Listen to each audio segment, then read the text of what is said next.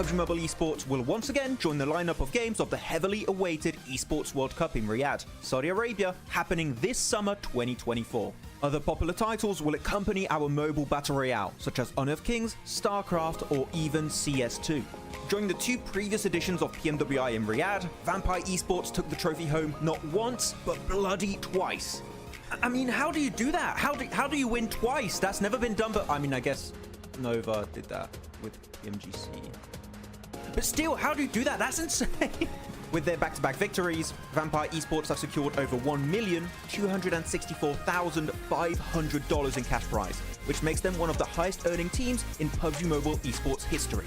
Are you looking forward to the Esports World Cup this year? Who do you want to see qualify and secure a portion of that sweet, sweet prize pool? Share your thoughts with us in the comments. Has Alpha 7 finally found a worthy opponent? Finally, worthy opponent. Our battle will be legendary. PUBG Mobile Esports will now have a star football player, Neymar, rooting on his favorite team as Furia enters the battlegrounds. Furia is one of the most prestigious esports orgs in Brazil across multiple titles as they now look to take on a new challenge. Furia consists of players from multiple teams with a depth of experience as they come together to challenge the top. The team consists of Kayovski, the man who has won the last two PMSL Americas with Influence Rage. Adrian, coming in hot from a tense game, bringing in experience from multiple PMGC events in the past. Arturzan, who was able to carry Team Case to the PMGC in 2023, looks to do so yet again with Furia. And Becker, loyal to Inco Gaming for 3 years, looks to make his next leap in his career. Furia is already qualified into PMSL Americas, but the real question is, what teams can even stop them? Share your thoughts in the comments.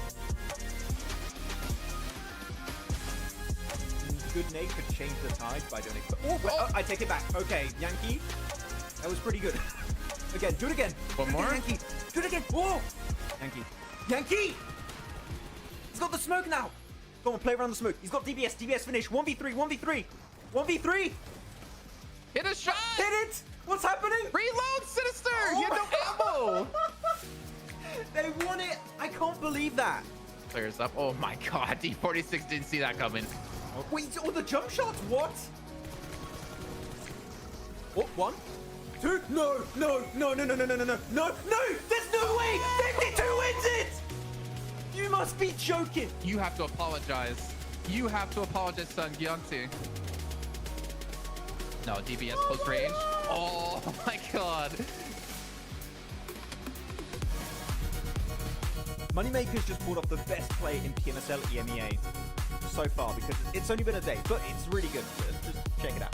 So let's paint the picture real quick, okay? Moneymakers are in this warehouse, edge of circle, and this spot clearly is not going to give them a win. Maybe a third place at best. In the circle, you have 3D Max and Regnum Carabra, which are about to initiate the fight for the win, which means they aren't quite focused on Moneymakers at that point in time, which is exactly what they want. The instant the fight breaks out, that's when Moneymakers decide to make a push into the circle, and they are ready to engage by the time the fight ends, which is when the teams are at their weakest. And because the timing of this fight is so perfect, Regnum Karia, which is the team that won the previous fight, cannot do anything against that engagement. And that means that Moneymakers win the game, despite being initially in a super desperate situation. So congratulations, Moneymakers, on that amazing chicken dinner to wrap up day 1. And I do have to say, this play is approved by me, Maxman, the best player. Yeah, he's going to get 1v4 here. No faith. He doesn't have a DBS, man. That's the thing. The DBS is good, but...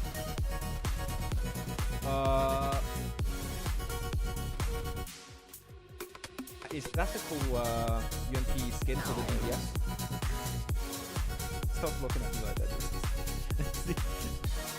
PMSL Americas NA qualifiers have recently concluded, and we finally know who made the cut. With 27 participating teams, only 3 would advance to the next level of competition. And at their helm is Titan Gaming NA, who is composed of popular players like Redox and Doran from Nexus Gaming. Their crushing victory was thanks to their dominance on Erangel, where they secured 5 chicken dinners on that map. One of those games with an almost record-breaking 26 eliminations in a single game. Heading into PMSL Americas Spring, they will be joined by 2nd place Taco Lovers and 3rd place Super Lazy Reflex, who qualified in the very last match thanks to a podium finish with 10 eliminations. These won't be the only teams representing NA though, as we will also see ASagi8 Esports participating as the only partner team in the region. With PMSL Americas around the corner, tell us if you think NA can compete against the best of the best from Latam and Brazil. Reject finally did it! During PMGO 2024, Team Reject from Japan finally secured not only their first international trophy, but also the first for their home region, by beating global superstars like Alpha 7, Nova Esports, and many, many more. They are currently one of the oldest orgs to join PUBG Mobile Esports, back in late 2018 where they were known as Reject Scarlets, with some of their old players who still remain to this day, such as Sarah and Duello. Before PMGO though, the highest rank the entire region of Japan has ever reached at a global event was back at PMWI East 2021, where Reject finished 9th. And on top of that, Regio took home the MVP trophy, which is also a first for the team and the region as a whole. That's a double achievement in one event, by the way, so that's pretty good. So tell us in the comments, do you think Japan can repeat this success in future big events like PMWI or PMGC? One of the biggest roster changes in PUBG Mobile Esports history just happened. So this team has a very special place in my heart because they've been my favorite team for about 2.5 years now. The previous Stalwart Esports roster, composed of esports veterans such as Top, Action, Nuzed, and Icy, have just been acquired by the biggest org in the Middle East, Falcons Esports, who are sure to be able to provide everything the roster will need to play to the best of their capabilities. After a bunch of very close calls in the past global events, such as PMWI and PMGC, Falcons Esports have everything they need to conquer the battlegrounds heading into 2024. Do you think, just like me, the #1 Stalwarts fan, okay, Falcons, my bad, we'll have to get used to that one. Anyways, do you think the squad can finally bring home the PMGC trophy in 2024? Tell us what you think in the comments. I think we just witnessed one of the most anticlimactic fights in PUBG Mobile Esports. Just check it out. Over the wall, hangs around the side of the building, just playing with the members of Nexus.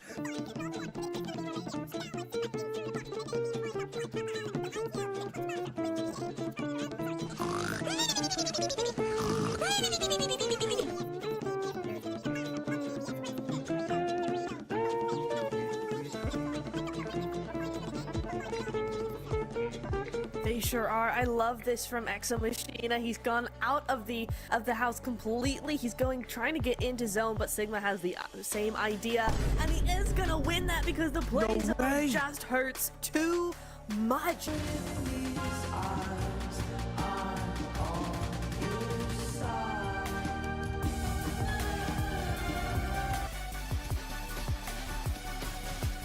Don't go solo, man. If you get knocked, I swear.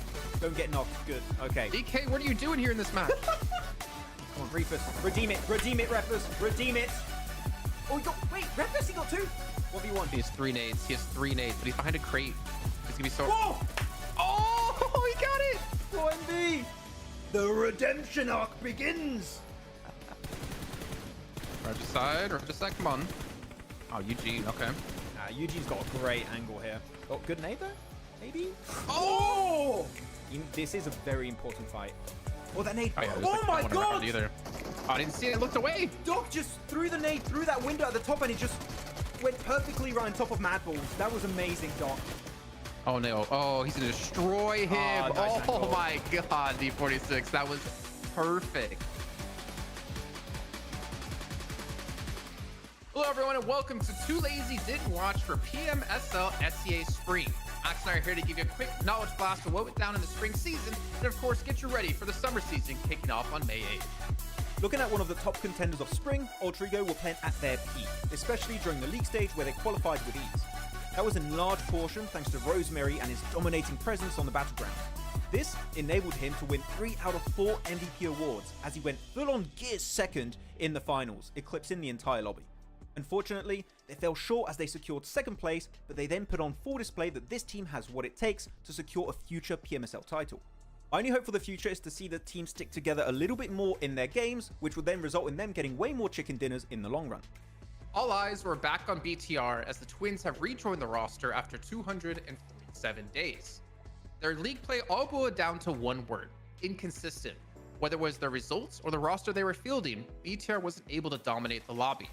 Flash forward to the finals, BTR was still one of the few teams to consistently swap around their starting roster. Out of the top 9 teams, only 2 were actively using their 5th player, Ultra Ego, who placed 2nd, and BTR, who placed 9th. This leads us to wonder what the main focus for the team was during the season. Are they trying to play with a proper 5-man roster or gain valuable experience for all their players? Max and I think they use this as a training ground to get ready for future events where there's bigger prizes. We have to look back at the winners of spring now, WAOW Esports. And I think it's fair to say, Jason, Boom winning PMSL SEA Spring came out as a massive surprise to many, as they brought new players on the rosters and attempted to build synergy during the league stage. This in part gave them a chance to perform in the finals, where they ended up taking home the trophy and a spot into PMGO. This being one of their big first international events, the amount of knowledge and experience they gained will help them make it to the next level. Pair that experience with the fact that they have an entire PMSL season now under their belts to build their synergy, we might be looking at the beginning of the Boom legacy in SEA. The big change from spring to summer is the reward all the teams are playing for. A spot in one of the biggest and most lucrative events of the year, the PUBG Mobile World Cup. In previous years, it mostly came down to if you were popular enough to get invited to the event, but this year, you have to qualify. And with the prize pool being $3 million, it's one of the most competitive events of the year, only second to PMGC. So don't forget to check out PMSL SEA Summer that will be starting on the 8th of May to see which 5 teams will be making it into PMWC. Storm, he's almost left alone. He still has Soul K alive, and Death Wolves are just like ready to pounce on their prey. Like, look at that easy cleanup. And Death Wolves, I don't know, Maxman, but they've really been surprising me. Wait. No. They're doing it! They're probably doing it! They're using the trolley! I've asked for years for them to do this. Someone's actually doing it. They're even stopping the trolley. They're avoiding everyone. I'm loving this. Vampire, you're the best team in the world. Max. PMWI champions, PMGO champions. No, they're Max. the PMGO champions. Influence! It's fine. It's not going to be an issue. They're going to be fine. They're going to beat everyone. They're going to dominate Yasnai Pollyanna, and they're going to take the win. I'm calling it. Okay, those nades might be an issue. Okay, no, go back. Vampire, go back. Go, Vampire, go back. No. Oh, my. Okay. My dreams have been shattered. I hate this. Like that nade on top of Tony, huh? Skip it about. Hands down, Jason Rosemary for sure. To Max is gonna be happy. MVP title. Yeah. Half season or the third party tournament, still showing his side, and also a very complete player. You know, like when it comes to a very good close combat player, they tend to use like UMP, DBS, or weapon like that.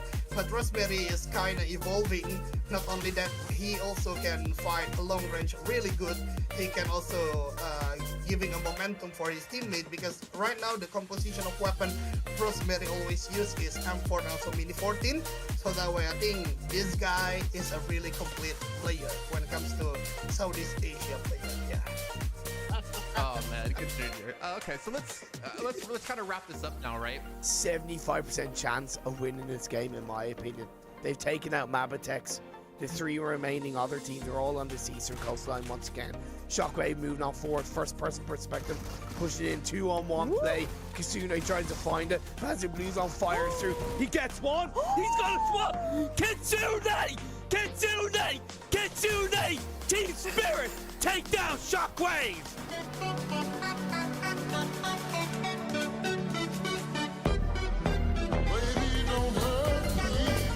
A new org is ready to make a splash in PUBG Mobile Esports. Brazil has always remained one of the biggest regions in PUBG Mobile Esports, and the shift from PMPL to PMSL has caught the attention of major orgs around the world. Alongside super teams such as ASagi8 Esports or even Influence Rage, Team Liquid have made their entrance into the scene as a partnered organization for PMSL Americas. TL have acquired the second best performing Brazilian team at PMGC 2023, Loops Esports, as they now look to drown out the competition. The roster is comprised of Ayala, Cardozan, Chief, and Mythic. They had the best performance. Hello everyone and welcome back to PMSL CSA Spring 2024 Watch Party in English. Over here for week 3, we're going to have a good time, and we are finally going to see which bottom 4 teams are going to be out. Maybe Stalwart and Hardbass, we'll see. Yeah, it's me again, back with Falcons. Jason. Oh. Falcons? Oh. No, Stalwart. I mean, No. Falcons are good. Sorry, I need to grab the link. But yeah, man, this is gonna be a day. This is gonna be a week because I get to spend the entire week, Max. Do you know what I get to do? What? Reminding you that Alter Ego did not make top 5, did not even make top 6. I know you think you got away from it, but you didn't.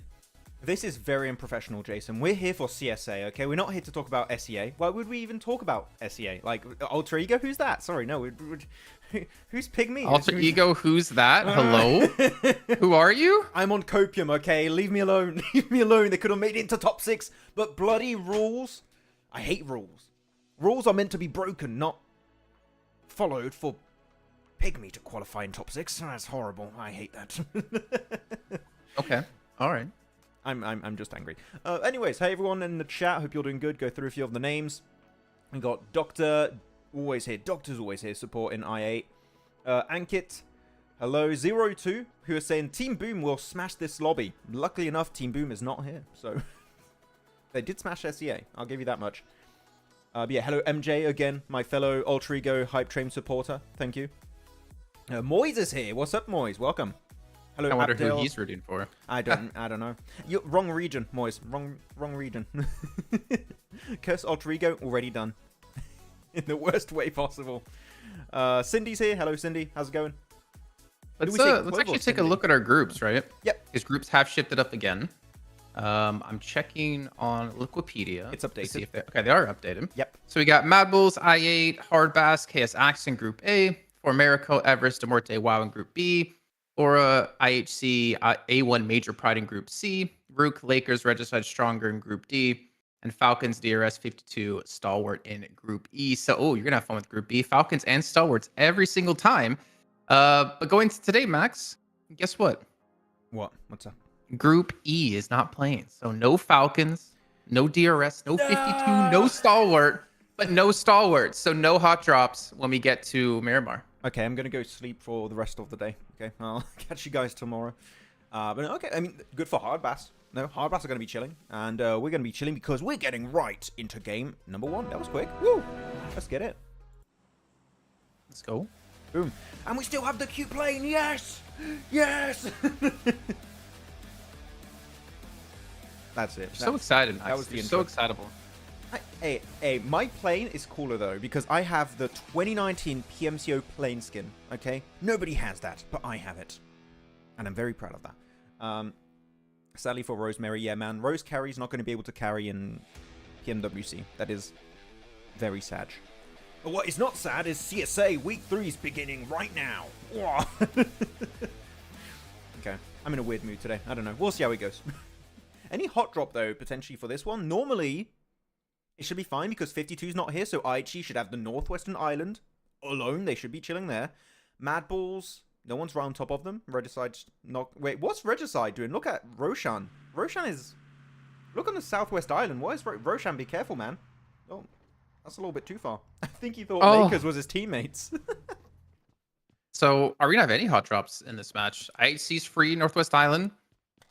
Who actually, you know, forget this. Let's actually talk broader spectrum here, right? Oh, okay. Go for it. I don't know why that caught you off guard with the whoa. Whoa. Wait, you want to talk about? You want to talk about something important? Wait, no, hot drops, Jason. That is the early game must talk about. Okay. What are we looking towards in this week, right? Because we need to take stock of things, right? League standings. Yeah.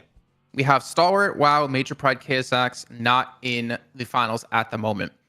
Between Hardbass and 16 and Stalwart, there's a 20-point gap. Mm-hmm. So if any of these 4 teams in particular want to have a chance to play in the finals, well, they need to step up this week. So I'm kind of looking towards those 4 in particular. I'm looking towards also like A1, Muerte, Hardbass. Like it's very possible teams. I mean, the least amount of points a team's gotten in a week is 72. So basically any of these teams could jump up in the leaderboards. Is it going to happen though? Oh, well, yeah, of course. No, but you're definitely right. The big storyline for this week is going to be the bottom 4, who's going to make it in, right? And of course, how many more extra bonus points the top teams can get. But as we saw in SEA, even if you're the best team in terms of bonus points, you might still not qualify into PMWC, so it's not quite safe. It's good to have those bonus points. But yeah, I don't know. Tell us, guys. I'd like to know, by the way, prediction-wise. Maybe we can talk about it a little bit later in depth when we see the leaderboards. who do you think is going to be in the bottom 4 after this week? Currently, again, to repeat what Jason said, KSAX, Major Pride, WAOW Esports, and Stalwart are in the bottom 4 as we speak. Maybe followed up by Regicide if they keep losing players early. But, and right above them in 16th, you're going to have Hardbass. 15th is going to be A1, Muerte 14th, 52 Esports in 13th. Like, those are the teams we're basically looking at to potentially drop in bottom 4 if those bottom 4 teams don't perform well. So, yeah, tell us who you predict, guys. What do you think is going to be happening this week? We would like to know.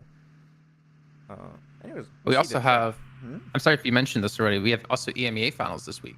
Yes, but no. And Z-Wolf has been popping off. Yeah, I mean, he's been popping off for a while. I like Z-Wolf. He's cool. He's a good player. I do wonder who's going to be the true MVP of the tournament, though, because it is close. You got Nomi, you got Z-Wolf, you got, damn, his name escaped me. Coops. How did I forget Coops? I am not, guys, I'm relinquishing my analyst role. I forgot Coops for like 10 seconds. That's insane. Thank God. No. I mean, No. Okay. Hey, what's happening here, though? Rook? Ooh. Not looking good. are they No. 4-man car rotating? Or were Seems they? like Or it. no, never mind. It's weird to take a fight early like this on Northwest Island when it's... I mean, unless you have really bad circles, it should end on the southern west area around ruins. Is what you can try and predict. So interesting to take fights over there. While we're waiting for the early game to kind of chill out, as I8 losing players, not good. Doctor, you got to heal them. Doctor, where's I8 Doctor right now? We need him. Doctor! Yeah, I mean, they're going to lose maybe the entire team here, I'm not sure. Well, this week we have EMEA. I'm on Spirit's hype train. How about you? I mean,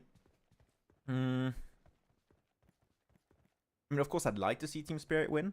I think that... I mean, do you have a prediction, Jason, maybe before I go in mine?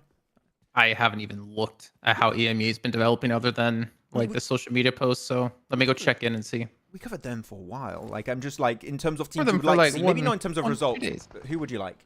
Like, is there a favorite there or not? I don't think I have a favorite in EMEA anymore. Not anymore. Since we stopped No. covering EMEAs, like, I don't like any of them. They're all I think there's just 60. too many. There's just too many good teams there. There's too many teams like I want to see do well. Yeah, it's like you're literally combining 3 regions and you're just taking the best of each individual region, right? Which is, it makes it so hard to really pick a team because in the home region they're the best of the best, but in this like new All right, championship Max. kind of thing, it's tough. I mean, Team Secret, obviously. Sorry, Team Secret. Team Spirit. Secret? I always say Secret. Oh, yeah, 3D Max because I have to root for them, or you kick me off the show. True. G Gladiators because I want to see what they can do with Kitsune gone. For Turkish teams, I mean, maybe like S2G. Obviously, with Silas no longer there, I want to see if they can perform without him and show they didn't need him. I think that's kind of it. Like kind of those 4 teams, 3 teams, 4 teams. Okay. I mean, As I look at the that's quite leaderboards, a few. they're not doing that great. Yep. Except Spirit. I mean, the cool things, right, that I have to say is that I'm looking at the leaderboards right now. I just wanted to take a look. The good thing that I'm happy about is maybe it's a bit mean. Tell me, guys, if I'm a bit mean. I'm happy to see this Team Falcons in bottom 4 in EMEA that didn't qualify to the finals because that means if this Falcons in CSA qualifies, they'll be the only Team Falcons. Yeah, that's great. They wouldn't Well, have to I get mean, there was dropped and only picked going to up by want to another be. team. There was, yeah, as I said, there's only going to be one Falcons team, and let's be honest, we both know who the Falcons organization would take Who would they in that keep? situation. A team that's been constantly at the top of these big global events, or the new team picked up for EMEA. Oh, who knows? Yeah, big fight happening here for Trifecta though, which is a good fight to take. Just imagine like a meme picture with like a big bulky Falcon, like who would win or who would maintain their contract, big bulky Falcon boy or like a small cartoon Small EMEA Falcon. team. Yeah. It sucks because the EMEA team is good, right? They have really good players on the roster, but it's EMEA now. It's going to be one of the toughest regions out there to qualify because, especially the first season, because you got all these clashes of meta. The first season is really hard. Yeah, wow, win that fight. Very cool. And they get access to Trifecta, which means later rotations are going to be pretty smooth. Chilling. Now, what's your opinion about IHC this season? IHC, I mean, when it comes to taking fights, again, they're just top tier. I just hate how they keep hot dropping 52 on the Northwest Island on Sanhok. I hate that. It's not the worst hot drop. I just don't like it. At all. So yeah, that's the only thing I have for IHC. Otherwise, I think they fight really well. I'm a big fan of Demo. Demo does amazing when it comes to fights. I don't know if... Wait, actually, that's a question for chat. Everyone knows IHD on the team, right? You got all these players. You got Godless, Yol, Demo. Alex was playing at 1.2, right? You got Rogue. Who's your favorite player of IHC? For me, it's Demo by a pretty significant amount. I know that might be the case for everyone, but tell us, who is your favorite player of IHC? Oh, and the circle shifts over onto Trifecta. That's fun. I like that. I like where that's going. Sorry, I'm just updating something on our side. Yeah. Our clip machine. The clip. What happened to your long form analysis video, by the way? Is that still in the works? I think some people were interested in it. Yeah. I made the edit, and I also cut out all the parts of the video, so it's ready. It's about 5 minute video. Just a welcome to analysis, and that's it. That's the video. Welcome, guys. See you in the next video. That's all the video. No, it's made as about 4 minutes, 30 seconds, 5 minutes. I just need to add the little cool edits to keep you guys, mind focused on the video, so you don't leave. Are you saying our viewers have a short attention span? Yes, everyone does. Everyone does. Sorry. What? What? I need to get my keys in front of my camera for you to pay attention. Ding ding ding, Jason, pay attention, pay attention. Have a fidget spinner just on camera the whole time. Jason, pay attention. What? Look at this, rotation, PUBG Mobile. Wow, I said your favorite words. Ice cream good. I said infinity is your favorite word. Pay attention. There's a fight over towards boot camp, it looks like, or potentially developing. Was it stronger, and I Aura? can't tell who the blue team is. Aura. Is it Aura? Aura stronger. They changed colors. I wish they would just stay colors. It's so hard to be able to recognize who's who because A1 changed colors as well. Mm-hmm. They were like a pinkish, if I remember correctly. Everest stayed the same color. Major Pride, I think, stayed the same color. I got a great Hardbass transition changed from colors. That. Yeah. Any colorblind people in the chat, I feel bad for you. How do you man? It must be hard seeing all these different colors of teams. But wait, which team is that? I'm not sure. Which gray team are you talking about? The gray team in the north? The gray team in the south? But wait, for me, the green team is on another island. What are you talking about? Okay, so looking at the list of favorite players that we got. So we got Demo, Zyol and Alex, Godless, Zyol, Alex. Yeah, that's what I kind of expected. Zyol, Godless, Zyol. So yeah, so I'm in the minority. What about you, Jason? Who's your favorite? You're talking about... Yeah. Oh, from IHC. Favorite player of IHC. For me, it's Demo, and we got a bunch of people saying Zyol, Alex, Godless. Alex. Alex still. Look at the turnaround. Alex comes in, boom, they start winning. But he's get not up the bottom playing. of the leaderboard. He's not playing right now, which is very interesting. Yeah, unleashed his power in week 2. He re-upped his contract, and in his contract, he's like, I need another week off. Yeah. I need a vacation, guys, please. Doctor says Alex. Yeah, Alex is a good pick. It is interesting why he's not playing. Does anyone know why he's not playing? Is there a reason? Because I don't know. I would love to know, though. What's the reason? Nathan Taylor has a good question for you about I read it and I ignored it. Nathan, thank you very much for being here. Why do you hate our viewers, Max? Why do you hate our viewers? Jason, you're ignoring their comments? Okay, Nathan, can you do exactly what you're doing to me? Can you do it to Jason? The entirety of the broadcast. I will pay you money, real money. Okay, do it. Send him Instagram DMs. He's gonna leave sad and upset when I answer. Okay, big circle shit. Oh, Southwest Island. This is exactly where you could kind of expect it to go. It makes kind of sense. It kind of makes sense. Kind of. No one's gonna go in ruins though. I'm surprised we're not seeing Major Pride go for the compound southeast of ruins. That's a really good high ground position to play, and it's not easy to breach. So I thought they'd go there, but I'm looking towards Everest and A1. Look at A1. They're dipping into the blue.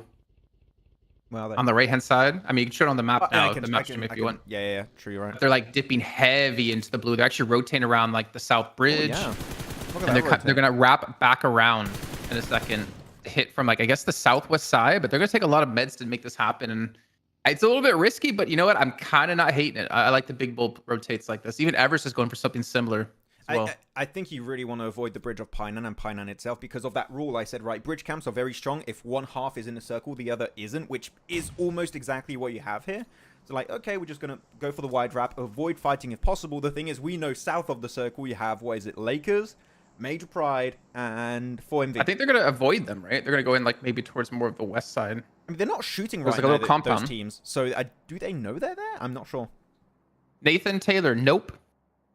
Nope, no chance. I have a better chance of growing wings and flying than doing that. I'm sorry. I'm not sorry. Nope. Not sorry. I'm already engaged. I'm taken. Apology retracted. MJ says, also this week, we have the PUBG Mobile Rivals Cup, Korea versus Japan. Oh, is this week? One single slot to Riyadh as well. Your prediction? I don't know. I haven't looked into that. The thing is about PUBG Mobile that I love, and also I don't like. SEA, EMA. It's too much. EMEA, CSA, Americas, Rivals Cup. Come on. Like, am I the Max, only... how don't you know everything about every region happening all at the same time? Come on. Like, are you even a fan of PUBG Mobile, Max? Wait, hey, Jason, it's even easier now. The years before, we had all these PMPLs, right? It was like you had all these different regions. It was so hard to follow everything. I would take an entire week or two to prep for big events like PMGCs, PMWIs. It was a lot. It's easier now, but it still is a lot to watch everything. But we try. I think either DK or... yeah, I'm going to watch MJ. Wait. Did A1 crash into Major Pride? We didn't see the fight, did we? I think... Okay. I'm a little bit ahead. I think we're going to see A1 crash into Major Pride. Well, Jason. What a kind of spoiler is that? Bro, I was like... It's past 5 minutes now. Like, it's 5 minutes, 18 seconds for me to be synced. Sinister. Oi, Becca, oi, calm down. Okay, Becca. He's popping off. He's on fire. He's going to go out now because he's getting third-partied by 4MV. And... Wait, Ruda? Oh, hello. Not sure what's going on in this fight. Okay. I have a few issues.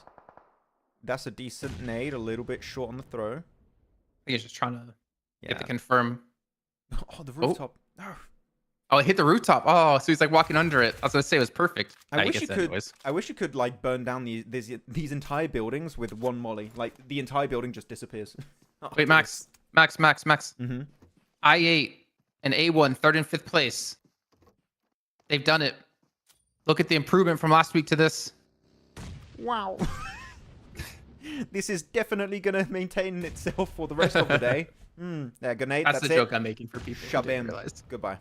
Yeah, so if you guys don't know, Jason is sarcasm incarnate, okay? It is all you have to know, okay?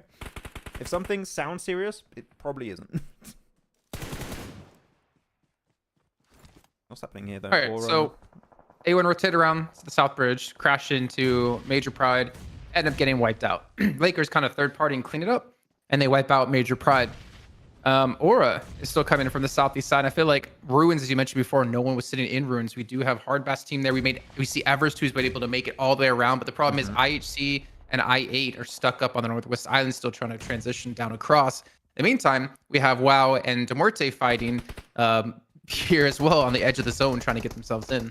This would be a really big fight for Muerte if they can survive as 4, because this position trifecta gives you access to a good high ground position center of the circle if they finish up this fight quickly and start moving. So Muerte, this is a very, very important fight for them. They need to win this if they want to get access to a strong position in the circle. But they just don't know where Uzaifa is, and he's got a DBS, so you've got to be very careful. Actually, I don't hate that. Just leave. Why not? Wait, are they really leaving, or is it bait? I don't know. Because they know one more player remains. One minimum. Maybe more, if they didn't clash with WAOW early in the game. I'm not sure. I think it's a good bait. I'm not sure. I don't know. Because you could technically just leave for the center of the circle. I mean, the circle's about to pop. Actually, you got time. Yeah, now I see the circle where it is. Just wait. Why not? I mean, the rest of Muerte is pushed in to get some position in the zone. Lead pusher behind to catch the late rotate. Yeah. Out of Uzaifa. Satisfacious is like, Jason, you have the right to remain silent. No spoilers, please. No spoilers. I can see. I'm like playing 4D chess here. I can see into the future. What? Oh, wait, Uzaifa. Okay. I mean, you knew a player was still going to be in there. Why are you making yourself vulnerable to a Eugene's like, pusher! What the hell, man? Pusher, and actually, Foofs is down as well. No, Isn't Foofs down as well? Yeah, Demorte might actually get wiped from this. Get wiped up? He's going to get, oh, man. Get wiped? Oh, man, he finished this game. He's married. No. I mean, when you get married, there's no time for games anymore, Max. Okay, well, It's very ominous. I mean, I'm more thinking about your fiance, but okay. Are you fine? Not playing video games with me anymore, Jason? Trust me, I get a message, or not a message. She tells me at least like once a month, you should stop playing games. You should get out of this house. It's my job. It's what I do. You knew this about me 5.5 years ago when we met. Yeah. She was like, I can fix him. I mean, to be fair, I was kind of like that with her too. Okay, what's happening? I mean, yeah, they still have 2 players somewhat in the circle, but can they really keep everyone alive? 4MV are looking in a really... I mean, the thing is, look, and, you got to fight in Ruins in the picture-in-picture. I think Muerte, did they lose like only 1? I think they still have like 3-4 people left alive somehow from that. I'm not sure. Yeah, they have 4 alive still. So they had 3 knocked and they recover. I guess Pusher was able to get them all back up. That's pretty impressive. But the fight, like I said, breaking on in Ruins, it's Hardbass trying to rotate off of Ruins to get in towards the zone. But I kind of like MadBulls here. Look at their split on the mini-map, or on our map, Max. Yeah. 2-2 split. 2 watching towards Ruins. 2 watching towards, like, I guess the east side of the zone. It was a really good play because it also helped them shut down rotations of teams trying to cross the bridge. Not the bridge, sorry, the river. So I do like what MadBulls are doing there. And also you're able to keep teams trying to leave Ruins late, which, as we know, Ruins is a really bad spot to leave. It's really hard to leave that entire terrain because it's just surrounded by, this water, flat terrain all around it. It makes you very prone to just getting flushed instantly. So, yeah, this is a good setup for MadBulls. Just got to be careful because that road is a bit of an issue. But right now, I mean, 4MV are looking to be in a better position. And this is where I wanted Muerte to be initially, Jason. I wanted them to wrap up that fight in Trifecta, go for that high ground position, and it would be so, so good. But they took so long and actually took almost casualties. They did res up, as you said. 4MV just got ahead of them and now have one, if not the single best position in the circle, at least the previous circle, because it did shift away. But 4MV still has a lot of opportunities to win this match, unless Pusher gets the opening knock, which... They don't know he's there, I think. So he's in a really, really good spot too.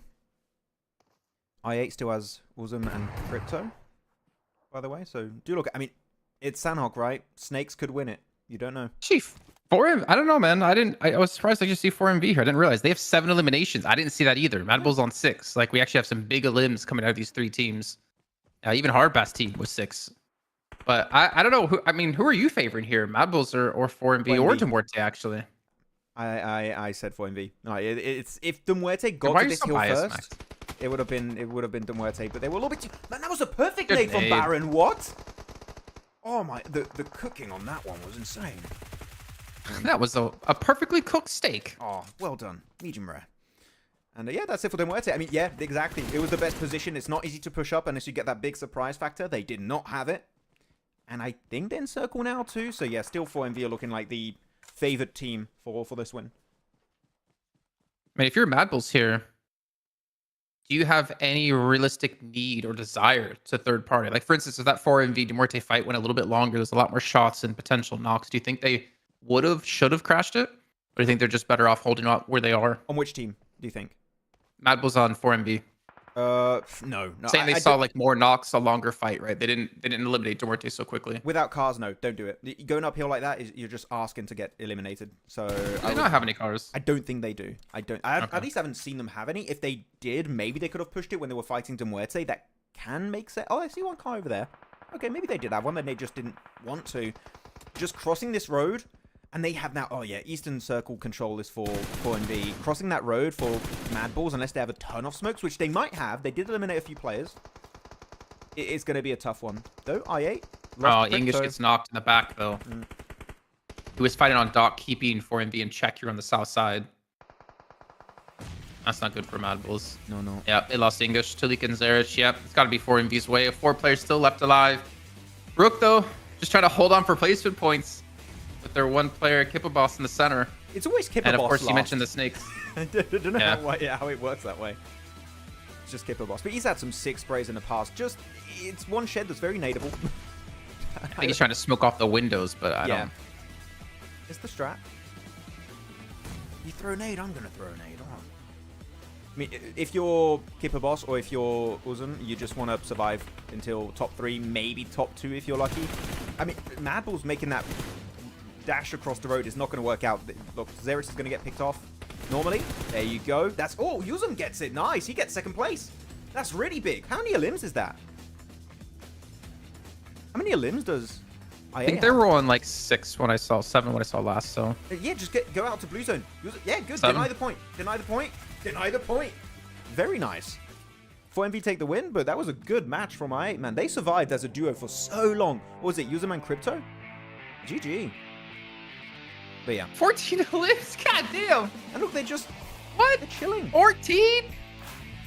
Yeah, we're used to this, guys. Don't worry. This is the 4MV special. Another week, another win by 4MV. A dub is a dub is a dub. We take those. Yeah, again, for you guys that joined maybe a little bit late, just to recap the groups, also because I saw some people talking about it. The group that is not playing is Group E, so we're not seeing Falcons, DRS, 52, or Stalwart. Those teams are not playing today. They will be playing starting tomorrow until Sunday, so for the rest of the week. But yeah, 4MV, man, such a good play. If Muerte were a little bit faster, Muerte could have been in that exact situation, but 4MV knew the value of that position. They sent it a little bit earlier. I think they even left some players behind them. Not players, I mean like enemies behind them, because they knew how valuable that spot was going to be. They just sent in the center, play the high ground position, and it's a really good high ground too because it has a little bit of a dip at the top, so it's super good to hide if you're getting actively pushed by a team. So yeah, Max. 7 elims. I need to leave. What?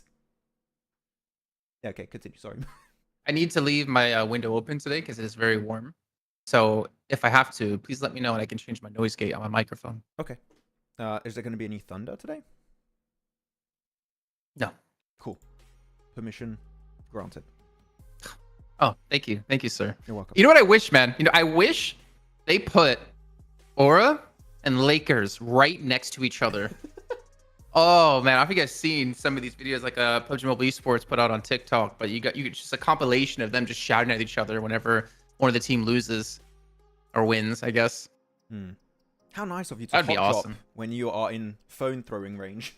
I'm going to hot drop your desk with our desk. When all the entire team gets eliminated, they all take their phone. Guys, the Infinix is also great as a weapon. It's a great boomerang. If you hit hard, I guess that'd be an Australian phone. Oh, man. With another suggestion. High school. Okay, no. Stop with the weird anime recommendations, guys. Oh my god. FMV.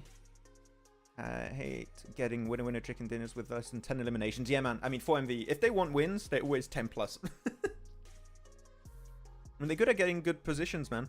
They just get the strong spot and they start fragging out from that position. And especially one thing that I really like them doing a lot of the time is that even though they try and play for the really strong positions in circle, they also try and sweep an entire side of the circle. So here, after they got in that position, they cleared all of the southern side of the map, and then you can just keep applying pressure in front of you without having to be cautious of a team being behind you, which is super, super impactful in finishes like this. So it's just very methodical. It's very straight. It's very by the book, but the execution is on point. What's the temperature there, Jason? Yeah, what is the temperature there, Jason, in all caps? I don't know. It's pretty warm. Let me see. Let me look at my phone. For me, it's a record today, temperature-wise. It's only 24, but like I'm inside a room with a computer on, lights on, and we don't have fans or like AC, so it does feel pretty warm. If 4MV gets... I mean, it's really... Sorry? No, it's just really not that warm, if you think about it. But it's warm enough that I need to air it out in here, you know? Yeah, I'm not allowed to have AC in my flat because it's a historical monument. Or like Max. building, so I can't. Yeah? Remember I told you what my dog did? Yeah, ate your glasses. Forget I can show you, actually. Oh. Is anything missing there? Yeah. Well, It's look at the... I don't know if it's like focused in enough, but this is all like chewed up. This is all messed up. it was in dog So that's like, biting a range. $500 pair of glasses just gone now. So if anyone wants a dog for about $500, let me know. Poor doggo. Oh my god, man! Still 7 eliminations so for angry. Reefus. That's insane. The balls on my dog as well to come into the bed in the morning after he did it and just sit there and get pets. And I had to say like, good morning, hi, buddy, pet him for like 20 minutes, go downstairs to walk him. I find that he knew he was gonna be in trouble. So he's like, let me get all the love I can get right now before I get punished. Yeah. Hey, smart dog. Got to give him that. He's not smart. Trust me. Doing that is not smart. That's the second pair of glasses he's ruined. And if I go to Riyadh for PMWC, it means I need to get glasses sorted like ASAP. Actually, do you know how long contacts survive in their original packaging? No. No idea. It's only 4 points though. Because I have some from like 3 years ago that haven't been opened. I mean, it's an alcohol base, isn't it, or something, or just water? I don't know. I just looked up really quickly. 1 to 4 years, so they might be okay. 1 to 4 Maybe years? I can wear contacts again. That's a big, like, gap. Yeah, right. If it was like 1 to 2 years, or like what like 5 months to 10 months or something like that, I'd be, oh, okay, that's not bad. But 1 to 4 years, I'm on the like end of that spectrum, so it does worry me a little bit that I'm gonna put it on my eye and it's just gonna fuse to my eyeball or something. Yeah, not worth it. Yeah. Dog messing up your property or destroying it? I'd be destroying it's worse. Hello? What? Is that really a question? Max, Yeah.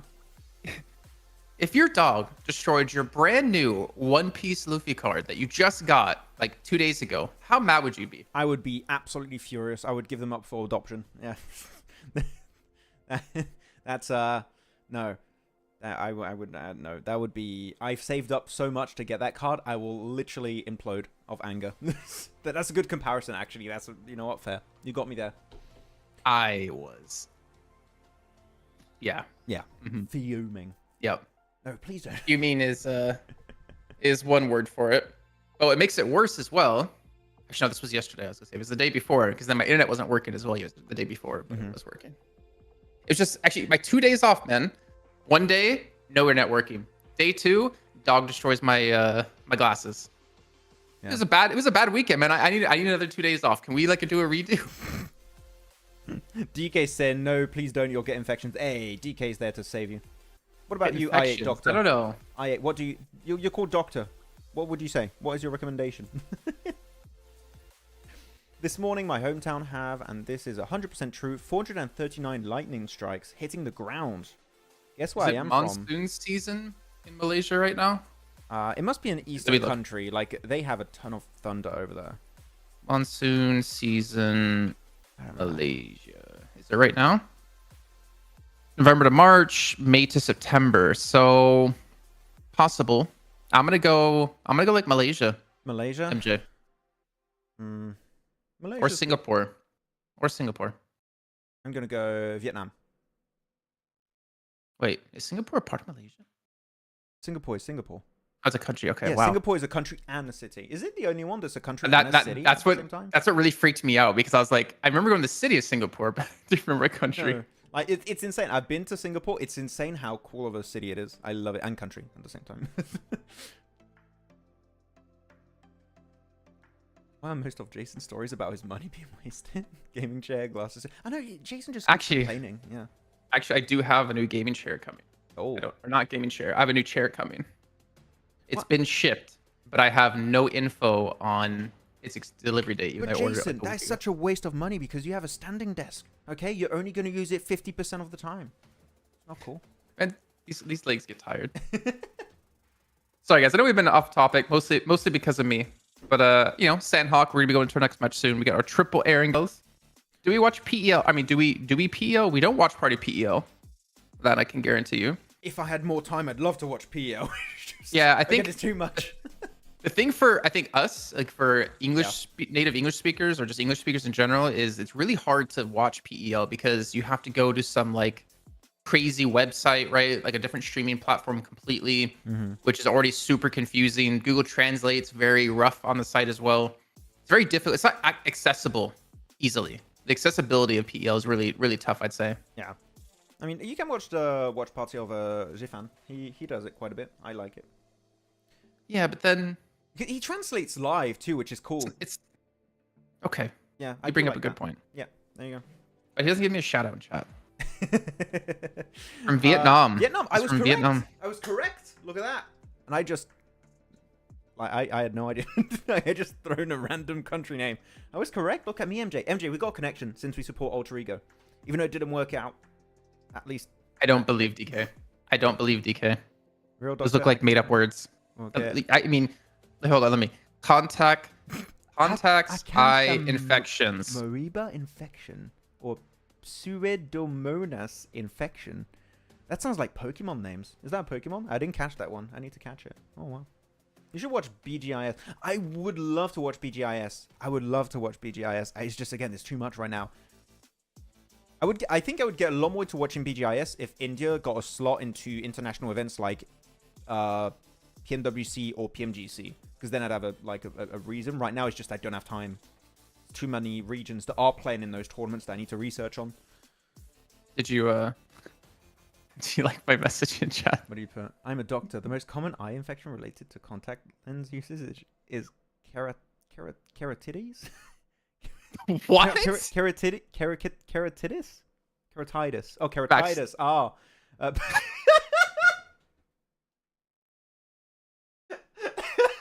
Keratitis. Okay, that's okay. A corneal infection that can range from mild to severe and has multiple causes. Oh, you straight up just... I'm not even going to repeat it. Sorry. I don't know. I'm not a doctor. Wait, Jason is a doctor? Yes, he is. He is. He's a doctor. I can't... Anyway, we're gonna game, guys. You're gonna game. Wow, it's Erangel. You really just... I can't let it go. I can't let it go right now.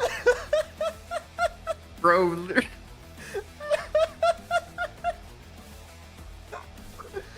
No. I'm definitely not a doctor. Keratitis. Did I say it properly? It's keratitis? How you supposed Yes. to? Yes, okay. I liked my pronunciation better. But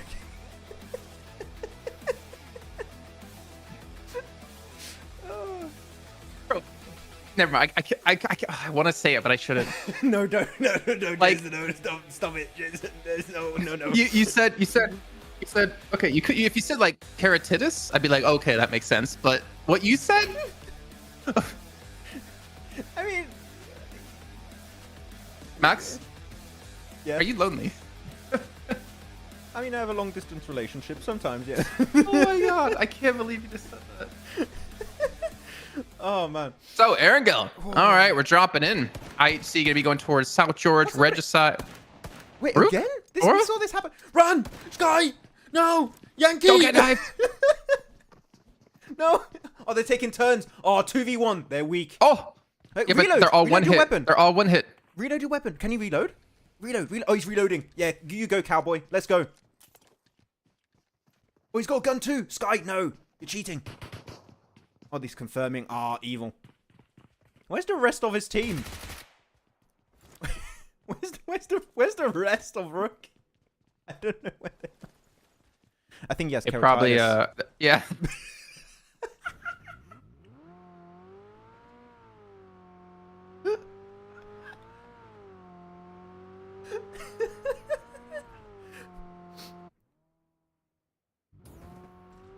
Oh my god. PG stream, Max. PG. Yeah, PG. Hey, it was an honest mistake, okay? yeah, I did not know.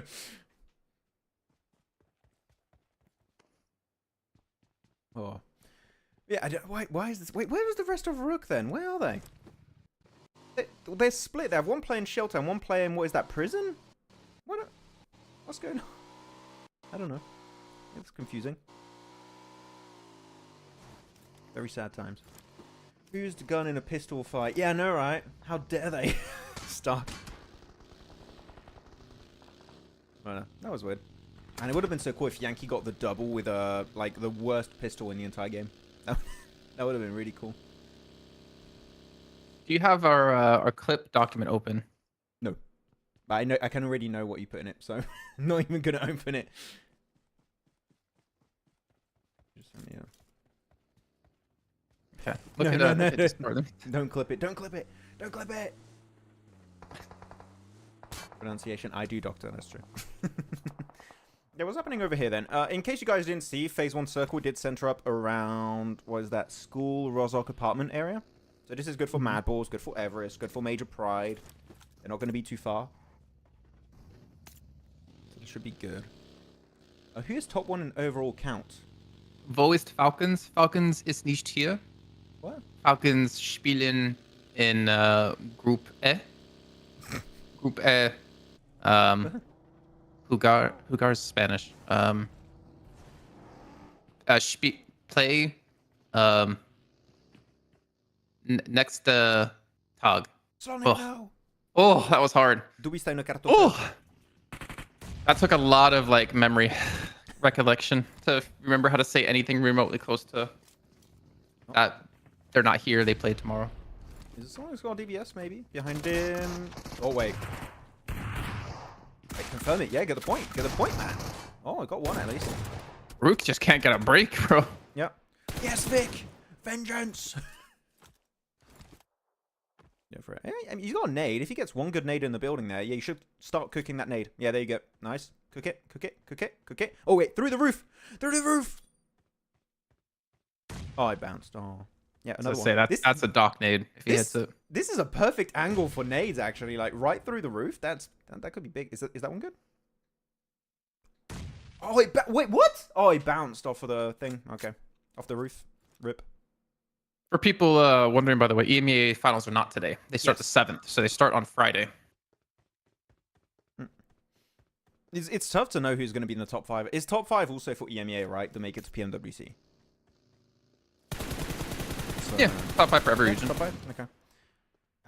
I think that's one of the toughest ones to really predict. Like, you can make some predictions on other regions, I think, pretty easily. Making predictions for EMEA right now, I think it's kind of up in the air. I think that everyone expects Team Spirit to make it in, but after you see what happened to Alter Ego, right? Even if you're good. Oh! Wait, what? I thought I was going to explode way earlier. Okay. I think it's harder to predict. Yeah. I think EMEA is probably the most difficult region to say what 5 teams are making it through. Yeah. Like, the average skill is very close between all the teams. The skill is very, very even. It's a very homogenous region, is what I'd say.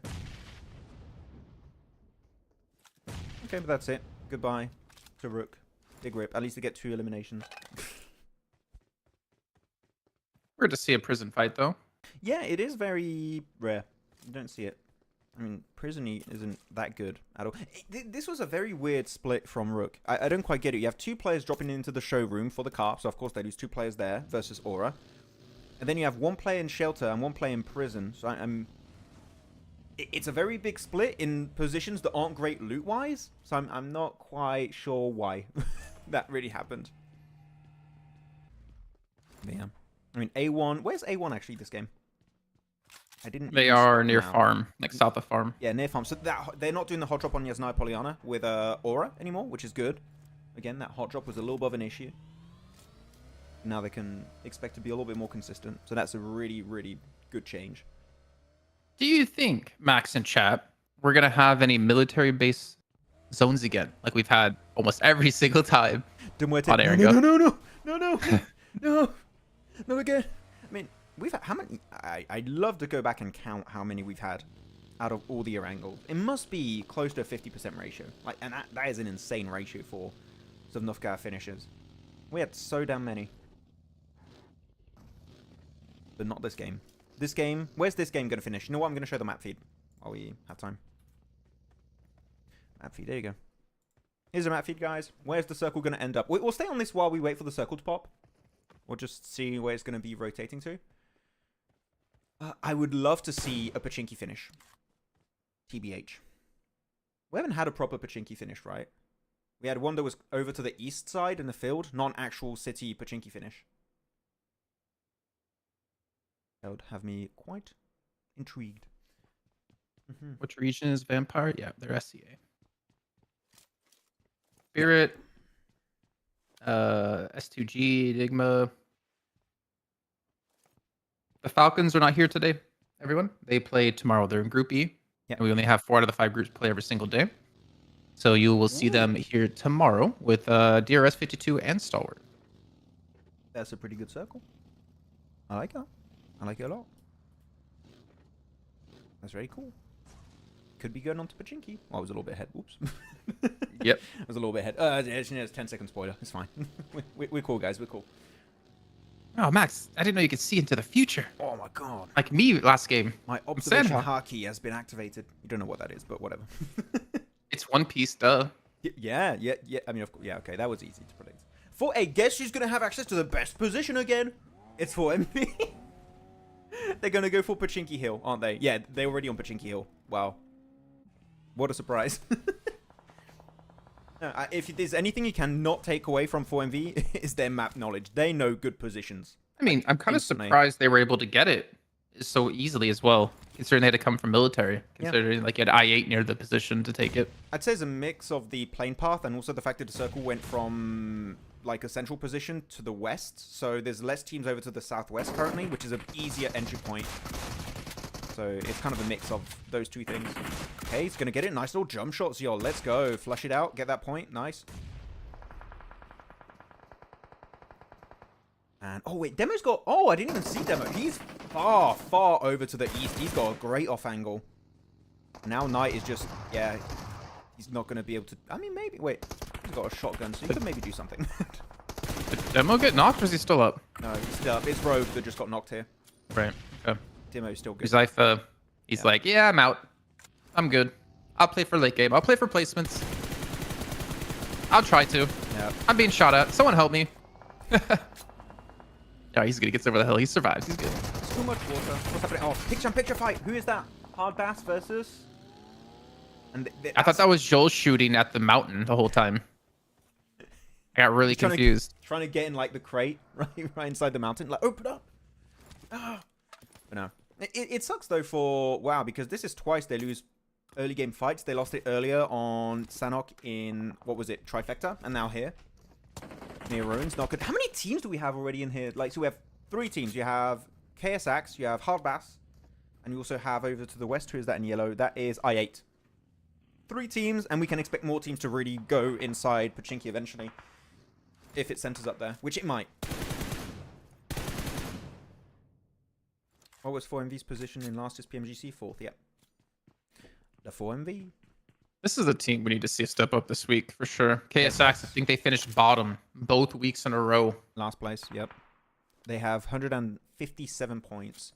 I mean, you said the lowest point scored by a team on a week, right, was 72, you said on the pre-show, which technically that would be enough to jump up in a decent position in top 16. But the thing is, you know, no other teams got points. Yeah, exactly. Yeah. So, like, we need to see them do way better than what we've seen in the last 2 weeks. They need to step up significantly. So we'll see if that's going to happen. I mean, they got 1 point. I mean, that if they're the benchmark of lowest points scored, that means every team above them is going to score more than 72 points. So they basically need a ridiculous week to not only get 72, but they have to surpass that to close the gap against other teams, which obviously will continue to score more points. So it's looking very grim for KSX, but yeah, this is the time. This is the time for them to channel their bonus point day, Max, and just try extra hard this week. I was like, where's he going with this? And then, okay. They just got to try extra hard, you know? Just win. Just start winning. It's not that hard. God damn. Now, this is a good little position for Hardbass, though. Unfortunately, they did lose 2 players, but they can... It's safe. You don't really expect too many people to want to crash this position because it's not super, super valuable, so they should be fine in that sense.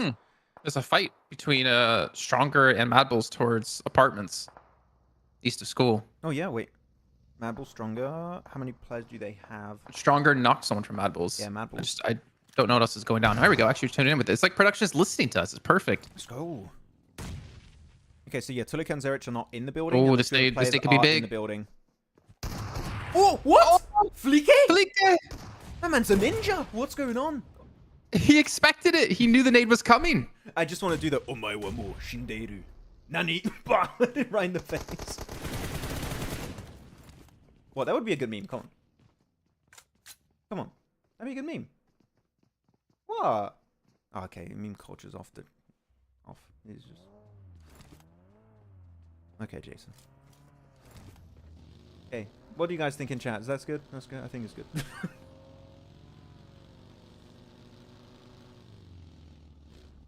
Yeah, so Stronger's like, we're out. Peace. MadBulls like, yeah, we're out too. Peace.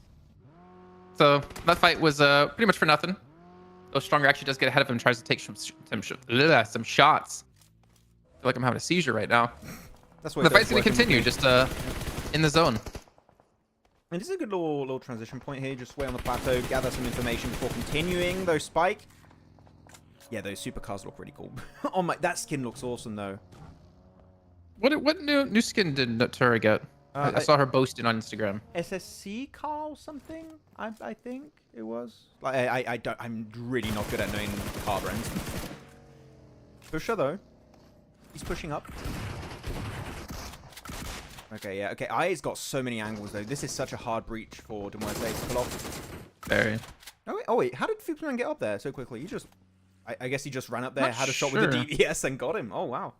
At I8, they had one player like away from the rest.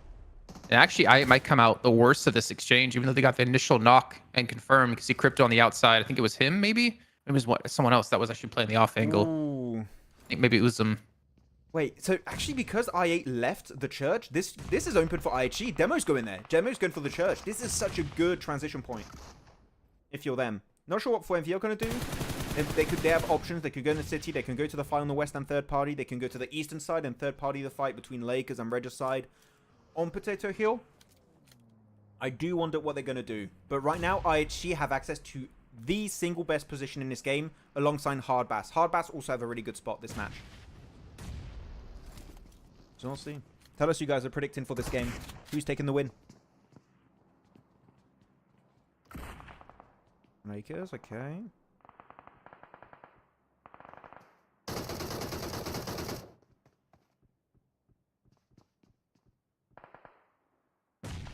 Jason, what color is your Bugatti? Oh, invisible. And which one? I have like 3 or 4 Bugattis in my garage. Yeah. Thinking about picking up a Maserati as well. Oh, You know? cool. That's a nice one. Kind of cheap, but yeah. I mean, you know, my dog hasn't destroyed enough of my things, so I had to give him more toys.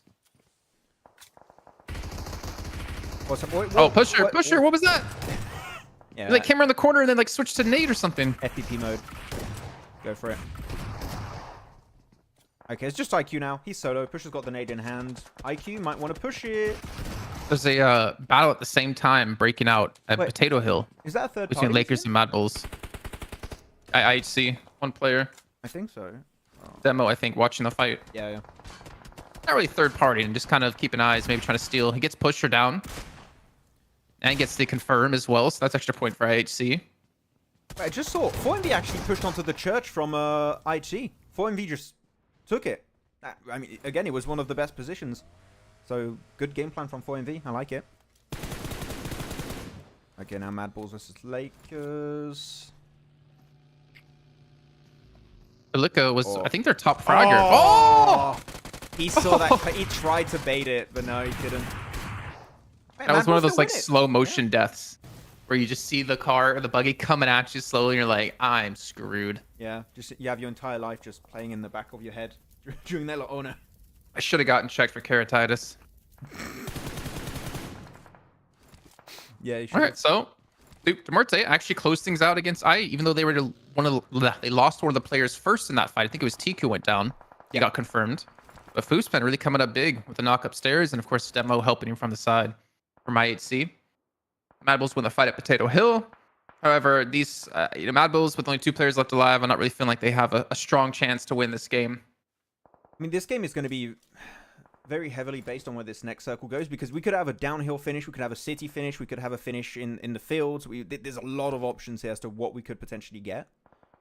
So we'll have to see how teams are going to adapt to this one. We've got 20 seconds, so there's a little bit of time for these teams to prepare for that rotation. I'm looking for Major Pride this game, though. They got a really good compound of mini Pachinki north, and if it centers up on them, and if they don't have to move, it's a very hard compound to breach because it's just surrounded by fields. So I would favor them quite a lot. And I mean, looking at the circle right now, it did somewhat center up on top of Major Pride. So they're looking golden in this position, but a little bit split. Just got to be a little bit careful here. Yeah, what do you... I want to see Major Pride do well this game. KSA's I feel gonna like- have a rough time. Look at their spot. Oof. I feel like if Major Pride don't do well like in today, then I'm counting them out as well throughout the rest of this event. Yeah, they were what, 19th before today in the overall rankings. They need to have a good week. So they need to pop off. This single game, if they win it with a ton of eliminations, could be the game that qualifies them in top 16 for the finals. Like, that is how important this match is. I know it's just day 1 of week 3, but it might have a big repercussion on their position in the rankings. So they need to win it. I mean, just for the sake of like, yeah, I mean, I'm not even looking towards finals right now for them. I'm just like, we need to see some sort of improvement in this team because they've also been at the bottom of the tables for the most part. They've struggled to keep 4 people alive to close out any game, to even get to the point to be able to close out a game, considering they consistently lose players. We need to see some change in the team, some improvement. And then obviously finals like that, top 5. To get into finals is going to be tough. Top 5 is going to be almost impossible for them unless they have a complete 180 this week. Yeah. They're going to need to do a massive, massive comeback in the finals if they want that to happen. What's happening here then? A1. I mean, they're not in circle. They got only a minute and 45 seconds to rotate. This is... I mean, do they even have a car? I don't know. Without a car, that rotation's not working out. But Everest are kind of holding them back, looking for some quick points. But Everest also splitting up with Bad Boy going towards the north side. Yeah. I love that Zeus. Was that the M4? The Scar or M4 skin? Scar. Cool skin. Yeah. Oh, everyone's got such cool skins, man. I'm so jealous. I wish I had them. Where's our UC? Where is it? I don't know. What is Stalwart Esports overall ranking? Stalwart currently are in 17th position. And again, they're not playing today. But Stalwart are in 17th position right now. So if we stopped at this very point in time, they would not qualify for the finals. They need to be top 16 to reach it at the end of the week. Do you think, Max? Here we go. Here's the real question for you and chat, right? Yeah. Stalwart, Picado, Miramar. Are we going to see hot drops again this week, or are they going to change things up? I don't think so. As much as I hate saying that, it hurts me to say that. I don't think it's going to change. They're going to keep hot dropping until the end. For me, I think they're going to still do it. And it also means to me that I kind of lose faith in them as a team because, bro, 3 weeks straight of hot dropping when you're not top 16. Like, if you're top 16 and you're pretty confident to make the finals, yeah, hot drop away, do what you want. But the fact that they're outside of top 16 and if they continue to do the same thing that hasn't been working for them that got them into 17th place, then come on. Yeah. I feel like I'm being harsh, but you know what? I feel like I'm justified in being harsh here. You cannot be doing that this week. Yeah, I just kind of... I've given up talking about it because I have no expectations anymore. If they change it, great. I'll have a little bit of hope, but I just really stopped paying attention to it. I just won't really care. I just like, oh, okay, whatever. I'll focus on the teams that are at the top that are playing good. Well, Major Pride, they've got... I missed it. How many alive? 4. See, at least 3.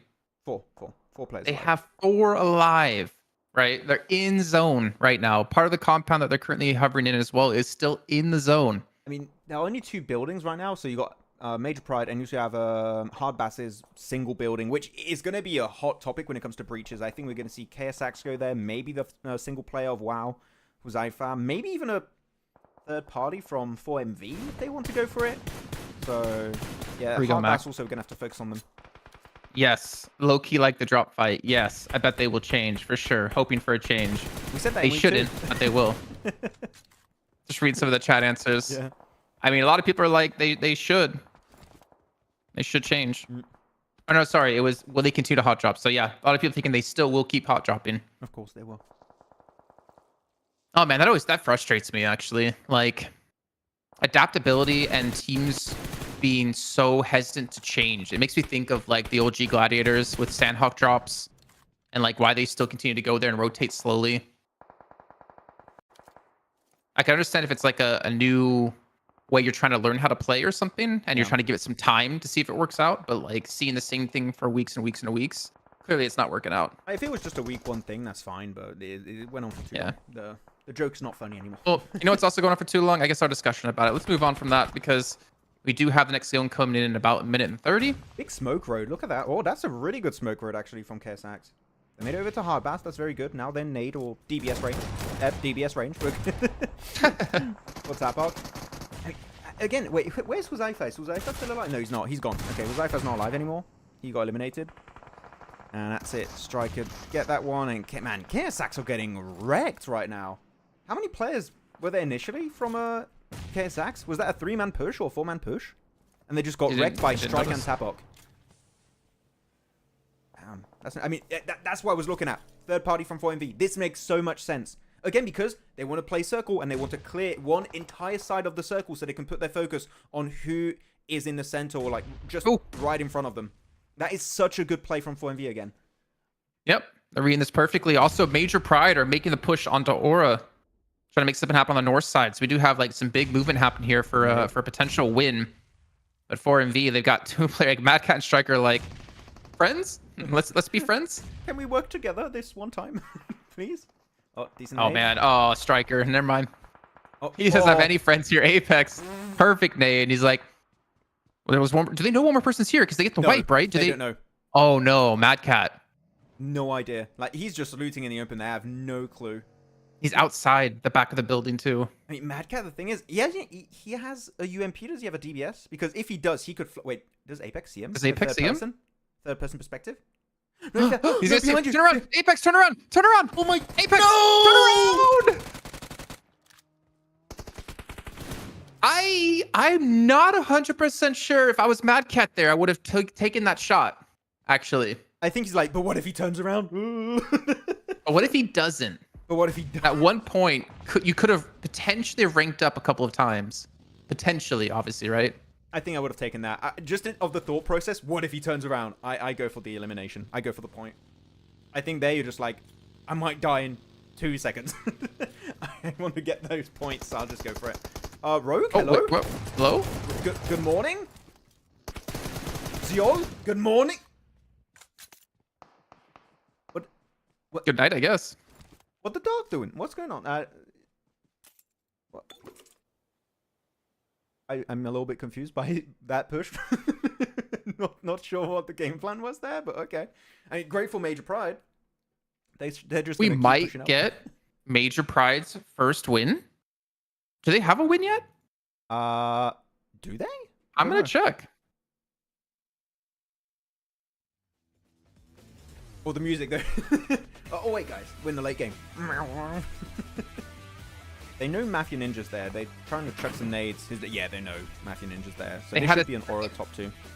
Second place finish is their best finish so far with 2 eliminations, and that was just obviously staying alive as long as possible with a one-man player. Wait, was that chicken dinner? Sorry, I didn't catch the No, placement. that was their best. Second place with 2 Second elims. place. Okay, so this is going to be possibly their first chicken dinner, but they're against 4MV. Currently the first place team when it comes to overall rankings.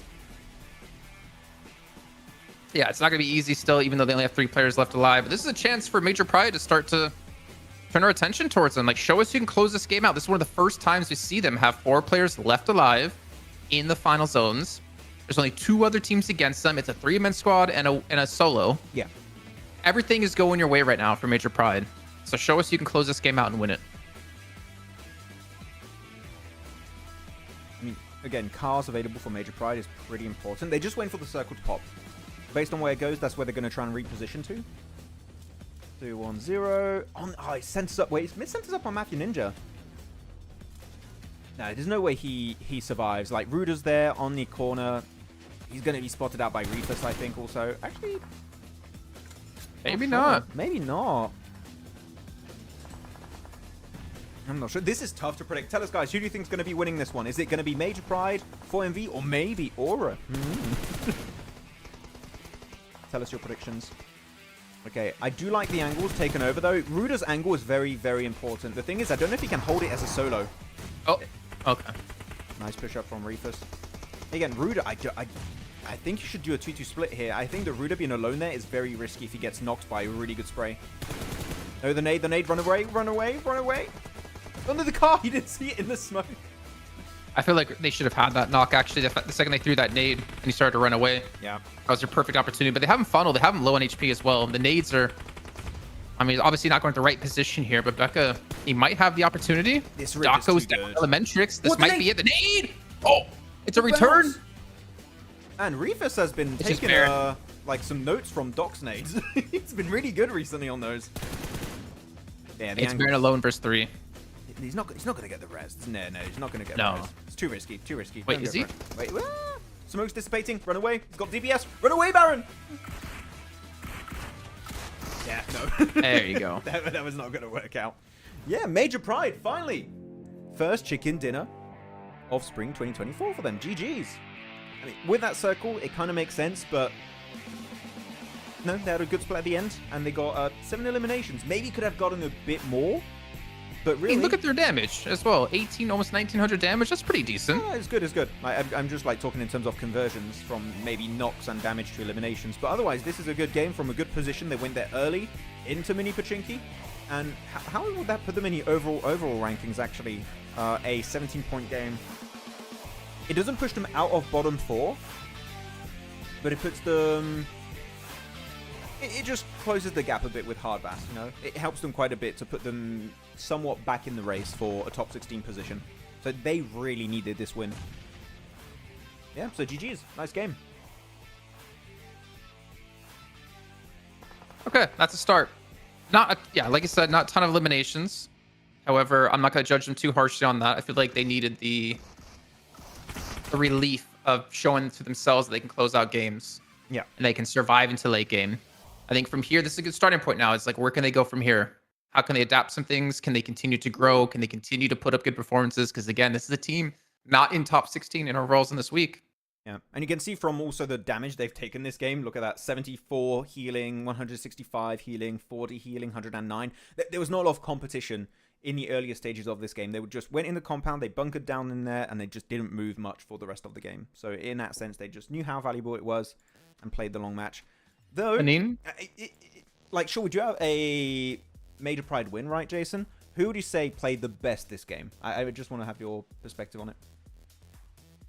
I mean, for MV? Yeah, it is, yeah. Like, was that really a question? No, I just wanted you to That's say. That's redundant. Yeah.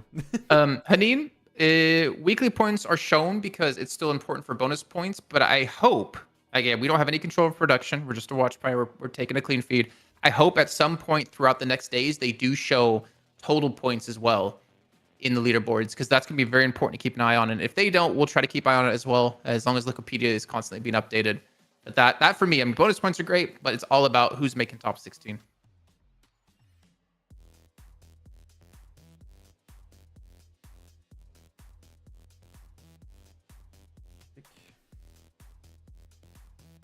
Why is top 5 overall ranking? We'll have to wait for it to update. We should have a view. I mean, overall, we shouldn't even call it overall rankings. I mean, you got overall rankings and you got the weekly ranking, right? We should call it, I think.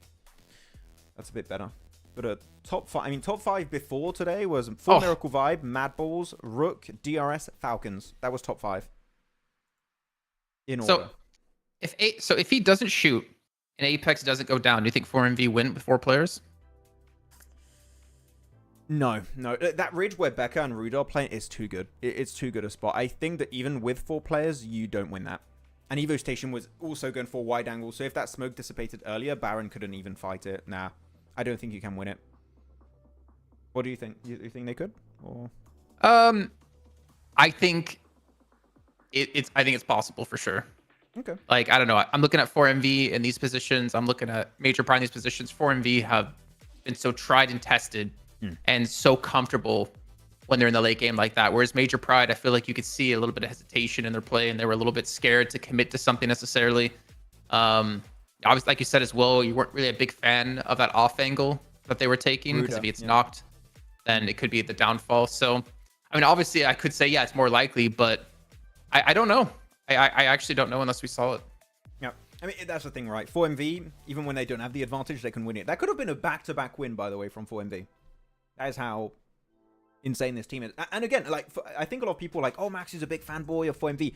I was not a fan of 4MV before this season. Like, from PMGC, I was like, I think this team is a little bit overrated.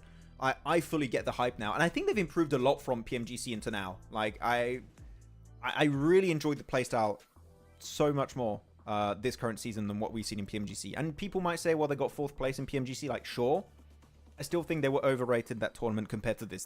They are just shredding it. Their macro is so good. I really enjoy it. Oh, that's so confident. It's so weird. Yeah, 1 elimination, 800 damage. Max, do we want to head to an early-ish break here this time? Because we know we won't really have overall since it's only been 2 matches. Yep, we can. Okay, just checking that. Checking the chat, and then we'll go for break. You can take it with 3, but the position makes it impossible. Yeah, the position is so tough. Like, Major Pride's angle is really powerful.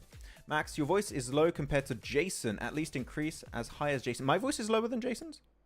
Fair enough. No, let's do it that way. It's perfect. Let's leave it. I'll look into that. I think it's because I have a compressor. It's okay. I'll look to make mine a little bit higher. Thank you very much, Doctor, for the info. With that said, we'll head on over to a break, guys, and we'll be back in just a few minutes for match number 3, again on Erangel. One of the biggest PUBG Mobile Esports events of the year is back. As announced yesterday with an amazing CGI trailer, PUBG Mobile Esports will once again join the lineup of games of the heavily awaited Esports World Cup in Riyadh, Saudi Arabia, happening this summer 2024.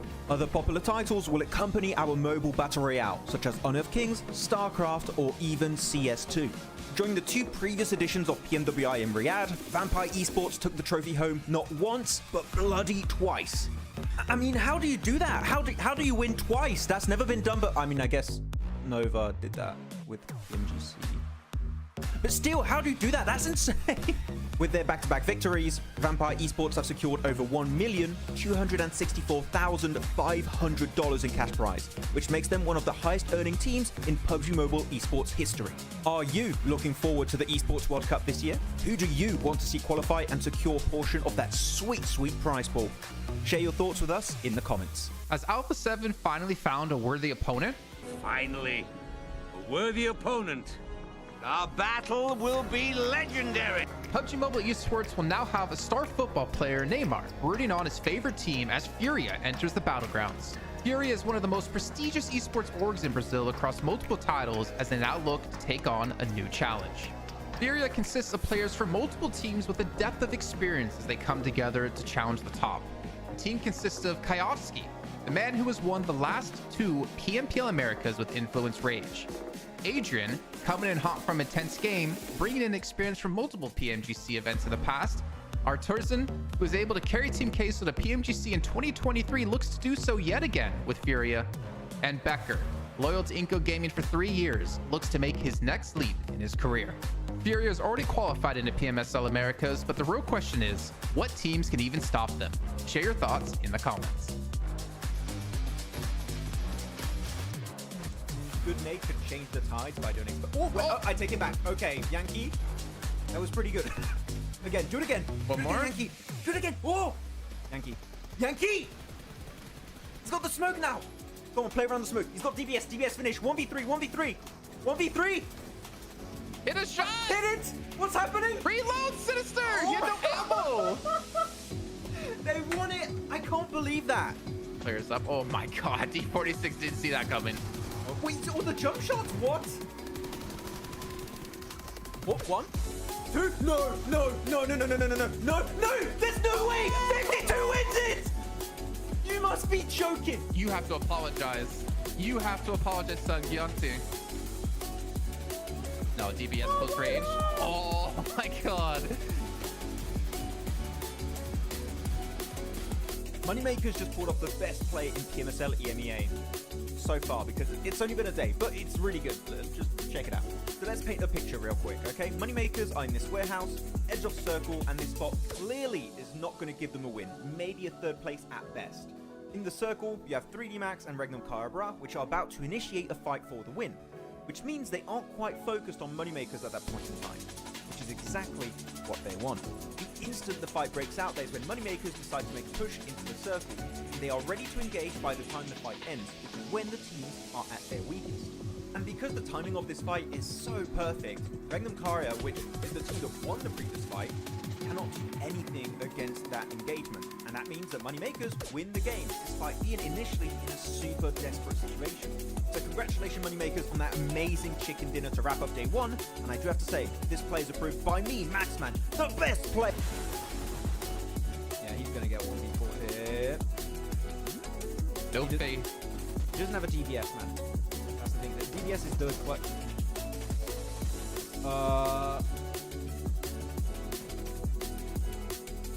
That's a cool UMP skin for the DBS. Stop looking at me like that. See? PMSL Americas NA qualifiers have recently concluded, and you finally know who made the cut. With 27 participating teams, only 3 would advance to the next level of competition. And at their helm is Titan Gaming NA, who is composed of popular players like Redox and Doran from Nexus Gaming. Their crushing victory was thanks to their dominance on Erangel, where they secured 5 chicken dinners on that map. One of those games with an almost record-breaking 26 eliminations in a single game. Heading into PMSL Americas Spring, they will be joined by 2nd place Taco Lovers and 3rd place Super Lazy Reflex, who qualified in the very last match thanks to a podium finish with 10 eliminations. These won't be the only teams representing NA though, as we will also see ASagi8 Esports participating as the only partnered team in the region. With PMSL Americas around the corner, tell us if you think NA can compete against the best of the best from Latam and Brazil.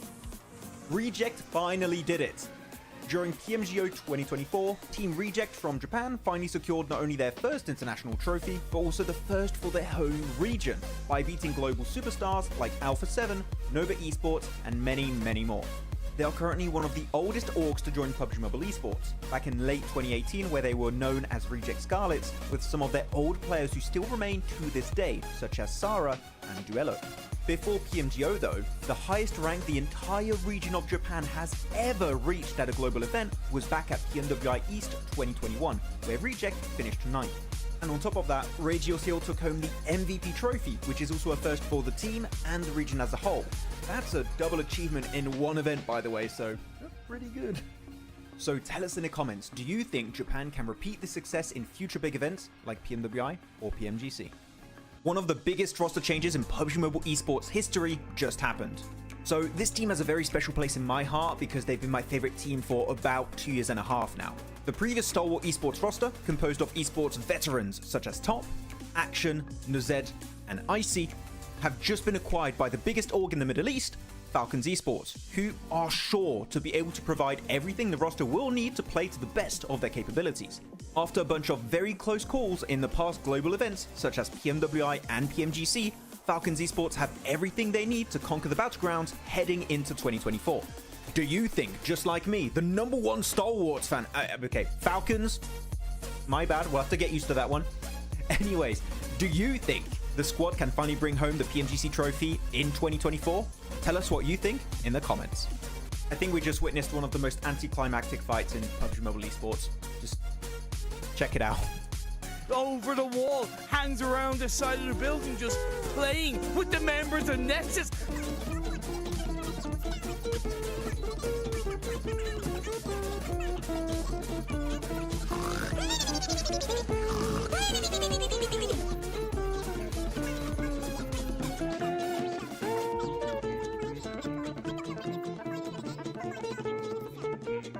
They sure are. I love this from ASagi8. He's gone out of the house completely. He's trying to get into zone, but Sigma has the same idea, and he is gonna win that because the play zone just hurts too much.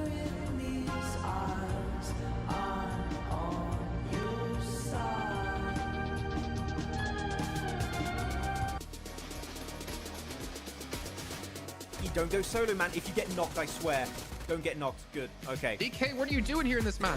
Come on, Refus. Redeem it. Redeem it, Refus. Redeem it. Oh, he got... Wait, Refus, he got 2? What do you want? He has 3 nades. He has 3 nades, but he's behind a crate. It's gonna be so... Whoa! Oh, he got it! OMB! The redemption arc begins! Right side, or just like, come on. Oh, Eugene, okay. Eugene's got a great angle here. Oh, good nade there? Maybe? Oh! This is a very important fight. Oh, that nade. Oh, yeah, oh like my god! Either. Oh, I didn't see it. I looked away. Doc just threw the nade through that window at the top and it just went perfectly right on top of MadBulls. That was amazing, Doc. Oh, no. Oh, he's going to destroy him. Nice, oh, my God. D46. That was perfect. Hello, everyone, and welcome to Too Lazy Didn't Watch for PMSL SEA Spring. Max and I are here to give you a quick knowledge blast of what went down in the spring season, and of course, get you ready for the summer season kicking off on May 8th. Looking at one of the top contenders of spring, Ultrigo were playing at their peak, especially during the league stage where they qualified with ease. That was in large portion thanks to Rosemary and his dominating presence on the battlegrounds. This enabled him to win 3 out of 4 MVP awards as he went full-on gear second in the finals, eclipsing the entire lobby. Unfortunately, they fell short as they secured second place, but they then put on full display that this team has what it takes to secure a future PMSL title. My only hope for the future is to see the team stick together a little bit more in their games, which would then result in them getting way more chicken dinners in the long run. All eyes were back on BTR as the Twins have rejoined the roster after 207 days. Their league play all boiled down to one word: inconsistent. Whether it was their results or the roster they were fielding, BTR was able to dominate the lobby. Flash forward to the finals, BTR was still one of the few teams to consistently swap around their starting roster. Out of the top 9 teams, only 2 were actively using their 5th player, Alter Ego, who placed 2nd, and BTR, who placed 9th. This leads us to wonder what the main focus for the team was during the season. Are they trying to play with a proper 5-man roster or gain valuable experience for all their players? Max and I think they use this as a training ground to get ready for future events where there's bigger prizes. We have to look back at the winners of spring now, WAOW Esports. And I think it's fair to say, Jason, WAOW winning PMSL SEA Spring came out as a massive surprise to many, as they brought new players on the rosters and attempted to build synergy during the league stage. This in part gave them a chance to perform in the finals, where they ended up taking home the trophy and a spot into PMGO. This being one of their big first international events, the amount of knowledge and experience they gained will help them make it to the next level. Pair that experience with the fact that they have an entire PMSL season now under their belts to build their synergy, we might be looking at the beginning of the WAOW legacy in SEA. The big change from spring to summer is the reward all the teams are playing for. A spot in one of the biggest and most lucrative events of the year, the PUBG Mobile World Cup. In previous years, it mostly came down to if you were popular enough to get invited to the event, but this year, you have to qualify. And with the prize pool being $3 million, it's one of the most competitive events of the year, only second to PMGC. So don't forget to check out PMSL SEA Summer, that will be starting on the 8th of May to see which 5 teams will be making it into PMWC. Storm, he's almost left alone. He still has Soul K alive, and Deathwolves are just like ready to pounce on their prey. Like, look at that, easy cleanup in Deathwolves. I don't know, Maxman, but they've really been surprising me. Wait. No.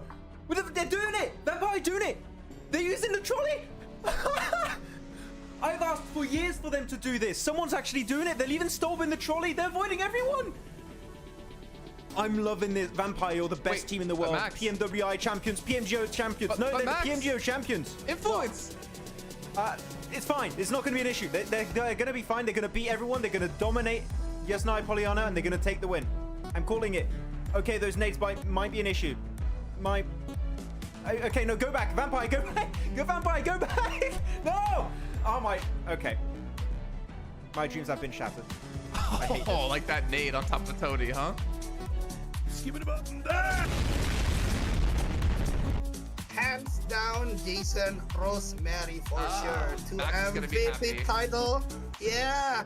Off-season or the third-party tournament still showing his beast side and also a very complete player. You know, like when it comes to a very good close combat player, they tend to use like UMP, DBS, or weapon like that. But Rosemary is kind of evolving. Not only that, he also can fight a long range really good. He can also giving a momentum for his teammate, because right now the composition of weapon Rosemary always use is M4 and also Mini 14. So that way I think this guy is a really complete player when it comes to Southeast Asia player. Yeah.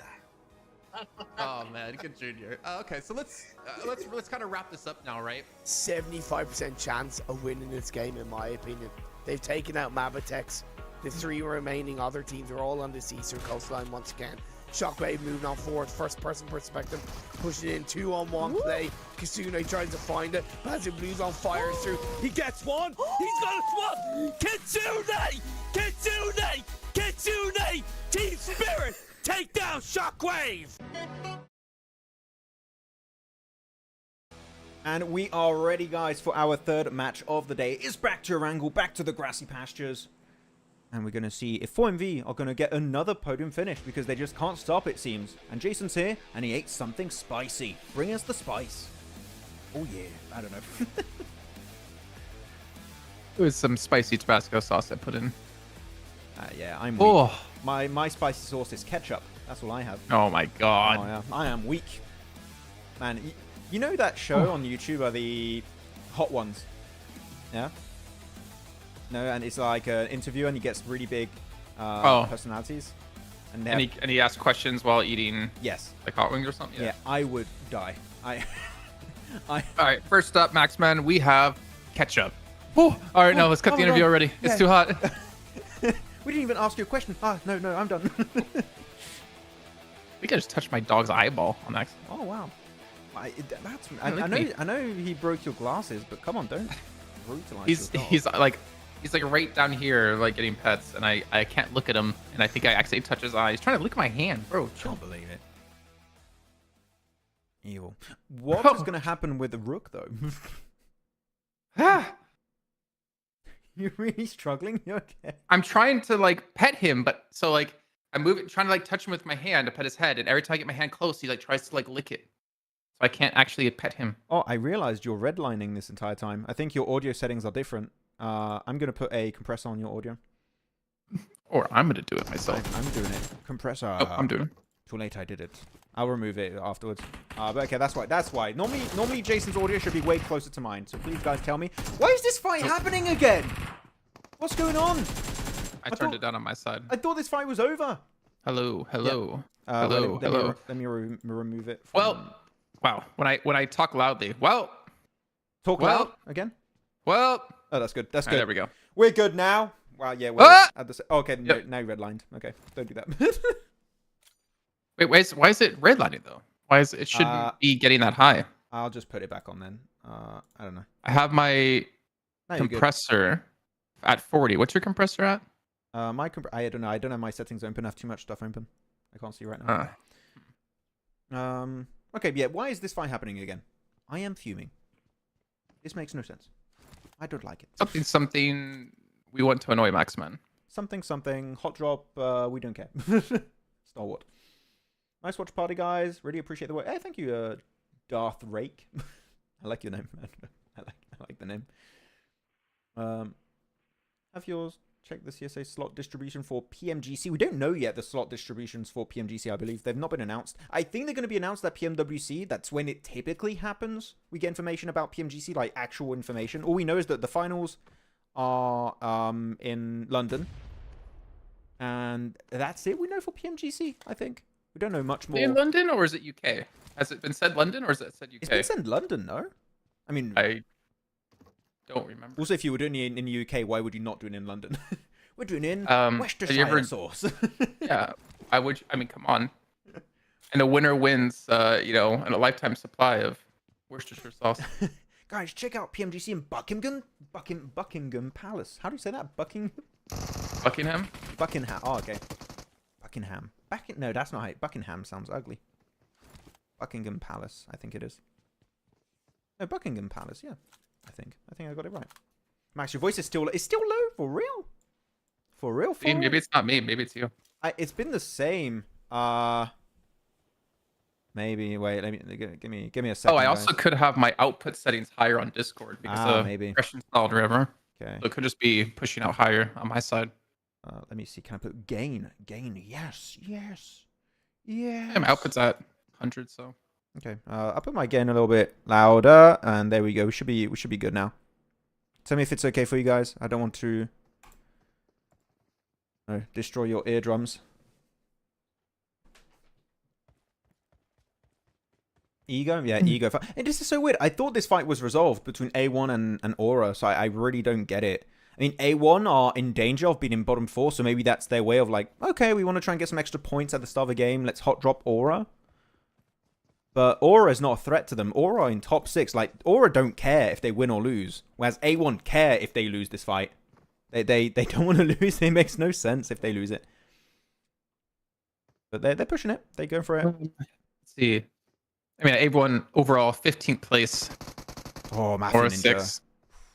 This is actually, yeah. Now you mentioned it's kind of risky for A1 to do this, considering where they are in the overalls. Yeah, they're not safe whatsoever at the moment. You're pretty much doing a coin flip at the start of every Erangel if you do this. It's just like 50-50. We win it, we lose it, and even then, it's not really a 50-50 split because what if you lose players, right? Then you're pretty much done. I think it's like 75-25. No, not even 75-25. Okay. They win it. I mean, cool. They win it. They lose 2. So was it really worth it? No. No. How many points do they need to push up, actually, if they want to be somewhat safe? I don't even know. What's the cutoff point going to be? It's 219 right now from Hardbass. Yeah, but like at the end, what's the today. average of other regions? I wonder. I'll have to check. Like, what is it for EMEA? What is it for SEA? Well, EMEA has 16 teams playing. We have 20, so it changes it. EMEA? Yeah, remember EMEA has only 16 That's teams. Americas. Does EMEA rotate groups? Yes, they got 20 okay, teams. it does. Okay, Yeah. sorry, America's yes then. Yeah. No, like I think that you can extrapolate the stats you get from other regions with this one. No, I remember John, what he said. Doesn't work like that. Why? It's just you can't do that. It doesn't work like that. You can't do it because I said so. Well, an EMEA was 330. Okay, it's just to have like an idea. 330. So right now, Which is currently where would IHC be is. safe. Yeah. I think ours is going to be lower for this region because it's very top heavy compared to EMEA. That's a little bit more, again, as I said earlier, homogenous. Yeah, we'll see. Okay, so maybe like around the 300 point mark, which makes sense. It was 219. You get 100 points extra per week. Seems like it. Finally, your 2024 Oscar winner goes to A1. What?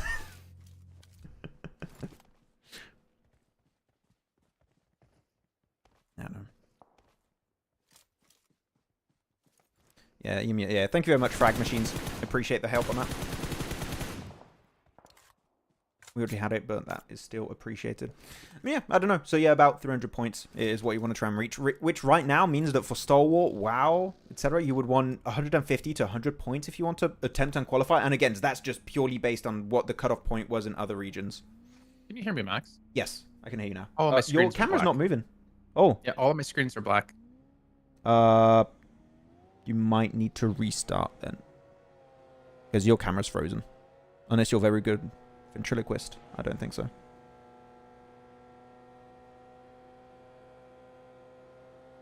Are you going to restart? I think we lost Jason, guys. Okay.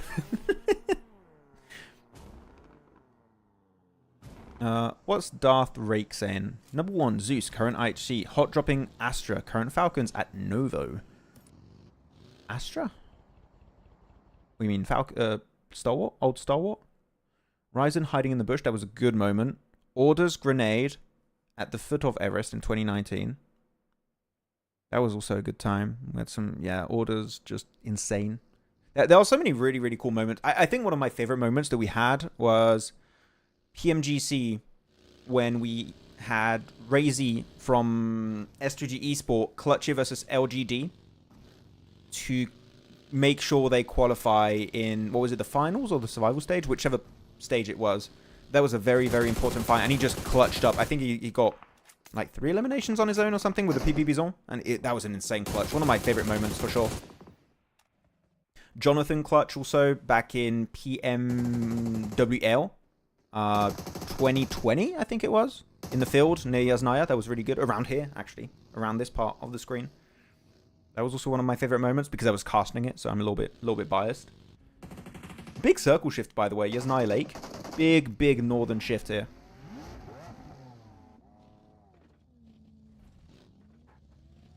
Oh, Jason's gone. No, Jason. Yeah, I'll have my camera for a bit. Order A elimination solo in 2021 or 2022 PMGC was one of my favorites. I don't remember the year, but I know which one you're talking about. I think that's the one I was in Berlin with Jason and Seven Worlds Gaming. That was, yeah, we were in Berlin and they were all playing in a hotel because of COVID. That, like, yeah, Order was popping off. Powerboy was the star player, but Order stood out massively that year for sure. Yeah, IHG picking up 2 eliminations on that one on the pivot. Against, what was that? WAOW, I think it was. Yeah, against WAOW. Nice. That was in a group stage, and he back to do it in the finals versus 4 Angry Men. Yeah, he did it against 4 Angry Men also. I remember the first one versus LGG was more impactful in my mind because it was really like do or die for them at that point. But the 4 AM clutch was also still insane, right? He had to clutch it up. So yeah, Razy had some really cool moments in PMGC. Zuxi 1v4. Nade against RRQ. I don't remember. What tournament was that, Moise? That rings a bell. I don't recall exactly when that happened. Zuxi was spamming those nades. I mean, that's Zuxi. Back then, he would just like chuck everything. The thing is with the S2G clutch. There you go. Was that he eliminated their direct rivals to qualify. Exactly. Like in terms of storyline, it was so impactful because it's not just he clutched against any team. He clutched against the team that if they get eliminated at that very moment in time and he gets the points, they qualify. Right? It was like perfect. I remember the hype.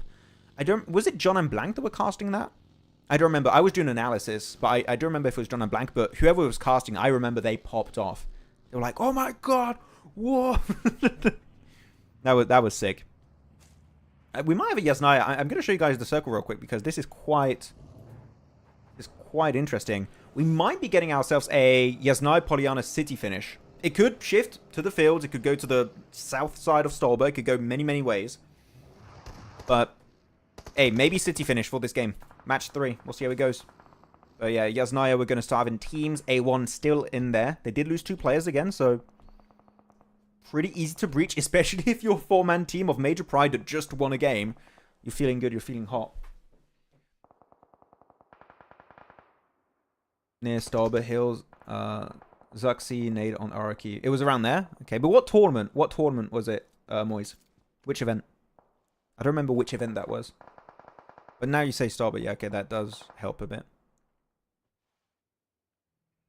Yeah, see, how many teams do we have in here then? Oh my, we have so many teams. 1, 2, 3, 4, 5. We have 5 that we can see. I think we have 6 or 7 teams in Yasnaya.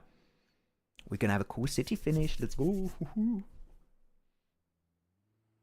And S2G shut down all Chinese fans who were so overproud. I mean, there was definitely a lot of support behind the Chinese teams back then. Because back then, China was #1 like in PUBG Mobile Esports by a significant amount. So a lot of people were just hyped to see, oh my god, S2G, they did it, a Western team, woo. And that was cool. And that's really when you saw the rise of Western teams in PUBG Mobile Esports. It's really nice to see. Are you back, Jason? So, kinda. So I've had this happen once a day since I got the new PC, but I don't know why. I keep thinking it's the Windows update that just restarts my PC without telling me. And it happened twice just now, when you first lost me, and then again when I was coming back. So, don't count on me right now while I try to figure out what's going wrong. Okay, all good. I'm just chatting with the chat anyways. We're talking about the good old days of PUBG Mobile Esports. Good nade. Oh, very good nade. Darko, get... How does he keep doing it? How does he keep just popping off? Yeah, get in the car. Doc!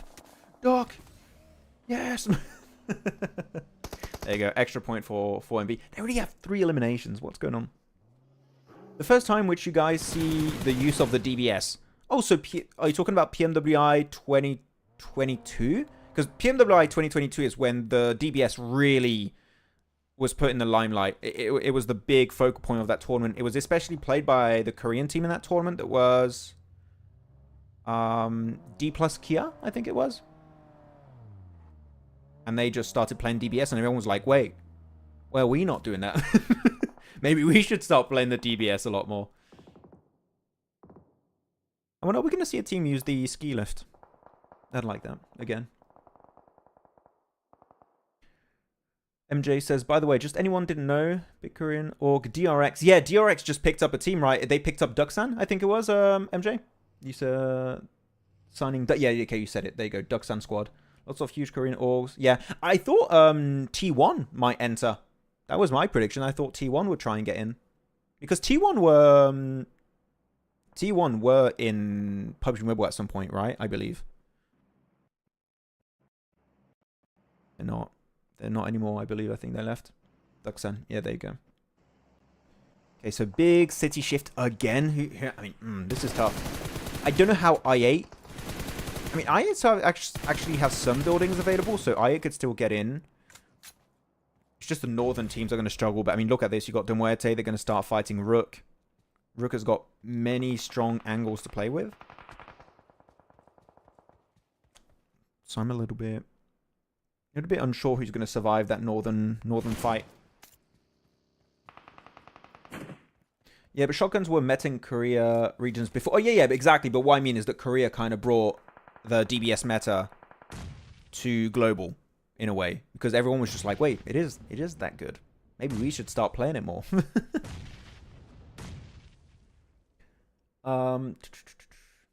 Just reading the comments while we're waiting for fights to break out.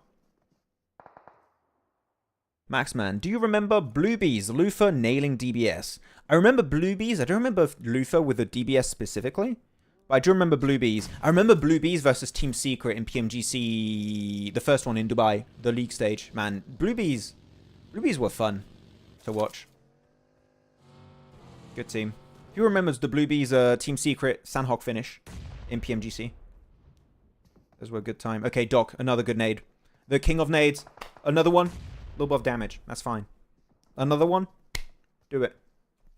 Do it, Doc. That's good. That's good, Doc. Yes. My boy. My boy. Hell yeah. I feel like my voice is a little bit too loud for you guys. Wait. I'm going to put it down a little bit. Whoop.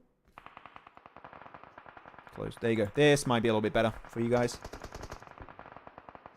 Okay, so 4MV are going to send it in. I mean, of course, you got Noki knocked, so you want to try and capitalize on that opportunity. Reefus, really good angle also from the side.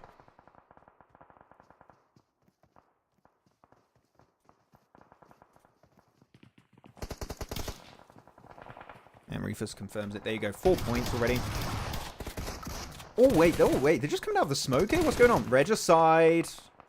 Yeah, that was a bit risky because going out of the smoke, you have very little information. Sure, you do get an opening knock onto Reefus, but outside of that, that's a bit tough. You got to be careful, yeah, on that nade. They might try and nade Reefus in the dip. It doesn't get the damage. Baron is low too. You got to be careful. I mean, Doc still... How does Doc still have nades? I feel like the team just loots up nades and they all give them over to Doc. He still has one nade. Look at that. Doc is always precise in nades. Yeah, 100% Clover. One player from T1 eliminated 2 WAOW players with one shot of S12K. Don't remember that. To be in the scene in 2020, appearing in PMWL 2020. Oh, it was PMWL they played in. Okay. I do remember T1 playing at some point. Oh, man, look at that nade! Hey, it's Reefus this time. Reefus is really learning from Doc. That was really precise nade. I mean, now they cleared pretty much the entire western side, except for Maxi from Hardbass. So I need to be a little bit careful on that one to not get backstabbed again, like in the previous match.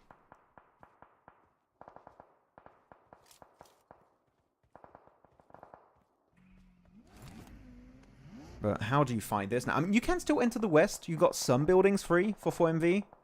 I'm just scared for Rook, because Rook on the northern side. Yeah, Rook are going to have to crash in like 10, 15 seconds here. They have to leave. Their position is not in circle. They're going to be in the blue very soon.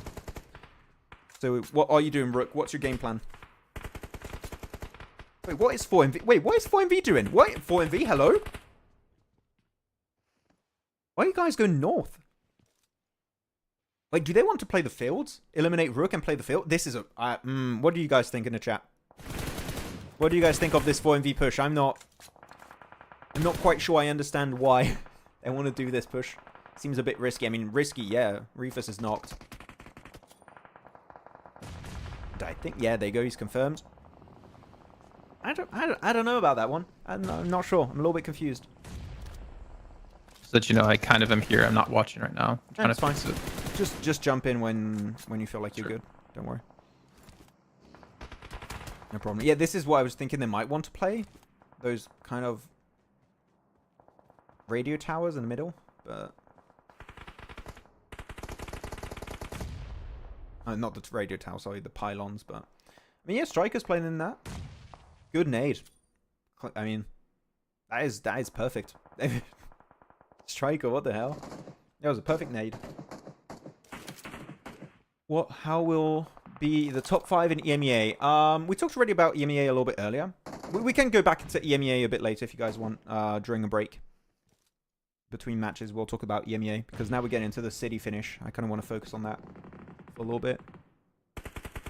By the way, Max, your curse is rubbing off on blank in EMEA. Really? Who is he cursing? Who is he cursing? I'm sorry, Blank. I apologize.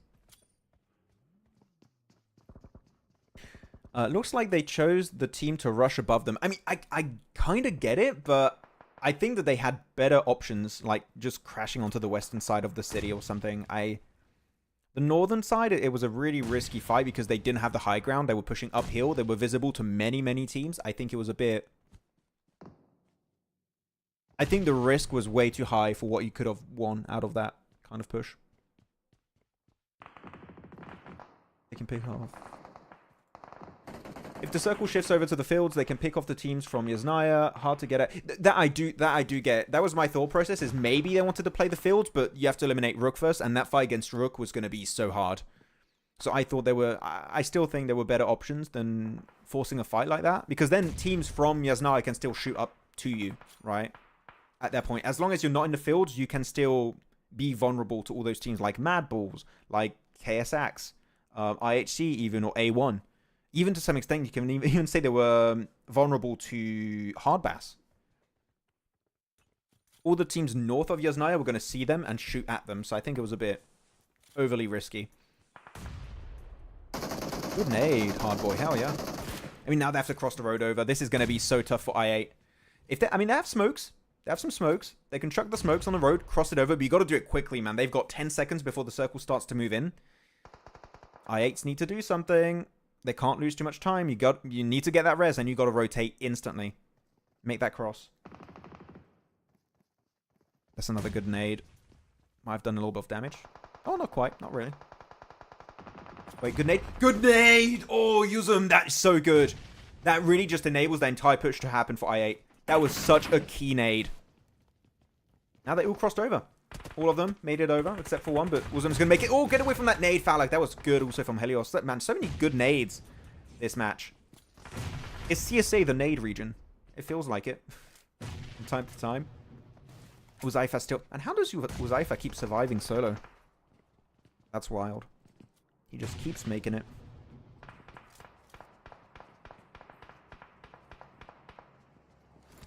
It was then Zeus, now IHC, that revolutionized the PUBG competitive meta from just point surviving to being that aggressive. Oh, no, for sure, Anmao.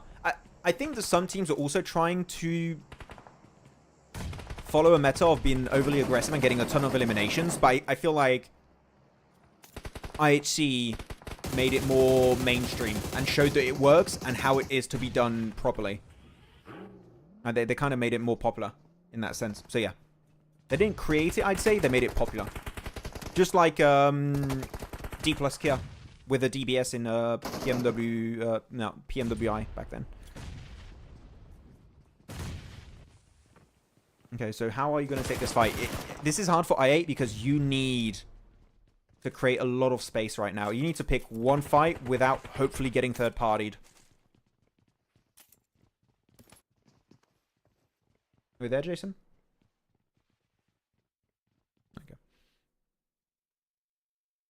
Lakers.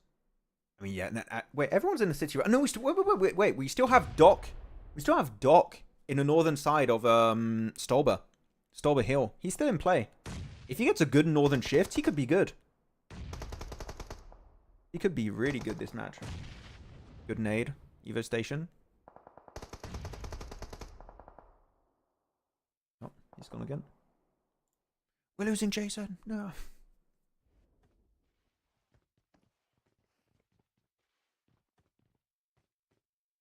Yeah, high elimination chicken. It could have been Dibby. It could have been a really high... I just think it was a really risky play. A super, super risky play. If it works out great and they don't lose a single player, perfect. But I didn't expect them to survive as 3 players or 2 players or something. I did expect them to lose players pretty quickly that match.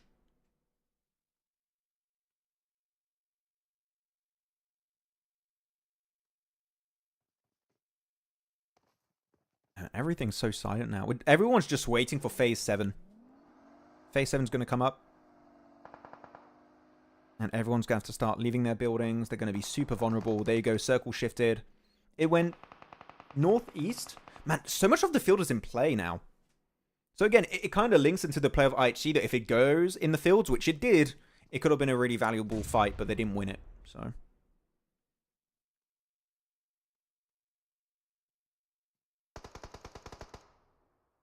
Are you up for coaching? Me, no. No. I prefer casting, doing analysis. I would be a really bad coach. I'm bad at teaching people. Okay, who do you guys predict is going to win this game? Okay, what is your prediction? Tell me in the chat. I'll try and read a few and see who's correct and who's wrong. You got still so many. You got 11 teams. That's insane. 11 teams on phase 7, about to go into phase 8. That is an insane ratio, but it's a city finish. Makes sense. There you go. Lakers are going to have to make the crossover. Lemon is going to get picked off. And this is going to be hard to follow, guys. We're going to... I'm not sure if I'll be able to cover every elimination of this game. Okay, A1. Man, still surviving as 2, though. 6 eliminations this match after losing 2 players initially to Aura in the hot drop in Yasnaya. That is a really good conversion from what I would call a bad game into a decent match. You guys are picking 4MV? There's only Doc alive. You guys know that. You really want... Okay. 8. If Doc wins... I don't know what I'll do. Well, we'll have to do something. What should I do if Doc wins, guys? I'll do a bet with the chat. What do we do? What should I do if Doc wins? Really good. Oh, Major Pride, man. It seems like Major Pride just woke up today. This is a new Major Pride. This is Major Pride 2.0. The update is great. I love this. Okay, big push, though. You need to make sure Major Pride can't make it over to this next building. Circle, centers up again. Okay, still some buildings of the city are in play. Major Pride not in play anymore. They need to cross over. They need to cross into the building of Lakers and A1. Aichi are looking in a really good position currently. They're still in circle. So that maybe even Aichi can third party this fight. Maybe they can third party.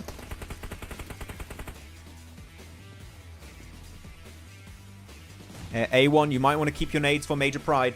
You might want to keep your nades for Major Pride. I'm just saying. Becca on the rooftop. Wait, can you jump over to a higher building? Becca. Oh, Becca's a ninja. Becca's a ninja. Becca. You are so good. Oh, okay, Elementrix tried to do the exact same thing. It didn't work out. Evo Station's in the building too. No, bad trade-off. Where's Becca? Show me Becca. Where's Becca? Show me Becca. There you go, Becca. The ninja's on board. Yeah, get him. He's got the shotty. Come on, Becca. Oh no, they're getting third party. Lakers, how dare you? That is so rude, Lakers. You ruined a great fight. This was such a nice fight from Becca. Lakers, how dare you? Hate that.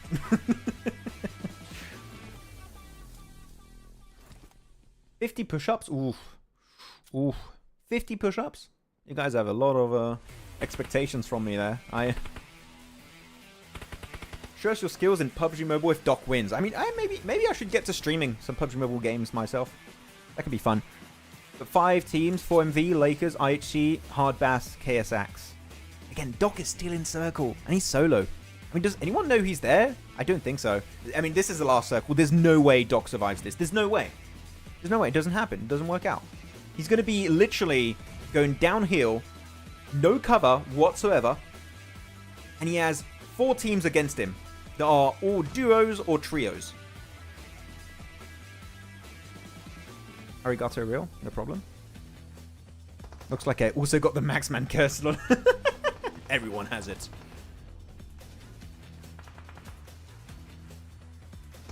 Yeah, this is not...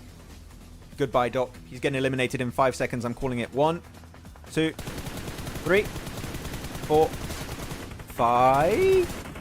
5. Close enough. Close enough, I'll take it. I think I'm back. I think I'm good. You're on camera right now. But if it happens again, then I think I have to send my PC back. Uh-oh. Hopefully not. Yeah. We had a cool city finish, and it's leaving the city now. So it's been an interesting game. But yeah, this is... definitely interesting from my side. Yeah, very fun. You took so much from that match, didn't you? But it's between IHC. I mean, in the fields, get rid of your backpack, though, Rogue. Get rid of the backpack. Okay, well. He gets up. He's busy getting rid of people, bro. Yeah. Get rid of the backpack. Oh, come on. Oh, if he didn't try to heal there, he probably could have confirmed. No. If he didn't have a backpack, he would tank it. Easy. Use it as a shield. Okay, 2v1. Palucci? Oh, okay. You're in the blue, Palucci! Oh, Strike even gets it. Okay, so It was the ski lift position that wins it in the end for Hardbass. GG. I mean, Hardbass needed a win too, right? They were in 16th position before the start today. 20 points. I feel like if he ADS there, he might have been able to get both eliminations. Because he sprayed a lot when he was just hip firing. He was just spraying and praying there. He was like hoping it would work out, but no. And they're so cocky about the win when I feel like they could have just lost that right there. Yeah. Could have been really bad. But back to the 4MV play, we had a big interaction with the chat because 4MV, I don't think you caught that earlier, did a big rotation north to fight Rook. And they just got eliminated in the transition, except for Doc that survived as a solo. I get the idea behind it is that you want to play the fields, and if the circle goes north, if you're lucky again, that's if you're lucky on the circle, you can gatekeep a lot of those teams that are leaving the city, which makes sense, but I think the risk at that point was too high. And they just lost an extra 2 players down to only Doc.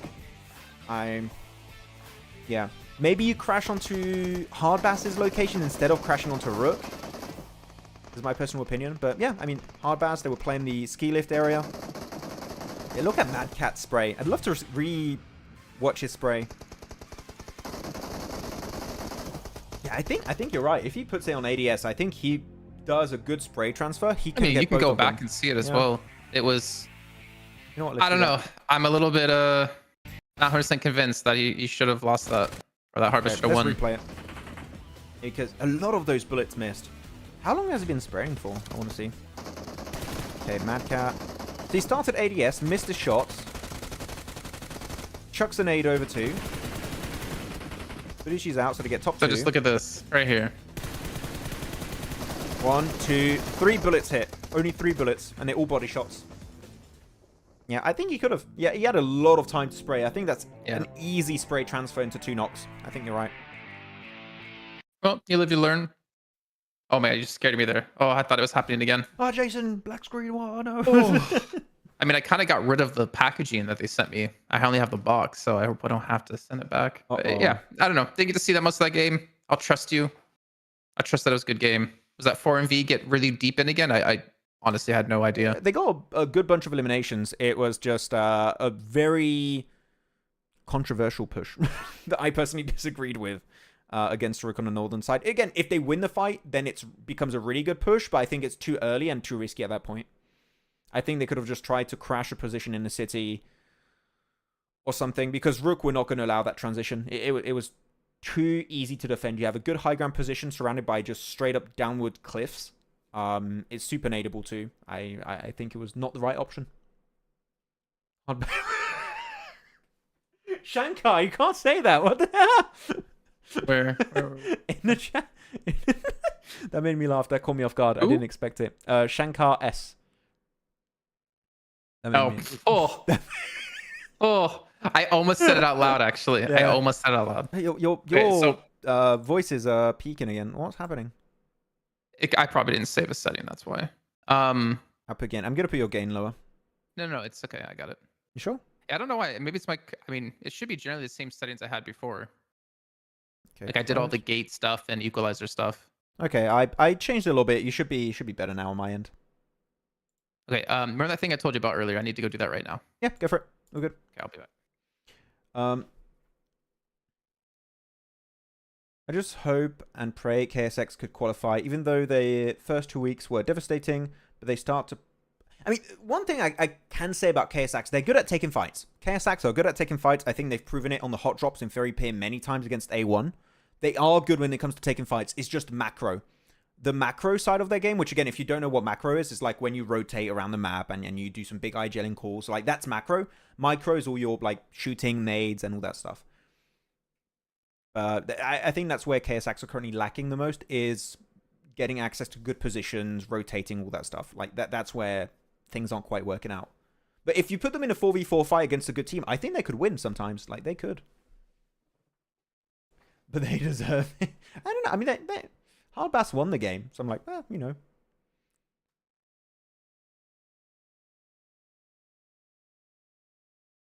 Never need to spot them. They're obvious in front of them. Yeah, they're obvious. Yeah, exactly. Like, the guys were clearly standing, and you could have just sprayed, scoped in, right? ADS. Absolute team globally. Who do you think is the most tactically astute? Oh, damn. Using complicated words there. Tactically astute team globally. Falcons, 4MV, Alpha 7, S2G. It's kind of complicated to say that. Because we had a lot of roster changes, right, and stuff. I don't think it's Falcons. I don't think Falcons are the best macro team in the world. And the reason why I'm saying that, and again, tell me if you guys agree or disagree, I feel like 4MV are way better macro-wise this tournament. Like, the macro for 4MV is just eclipsing the rest of the lobby, in my opinion.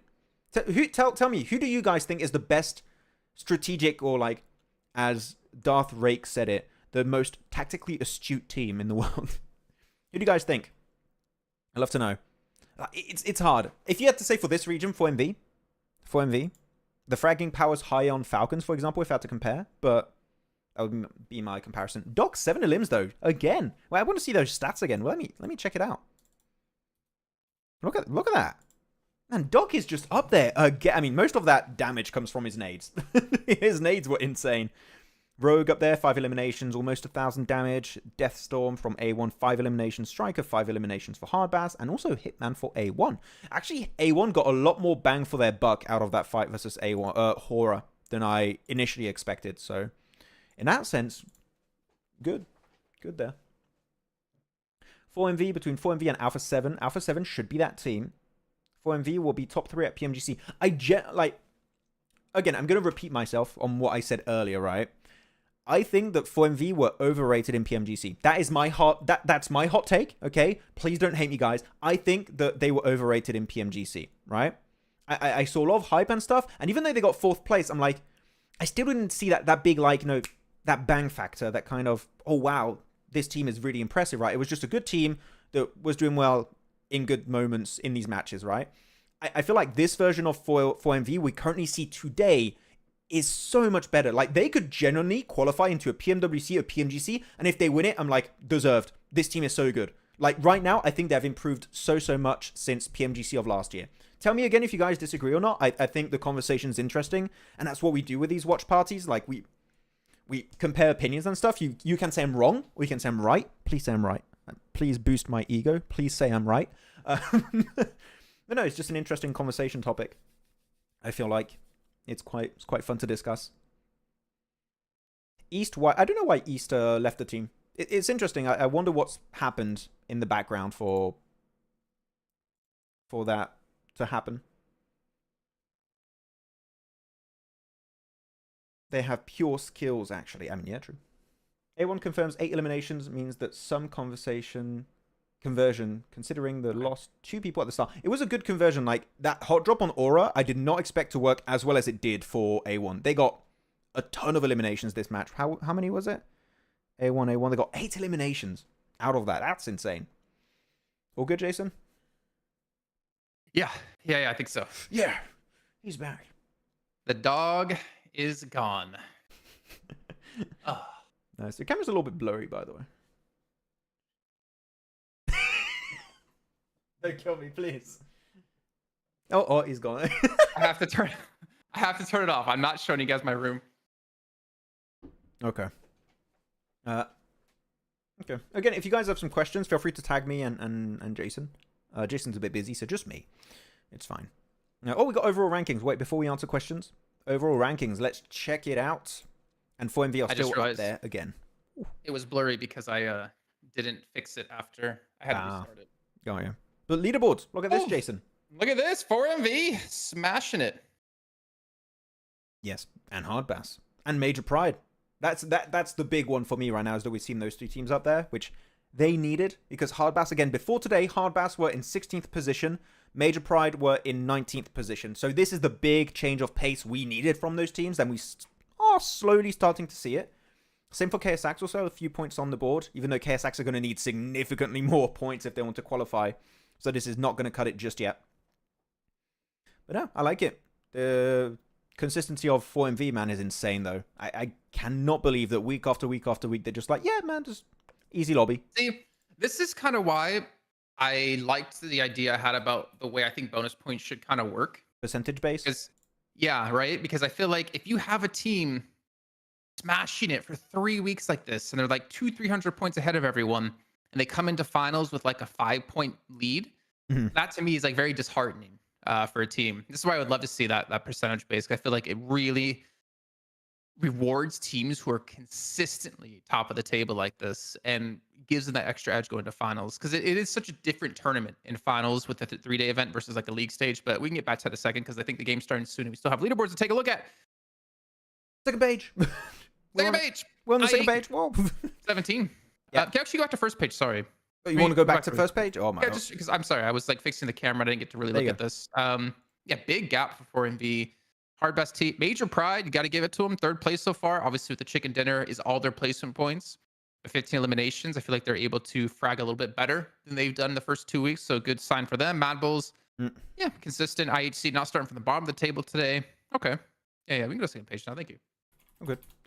There you go. Second page. Wow. Back to it. So, who are the teams here? Because again, I had to like completely restart everything and I lost all my tabs. Yeah. The team's in trouble. The team's in trouble here. Potentially not making it through. So Regicide. really, Regicide kinda. I think they'll still be okay, but I mean, if they get really low points like this every time, then yeah, it's going to be really bad. But they're in trouble to some extent. Muerte are in trouble. They could drop off. So Muerte needs to be careful. WAOW are very much so in trouble. They're in the bottom 4 currently. Same for where are Everest in trouble? No, Everest are top 9. They were fine at the start of the day. So yeah, we're mainly focusing on those guys. Then Muerte, WAOW, Regicide. They're going to be. I mean, A1 13 points. Yeah. So I mean, it's okay so far. It's keeping them safe. Another head afloat. KSX is on the first page, so it's a nice start out of them. Yep. And game's going to start soon, I believe. So I'm just going to get back to live. Yes. What a timing. We just finished looking at the leaderboards. We're ready for the match. I would like to see another city finish, man. We've had a close to Pachinki finish and a Yasnaya Poliana. Got it. Yasnaya Poliini finish. Yes. Yasnaya Pierogi. Commentators, do you play PUBG Mobile? Yes, we do. Yes, we do. You know what the zone's gonna be, right? Where? Where's it gonna go? No, don't say it. Don't say it. No, you said We it. haven't had a single military today. So it's destined to go military. That's how it works. Are we gonna have another hot drop again? I can't believe it. I can't believe that I said it. Can't believe you said it's gonna go on. Who's the best military in-game leader of all time? Me. No. Max pretty decent. All time. Of all time? Nah. The first thought in my head was Beowulf, but like that's an interesting pick. different era. I think it's a different era of PUBG Mobile than we're currently seeing. Old school IGL. It could. I can still kind of go military. Could go there. All time. Who would you put in that? As best IGL of all time? I think it's hard to differentiate yourself. It's harder to choose. Yeah, it's harder to say who's the best IGL of all time compared to, I don't know, the best fragger. Because fragger-wise, you have stats to back it up. IGL, you don't really have stats to back it up, right? Yeah. It's just based on opinion also. I feel like it requires a lot of, not co-leading, but like a lot of information from your team as well. I don't know. Who do you guys think is the best IGL in the world? I think you're going to have some people that are going to say Kitsune and all that stuff, which I get, but I His think track record the last year doesn't attest to that, unfortunately. He's not bad whatsoever, but the last year it can't be. Anmar says if Jason was an IGL, no one would listen to him. True. So that banning I can do. Whoa. Hey, don't go back to banning. Doc is the best IGL. He's really good at nading, and he's doing really good shot calls for the team. I would put him definitely one of the best IGLs out there right now worldwide. Like, again, his calls make so much sense. Every time I'm looking at 4MV, I just got so invested in them because I'm looking at 4MV, I'm looking at circles, I'm thinking, what is the best play? And most of the time, they go for what is the best optimal play. Last game, it was a risky play. I understand the value in the push, but it didn't work out the way they expected it to go. But in general, I would say Doc is up there. He is one of the best. Would I say he's the best, though? Again, it's complicated to put one IGL above the rest. I could not say that. I think it's too complicated. Okay, Mahora and A1 already kicking off. A1 going to be losing Deathstorm, unfortunately, off the bat. No. And again, A1, like this, these are fights you just need to not be having. Like, yeah, you're technically safe, but you really need to like kind of think ahead. Like, could we potentially fall if other teams at the bottom step up, which KSA's already been able to do so far. Bonus points. How many bonus points can we possibly get this week to have a better chance of the finals? I feel like hot drops in week 3 out of the teams who are on the bubble need to not be happening. They need to be smarter than this. They need to think ahead. Need to stop preparing for that. I'm looking at also in the chat. Jimmy is the best IGL ever. What do you think about that, Jason? Your boy Jim. I mean, yeah. Guys, he has a I'm not very gonna give it to close anyone. relationship with Jimmy. He calls him Jim, okay? It's his boy. I'm not going to give it to anyone though. It's too, there's too many factors. Okay, and that if go I say into top it. fragger, who's the top fragger in your mind? Because then I think that's one that everyone has an opinion on who the top fragger is. I mean, you know mine is You top. But yeah. I mean, you got Top, right? You've got Rosemary. You've got Z-Wolf right now over in EMEA. I'm actually thinking of Americas, and I'm like, I don't, off the top of my head, think of anyone on Alpha 7 as like a top fragger necessarily to the same kind of level as like the ones I've mentioned. But I don't know if I feel right about that. I mean, Revo, Mafioso, but like I can't remember seeing them be like an MVP of an event. Big tournament. Off the Compared top to of my top, head. there's been MVP multiple times and stuff. Yeah. Yeah. You know who I would like to see be a top fragger contender again? Nomi? Oh, again? Again. Nomi's up there. Nomi is Nomi the region. popping off. EMEA. Silas? No, I want Tixie. Kelsey? I would love for Tixie to get... How did I not get that? The I should Tixie have known that. supremacy! What?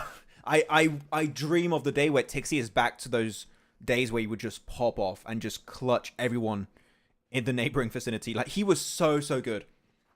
How many MVP titles did he get in global events? Did he ever get any? Like, let me check. Tixie... Liquipedia. I don't think so. I don't think so, but he was goated.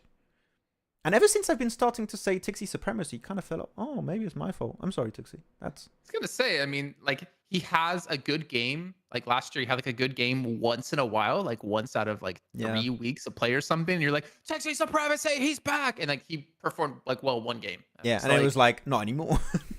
No, at what point do you stop giving him that name? So, I don't know. I think it's gone for now until he starts popping off. Because right now I'm looking, he got MVP in the European Championship Season 1. That was in 2021. And since then, he got MVP in a regional clash, which, no, it's way lower skill level than a PMPL or PMSL, technically. At least in my mind, it's not as serious. So yeah, he's only got one, really. Whew. That's, not great. What about Prime Old Boy? Man, Old Boy in PMGC in Dubai. Oh my god, that guy was on fire. He was good. I mean, the thing is, right? If you were to ask me who's the top fragger and who's the top player, I think even for me, those are still kind of different things. They're not necessarily the same thing. I don't think the top fragger is going to be the top player in my head necessarily, and vice versa. I get what you mean. Like for you, a top fragger is just purely his, who puts up the most eliminations. Yeah, exactly. Like, eliminations, knocks, damage. Whereas a top player is a player that can synergize with his team, maybe set up his team for success, but not be up there in terms of stats all the time. I think is the way you could see there's it. like clutch potential. There's like nades. There's like game sense. There's all these different things. Like people who play and know where someone's going to be peeking, or like are nading a perfect spot, knowing someone's going to run into it. Like those are all different things that go into a top player, but not necessarily like what a top fragger is going to be for me in a player. I get it. Again, it's down to opinion. Fragger, Maxman. She's our top fragger, but she's not our top player. Who's the top player? You. I get it. The only way I'm going to get away with that is by saying you're our top player, I think. No, I get it. I love IGLing. It's really fun. I think top has been definitely... Doc has been one of the standout players for sure in CSA so far in this event. Like hands down. There's so many fantastic nades, so many fights that he necessarily like shouldn't win that he's been able to win. He's a player that when you see him on the battleground, you're like, I'm gonna go the other way. Yeah, but Jason, the blue's behind you. Yep, I'm going there. I'm doing it. You can't stop me. It's such an interesting topic because I think you're always going to have people agreeing with certain players being up there and some people disagreeing and choosing local teams and stuff, which again, is fine. Well, see, like Coops, right? Coops is an interesting one because I think for me, he might be like a top fragger, but I don't think he's necessarily a top player. I agree. I agree on that. I know exactly what you mean by that. Yep, that is true. And I think being a top fragger is easier than being a top player by far. Because I think to be a top player, you have to depend a lot on your team to be able to be a top player. A lot of team trust, yeah, and stuff. Okay, I don't know. Big circle shift over to quarry side, by the way, so we'll have to see. No military today. Yeah, no good compounds in this kind of area. Like, there's a few compounds that are decent, but this is going to be a lot about terrain knowledge. We'll see how teams are going to play on that. Yeah. Sorry, I'm still reading chat. Zarich, for sure. Yeah, he's been strong. He's been real strong. Even when MadBulls aren't playing well, he's playing well. Yeah. In the first 2 weeks. Tixie's been asleep for 3 years. Yeah, 2 to 3 years. Tixie's been He's not been present too much. I still hope that one day we see Tixie pop off, but I don't think we're gonna. I don't think we're gonna see it. I think it's so hard to be in the position of being like one of the best players on one of the best teams in the world, and then maintain that level. Because I feel like you have to have this like insatiable drive to be able to keep performing at that level and to keep pushing yourself. Like I think, and I hate to like rag on them because I always seem to go to them when I think of this. It's like Zuxi and Luxy, right? Yeah, there you go. I knew it. They were on the best team in the world for like a year, 2 years, and then it's like the second you lose that drive because like, oh, we have all this money, you know, we're the best team, like we have all these fans, we're set for life. And then it just becomes easy to take your foot off the gas and just chill and be like, okay, we'll just maintain the status quo instead of like, okay, what am I weak on? What do I need to practice? I need to get in the server just to practice nading like Doc clearly has been doing. It's so hard to like bring your mindset, your mentality back to like, okay, I got to push myself versus like not having to worry about where your next meal's coming from. I actually wonder, Jason, did we ever talk about the chat we had with the twins in Istanbul? Publicly, no. I don't think we did. Is that fine to bring it up or not? You know, I think so because I think it's kind of obvious and it answered a lot of questions we had about the twins of like why had they fallen off so hard. Yeah, and you said we could mention it, right? I remember we asked him, is it fine if we mention it at an event? And he said, yeah, at the end. Do you want to bring it up? Because I think you have like better memory than I do about the exact conversation. I don't want to misspeak on it. So if you want to take it, you can. So I think for the last like 2 years we've been super critical. I've been super critical of the twins because when I look at like a GOAT player or GOAT players like the twins were, I kind of wonder like why did they fall off? And I was like these they're not playing as well as they used to. Like Bigatron is a shade of what they formerly were. And when we got to talk to Luxy actually in Turkey, I asked him about it. I was like, why have you guys fallen off so hard? Like I give you guys so much smack talk on air, and it's not because I don't like you guys. It's just because I have to criticize performances. And he said basically along the lines of like the success that they had within Bigatron and the money they made playing with Bigatron, winning these events. I mean, for instance, you look at Kitsune, his career earnings is over $400,000, right? That they just kind of like reeled it in. They're like, we want to buy things for ourselves. We want to go partying. Like we want to enjoy our lives because, you know, they're young. I don't think Fragger's really enjoying his life there. No, definitely not. And because of that, they stopped putting as much focus into the game, into the craft, and into being one of the best teams in the world. And the reason I kind of like bring this up now as well is because I talked to him, was like, well, what about, you know, with Procedure at the time? And he was telling me he was getting up at 7 a.m. His coach was making sure he got up, he was practicing, he was exercising, he was completely getting his mindset back into the mode of like, I want to be the best. IRL IGLing. Yeah, exactly. And I think we saw within Procedure at PMGC and with Bigatron in the league stage and kind of in the finals is that they had actually improved themselves. They have actually pushed themselves. The weird thing for me is I think Luxy didn't play as many games as the rest of his teammates, at least when we look at him in league stage.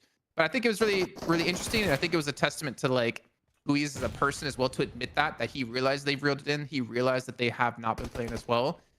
and that he was pushing himself to get back to that level again. Yeah, it got me very excited, really thinking about it. It's like, oh, okay, the ego is maybe a little bit gone there, and they're going to try and rebuild themselves from the ground up. It has me very excited for what we can expect for the rest of this year. So, of course, like, people might not be super happy with them in spring. I think they were fine, but they still want to try and get back to those glory days, which is good. It's good to see some players with so much, you know, such a big background in PUBG Mobile Esports try and rebuild themselves like that. And I don't think you can rebuild yourself if you're 4MV this match, because you're done. It's so hard to, because like what you were doing 3-4 years ago in PUBG Mobile doesn't work now anymore. People have gotten so much better. Strats have changed, rotations have changed. Like, I think the easiest route to go was like in-game leaders. Back then, didn't have to be a fragger. You were literally just an in-game leader, and you would tell your teammates where to go. And if you got 0 eliminations, it was fine. No one on your team would care. No one would judge you. Nowadays, you can't do that. If you want to be a top in-game leader, you also have to be able to frag, which is why like to me, I kind of rag on Kitsune a bit, because if he's in-game leading, he cannot rely on the way he used to in-game lead before and have his same level of performances before. He has to step up. Yeah. And you have to, and that's so hard for people to deal with, I think, like ego-wise, in like, okay, I have to actually be a ridiculous fragger on my team and in-game lead. It's not easy to like change your mindset to look at your weaknesses and improve on them. Yeah, I think we might need to go into the focus on the game now. Yeah, it's an interesting topic, I think, overall, to see players just understand that they've fallen off and they have to rebuild themselves from the ground up. I always like those kind of storylines. It takes a lot of time to put into action, but when you get there, the payoff is massive. Yeah, let him cook. That's why I don't think Beowulf could be necessarily successful now as he was back then with Cloud9, because I don't think he was ever really a big fragger. It's different meta, at that level. Yeah. And that he would kind of struggle. Man, this circle is going to be tough. It is kind of a high ground position, but it's also a plateau at the same time. It's kind of long wood without the wood, you know? It is not a fun circle. I mean, the best positions you're looking at right now, of course, you're going to be looking at Regicide, you're going to be looking at WAOW, you're going to be looking at MadBulls, really, because they're just going to be closer to the center and have compounds, kind of, to some extent. And even then, WAOW and Regicide don't have a quote-unquote central location. So if the circle goes hard southeast, the next phase, this is going to be horrible. I'm watching Elementrix on the midi map right now. Elementrix? Major Pride. Yeah. He's like right into Rook, and I'm wondering why is he there? They have 4 live. Sorry, Jason. You took me way. I was thinking Elementrix, like Nepali team from PMSL Wildcard in 2019. I was like, what? Elementrix? Why would? I don't know. I just connected to that instantly, and then like, oh, you mean the player? Oh, okay. That really confused me for a second. I was like, where am I?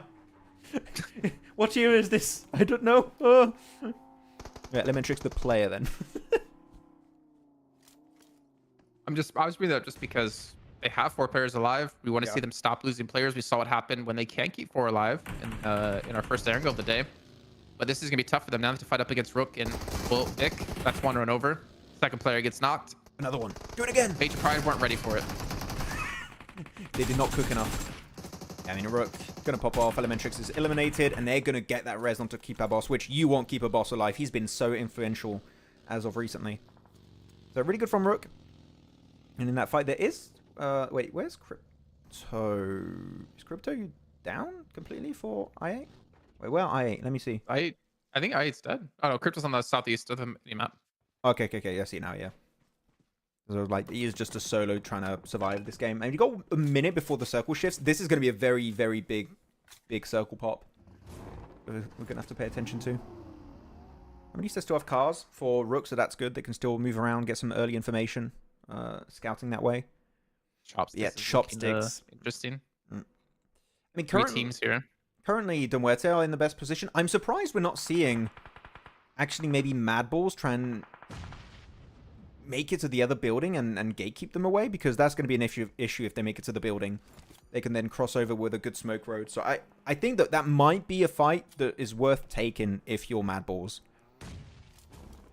Seems like they just want to play the slow game, wait for the circle to pop, which it did. And based on that, make a play, and Crypto's been spotted out. That's it for I8. Not having a great day so far. It's a bit rough.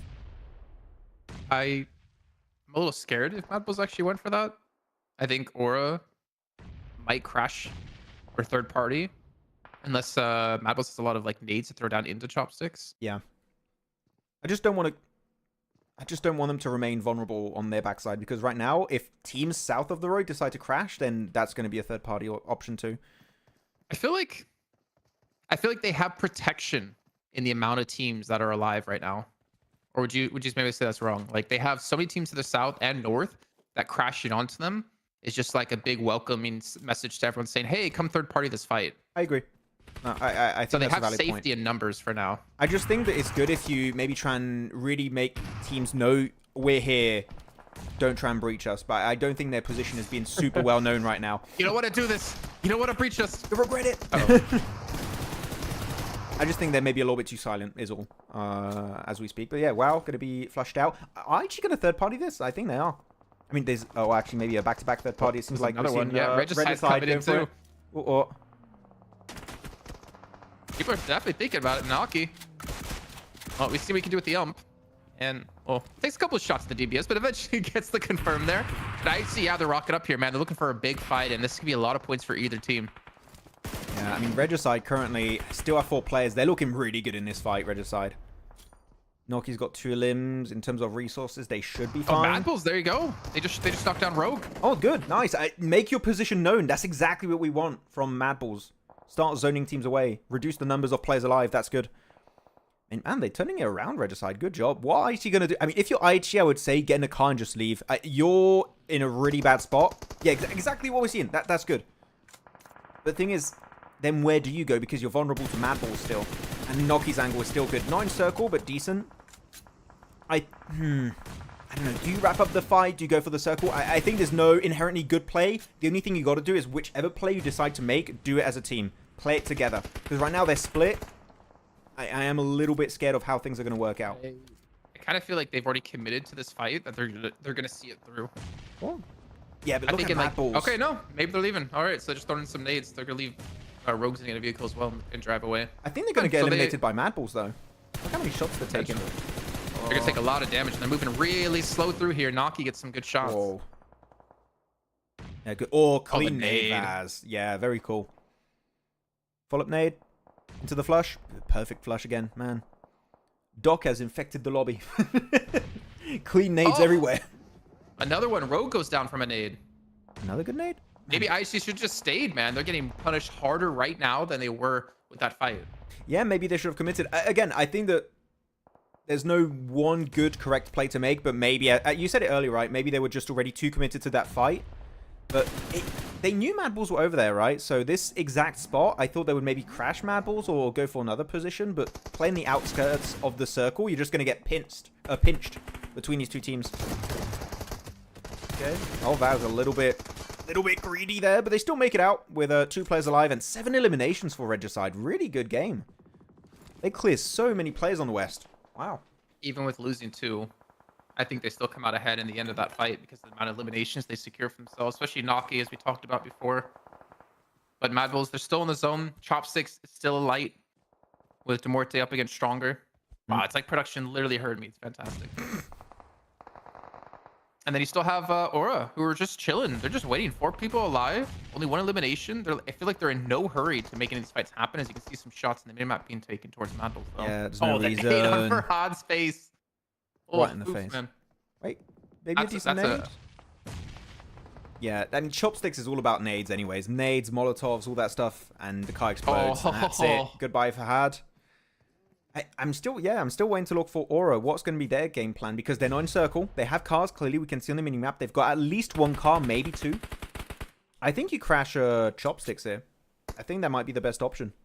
Or you push onto MadBulls or something. I don't know. Do MadBulls have sight lines to the high ground of Chopsticks? Obviously not inside, but to the high ground. The high ground? What, does high ground? Like if you come up out of Chopsticks, Oh, like, no, because of the buildings in the middle. But you see, you got a mini compound between Chopsticks and also MadBulls compound, which Aura could, actually Aura went there. I was going to say they could go there. They're already there. They're already sent over there. And that's the position I thought we might see MadBulls go to gatekeep to some extent. But no, it seems like Aura's going to be taking up that mantle and just trying to. This is a game of survival. Just eliminate all the teams that aren't in the blue zone, in the circle, sorry. And then you start to fight each other. If MadBulls go to that compound earlier like you wanted to see, do they leave one player alive in the back alone to protect their buildings to know if those buildings have been crashed on and taken? I mean, or do you commit 4 people? My perfect execution, you do a 3-1 split, 1 player on the southern building, 3 players up there, with cars in the direction to rotate. Like, instantly, if you get pushed, I think you can instantly regroup onto that strong compound that they had initially. And you see, if they did that, maybe Aura are not able to do that push. They get eliminated, and then they have the option to pick whichever compound they want to go in. And currently, Aura's compound is better. Yeah, that's the downside, right? The zone shifts in a way that makes that compound for sure better now. Yeah, so I think a 3-1 or 2-2. I know 3-1 is very meta right now. Everyone likes a 3-1 split, but I think a 2-2 or 3-1 would have been completely valid to go for, because sure, they're 2 separate compounds, but they're so close. It takes you 5 seconds to regroup. If your player that's getting breached upon just plays very passive, goes back a few buildings, he'll be safe. He won't get flushed right away. Again, down to execution. Maybe you lose a play or 2 on that transition and it doesn't work out. So Silent Wrath, I have to disagree. By the way, saying VPE won 4 S tier trophies because it's only 2. 2 of those, yeah, 2 of those were like, it also was like a watch party, which was just like an extra tournament basically, or it was like an invitational, which doesn't really count. Watch party, it wasn't like after the main party, event. awesome. Yeah, it wasn't like the main event of PMWI. So they won 2, in our opinion, not 4. Yeah. Like, and still respect again, to them for winning that, but it's not yeah, same for sure. skill level. But yeah. Also, this PMWI is harder than any of those PMWIs ever were. Or sorry, PMWC this year is going to be harder than any PMWI's ever been. Yeah. It's going to be a tough one. I feel like now you could really say that this is a PMGC level tournament. Like, it's a true S tier tournament in my mind. It was before, technically, but the fact that now you have to actually qualify for it, you've got multiple stages instead of just having to be invited based on your popularity. This is going to be the best mid-seasonal tournament we've ever had. Comparable to the World League. World League is still one of the best tournaments I've covered. That tournament was super fun. Yeah, super fun. When I was alone in a studio all day and all my friends were working the East show and we're chilling. That was the main reason why it was really fun. Yeah. back when you had hair, Max. Yes, back then I had some. It was kind of going away at that point too. The process began. We'll visit Turkey soon. So the zone shifts again. MadBulls completely not in the zone, or I don't actually know. I don't think their compounds are in it, or they're just barely in it. Barely. Like, just half buildings are in the circle, I believe. Like, they can play if they really want. I think your best course of action is wait for Stronger to start a fight between themselves and Muerte, and you third party that fight. I think that is what we should see from them. Oh, MadBulls. Where are you going, MadBulls? You going center? Or you picking up car? Okay, no. Smoke road for cars. Fair enough. I kind of like the way Muerte actually all reposition inside the same chopstick, I guess. They're kind of just like, all right, well, there's no one into our backs. Part of this is still going to be in zone. We can kind of just wait for maybe some other teams to engage on each other. Wait, Hopeless. I mean, Hopeless, though, that's a precarious position because he's going to get to that hay barrel. I've got a lot of hope in Hopeless right now. And I feel like he can completely catch him off guard. They're not even looking towards him. Hopeless might have an MVP play here. Good. All car explodes onto MadBulls. Zerich is out. Yeah, that was a very early transition from MadBulls, but they kind of had to, right? Because they were the furthest away from the circle. So no big option there. Well, I mean, he only has one Molotov. If he had nades, man, that would be an amazing position. He has no nades. No nades. No nades. Without that, it's going to be tough. He needs to revolve entirely around his sprays on that. Oh, man, MadBulls. A hail of bullets that are coming away from Aura. I mean, if they can survive to the point where Aura need to leave their building, they win. Right now, it's just a battle of attrition. You are MadBulls. You want to survive as long as you can, but you just can't. There's too many angles. Like, I get the idea. It's very similar to the MV play from earlier. The idea makes sense in theory, but the execution is nigh impossible. It is so hard to pull off. If Hopeless had a nade right now, like you said, or a Molotov. He has one Molotov. He has one. I mean, use it. Yeah. I mean, they had a knock. He's just waiting for his moment. He's not going to be in zone anymore, so he's going to have to move. And I think he has to move first, too. No, they have no idea Hopeless is right there. What about Yankee? I don't know. From Rook. He's just chilling by MadBulls. And I don't think people know he's there just yet. I didn't realize they got the res onto Zerich for MadBulls. That's interesting. Okay.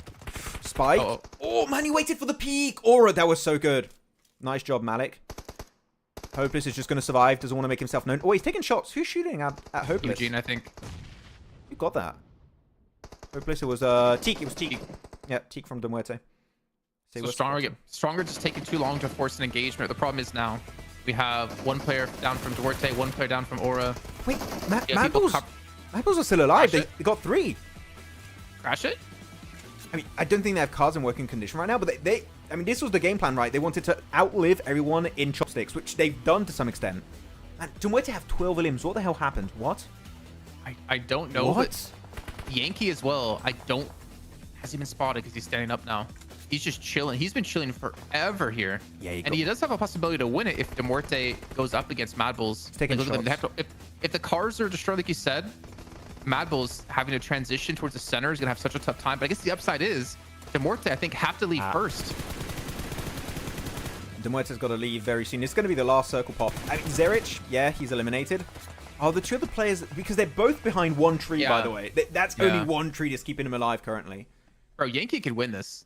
He's the closest to the center of the zone right now. Oh, he has the chance to take shots.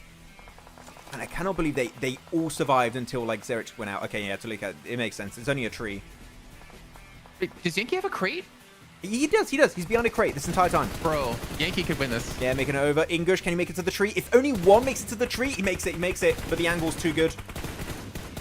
Yeah, Talika's going to get eliminated. Ingush has got some meds, but now the blue zone's pushing him. They need to make it out. They're going to make it right through the smokes. Ingush could win. Yankee could win. Muerte could win. It's anyone's game here. Are they going to go to the crate? Oh, they're just using the smokes to gain ground. But they're just being shot through the smoke. Ingush. He's got the snowmen helping him out. He gets head though because of those smokes that Muerte put down. It allows him to get further. But Yankee's still just chilling. He's got English off to his left-hand side. Does he go for the knock and confirm onto English, or does he wait for the potential win here? Oh, goes for the second place. Can he make it? No, he can't make it over to there.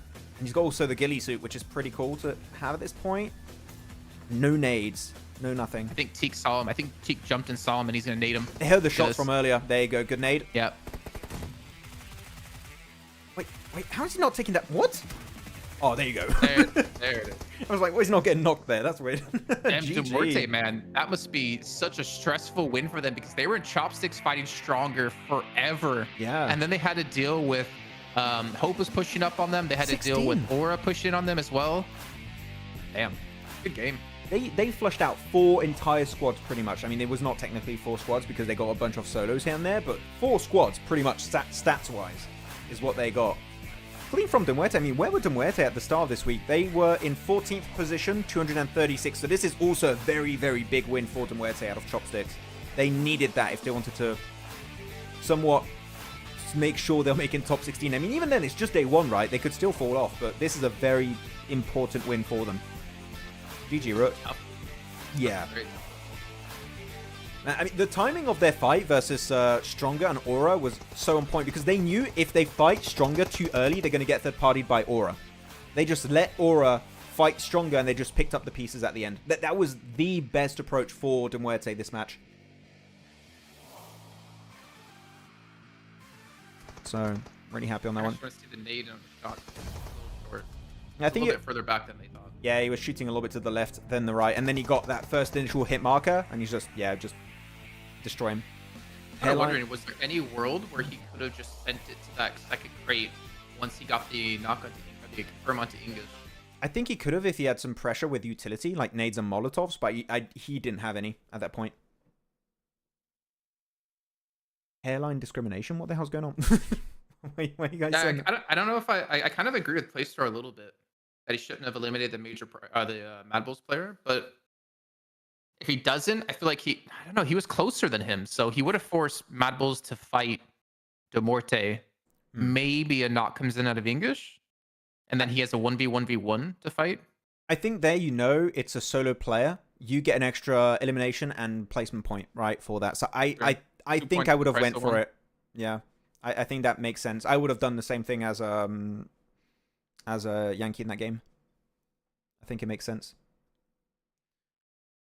Did something. He was the MVP of PMPL Africa with 180 eliminations. Really? Damn.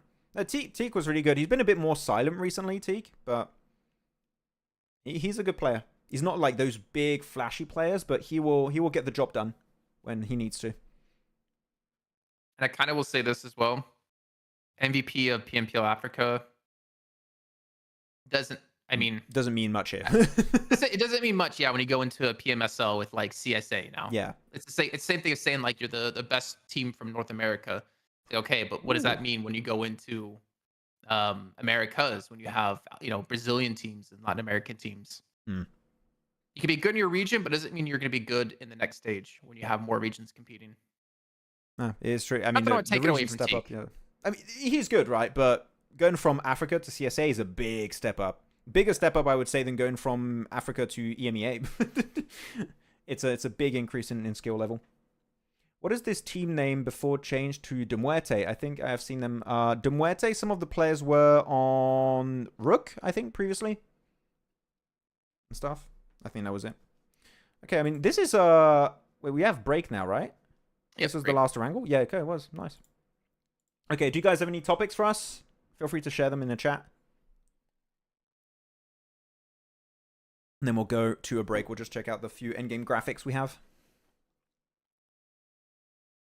Yeah, I don't really care normally about overalls until we get to like the last game on the early days, because it doesn't really mean much. Like one win's gonna shoot you from like last place to like top 5. Yeah, I mean the first How day the is going points are in to the beginning. be interesting. I mean we've seen some big change of pace from like your major pride and stuff, which is nice. It shows that there's potential for them when it comes to maybe reaching top 16. But yeah, it gets me really excited for the finals though. Finals next week are going to be super fun to watch. Okay, Finals next week are gonna be bloody. They're gonna be intense, honestly. Yeah, in sport for PM. They're going to be one of the last regions to qualify for PMWC, right? You got Americas the week. No, Americas is only 3 weeks. So it ends at the same time as CSA, right? I think. I don't know. I think it is. Sure. I thought they extended Americas because they had delayed a week, or did they just take the week away? Take a week away. Delay, then they took a week away. Oh, okay. I think is how it worked out. Yeah, MVP is Eugene from De Muerte. Nice. When are Falcons playing? Falcons are playing starting tomorrow. Again, quick recap for those who didn't hear on the pre-show. Group E is not playing today, which means Falcons Force, DRS, 52, and Stalwart aren't playing. But they will be playing the rest of the week. Okay? And MVPs, top players, Eugene, Teak, and Fubsman, followed up by Palucci, and then Yankee. Yeah, actually, Lakers got a bit of life in them this match. Very nice. Cool. Okay. I think with that said, we're ready to go to break. Cool with you, Jason? Yep. Okay. And I just saw the question about Afro Abe asking, what teams do you predict will be top 5 in PMSL EMEA? We'll talk about it after the break. So we'll see you guys in about 10 minutes for our last 2 matches over on Miramar. See you all in a bit. One of the biggest PUBG Mobile Esports events of the year is back. As announced yesterday with an amazing CGI trailer, PUBG Mobile Esports will once again join the lineup of games of the heavily awaited Esports World Cup in Riyadh, Saudi Arabia, happening this summer 2024. Other popular titles will accompany our mobile battle royale, such as Honor of Kings, StarCraft, or even CS2. During the 2 previous editions of PMWI in Riyadh, Vampire Esports took the trophy home not once, but bloody twice. I mean, how do you do that? How do you win twice? That's never been done, but I mean, I guess Nova did that with MGC. But still, how do you do that? That's insane. With their back-to-back victories, Vampire Esports have secured over $1,264,500 in cash prize, which makes them one of the highest-earning teams in PUBG Mobile Esports history. Are you looking forward to the Esports World Cup this year? Who do you want to see qualify and secure a portion of that sweet, sweet prize pool? Share your thoughts with us in the comments. Has Alpha 7 finally found a worthy opponent? Finally, a worthy opponent.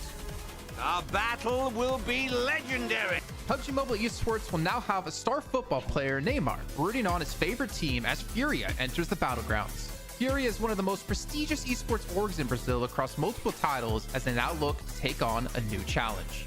Furia consists of players from multiple teams with a depth of experience as they come together to challenge the top. The team consists of Kayovsky, the man who has won the last 2 PMPL Americas with Influence Rage. Adrian, coming in hot from a tense game, bringing in experience from multiple PMGC events in the past. Arturzan, who was able to carry Team Queso to PMGC in 2023, looks to do so yet again with Furia.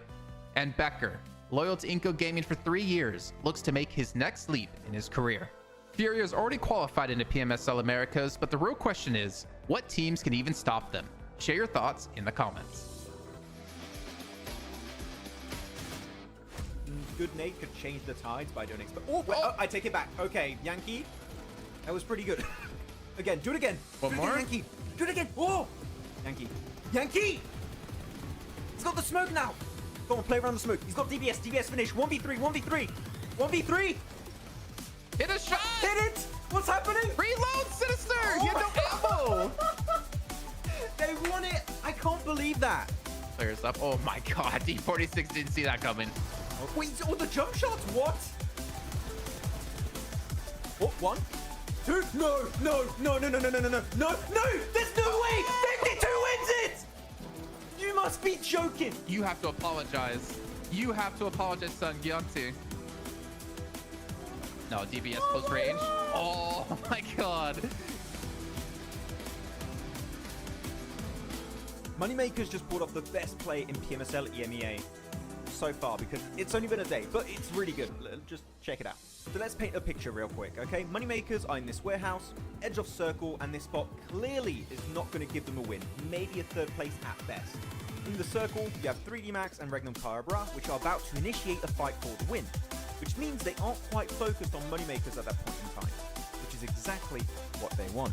The instant the fight breaks out, that is when Moneymakers decide to make a push into the circle, and they are ready to engage by the time the fight ends, which is when the teams are at their weakest. And because the timing of this fight is so perfect, Regnum Caria, which is the team that won the previous fight, cannot do anything against that engagement. And that means that Moneymakers win the game, despite being initially in a super desperate situation. So congratulations, Moneymakers, on that amazing chicken dinner to wrap up day 1. And I do have to say, this play is approved by me, Maxman, the best player.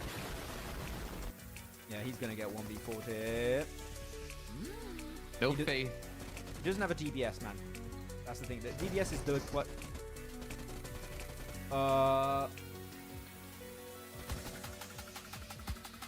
That's a cool UMP skin for the DBS? Stop looking at me like that. PMSL Americas NA qualifiers have recently concluded, and we finally know who made the cut. With 27 participating teams, only 3 would advance to the next level of competition. And at their helm is Titan Gaming NA, who is composed of popular players like Redox and Dorin from Nexus Gaming. Their crushing victory was thanks to their dominance on Erangel, where they secured 5 chicken dinners on that map. One of those games with an almost record-breaking 26 eliminations in a single game. Heading into PMSL America's Spring, they will be joined by 2nd place Taco Lovers and 3rd place Super Lazy Reflex, who qualified in the very last match thanks to a podium finish with 10 eliminations. These won't be the only teams representing NA though, as we will also see ASagi8 Esports participating as the only partner team in the region. With PMSL Americas around the corner, tell us if you think NA can compete against the best of the best from Latam and Brazil. Reject finally did it. During PMGO 2024, Team Reject from Japan finally secured not only their first international trophy, but also the first for their home region, by beating global superstars like Alpha 7, Nova Esports, and many, many more. They are currently one of the oldest orgs to join PUBG Mobile Esports, back in late 2018 where they were known as Reject Scarlets, with some of their old players who still remain to this day, such as Sara and Duello. Before PMGO though, the highest rank the entire region of Japan has ever reached at a global event was back at PMWI East 2021, where Reject finished 9th. And on top of that, Regios Hill took home the MVP trophy, which is also a first for the team and the region as a whole. That's a double achievement in one event, by the way, so that's pretty good. So tell us in the comments, do you think Japan can repeat this success in future big events like PMWI or PMGC? One of the biggest roster changes in PUBG Mobile Esports history just happened. So this team has a very special place in my heart because they've been my favorite team for about 2.5 years now. The previous Stalwart Esports roster, composed of esports veterans such as Top, Action, Nuzed, and Icy, have just been acquired by the biggest org in the Middle East, Falcons Esports, who are sure to be able to provide everything the roster will need to play to the best of their capabilities. After a bunch of very close calls in the past global events, such as PMWI and PMGC, Falcons Esports have everything they need to conquer the battlegrounds heading into 2024. Do you think, just like me, the #1 Stalwarts fan, okay, Falcons, my bad, we'll have to get used to that one. Anyways, do you think the squad can finally bring home the PMGC trophy in 2024? Tell us what you think in the comments. I think we just witnessed one of the most anticlimactic fights in PUBG Mobile Esports. Just check it out. Over the wall, hangs around the side of the building, just playing with the members of Nexus.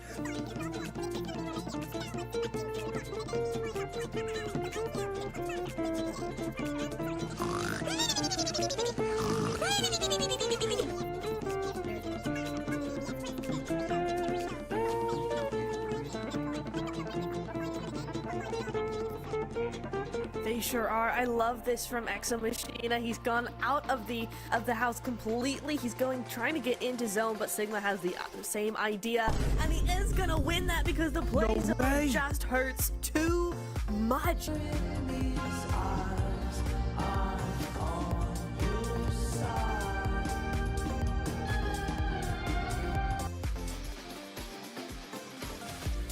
Don't go solo, man. If you get knocked, I swear. Don't get knocked. Good. Okay. DK, what are you doing here in this match? Come on, Reapers. Redeem it. Redeem it, Reapers. Redeem it. Oh, wait, Reapers, he got 2? 1v1. He has 3 nades. He has 3 nades, but he's behind a crate. It's gonna be so... Whoa! Oh, he got it! 4MV. The redemption arc begins. Right side, come on. Oh, Eugene, okay. Eugene's got a great angle here. Oh, good nade though? Maybe? Oh! This is a very important fight. Oh, that nade. Oh, yeah, oh my god! Either. Oh, I didn't see it. I looked away. Doc just threw the nade through that window at the top and it just went perfectly right on top of MadBulls. That was amazing, Doc. Oh no. Oh, he's gonna destroy him. Nice oh my god, D46. That was perfect. Hello everyone and welcome to Too Lazy Didn't Watch for PMSL SEA Spring. Max and I are here to give you a quick knowledge class of what went down in the spring season and of course get you ready for the summer season kicking off on May 8th. Looking at one of the top contenders of spring, Ultrigo were playing at their peak, especially during the league stage where they qualified with ease. That was in large portion thanks to Rosemary and his dominating presence on the battlegrounds. This enabled him to win 3 out of 4 MVP awards as he went full-on gear second in the finals, eclipsing the entire lobby. Unfortunately, they fell short as they secured second place, but they then put on full display that this team has what it takes to secure a future PMSL title. My only hope for the future is to see the team stick together a little bit more in their games, which would then result in them getting way more chicken dinners in the long run. All eyes were back on BTR as the Twins have rejoined the roster after 207 days. Their league play all boiled down to one word: inconsistent. Whether it was their results or the roster they were fielding, BTR wasn't able to dominate the lobby. Flash forward to the finals, BTR was still one of the few teams to consistently swap around their starting roster. Out of the top 9 teams, only 2 were actively using their 5th player, Alter Ego, who placed 2nd, and BTR, who placed 9th. This leads us to wonder what the main focus for the team was during the season. Are they trying to play with a proper 5-man roster or gain valuable experience for all their players? Max and I think they use this as a training ground to get ready for future events with bigger prizes. We have to look back at the winners of spring now, WAOW Esports. And I think it's fair to say, Jason, Boom winning PMSL SEA Spring came out as a massive surprise to many, as they brought new players on the rosters and attempted to build synergy during the league stage. This in part gave them a chance to perform in the finals, where they ended up taking home the trophy and a spot into PMGO. This being one of their big first international events, the amount of knowledge and experience they gained will help them make it to the next level. Pair that experience with the fact that they have an entire PMSL season now under their belts to build their synergy, we might be looking at the beginning of the Boom legacy in SEA. The big change from spring to summer is the reward all the teams are playing for. A spot in one of the biggest and most lucrative events of the year, the PUBG Mobile World Cup. In previous years, it mostly came down to if you were popular enough to get invited to the event, but this year, you have to qualify, and with the prize pool being $3 million, it's one of the most competitive events of the year, only second to PMGC. So don't forget to check out PMSL SEA Summer that will be starting on the 8th of May to see which 5 teams will be making it into PMWC. Storm, he's almost left alone, he still has Soul K alive, and Deathwolves are just like ready to pounce on their prey. Like, look at that, easy cleanup, and Deathwolves, I don't know, Maxman, but they've really been surprising me. Wait, have I? No. They're doing it! They're probably doing it! They're using the trolley! I've asked for years for them to do this. Someone's actually doing it. They're leaving Stolb in the trolley. They're avoiding everyone.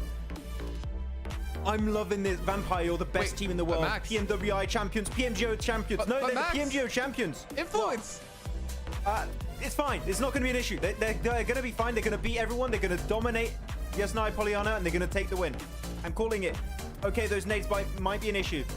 Okay, no, go back. Vampire, go back. Go, Vampire, go back. No. Oh, my. Okay. My dreams have been shattered.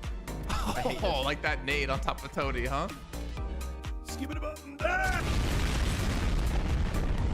Hands down, Jason Rosemary for sure. To Max is gonna be happy. MVP title. Yeah, half season or the third party tournament, still showing his beast side and also a very complete player. You know, like when it comes to a very good close combat player, they tend to use like UMP, DBS, or weapon like that. But Rosemary is kind of evolving. Not only that, he also can fight long range really good. He can also giving a momentum for his teammate, because right now the composition of weapon Rosemary always use is M4 and also Mini 14. So that way I think this guy is a really complete player when it comes to Southeast Asia player. Yeah. Oh man, good junior. Okay, so let's kind of wrap this up now, right? 75% chance of winning this game, in my opinion. They've taken out Mabatex. The three remaining other teams are all on this eastern coastline once again. Shockwave moving on forward, first person perspective, pushing in 2-on-1 play. Kisune tries to find it, but as he Blues on fire through, he gets one. He's gonna swap! Kitsune! Kitsune! Kitsune! Team Spirit! Take down Shockwave!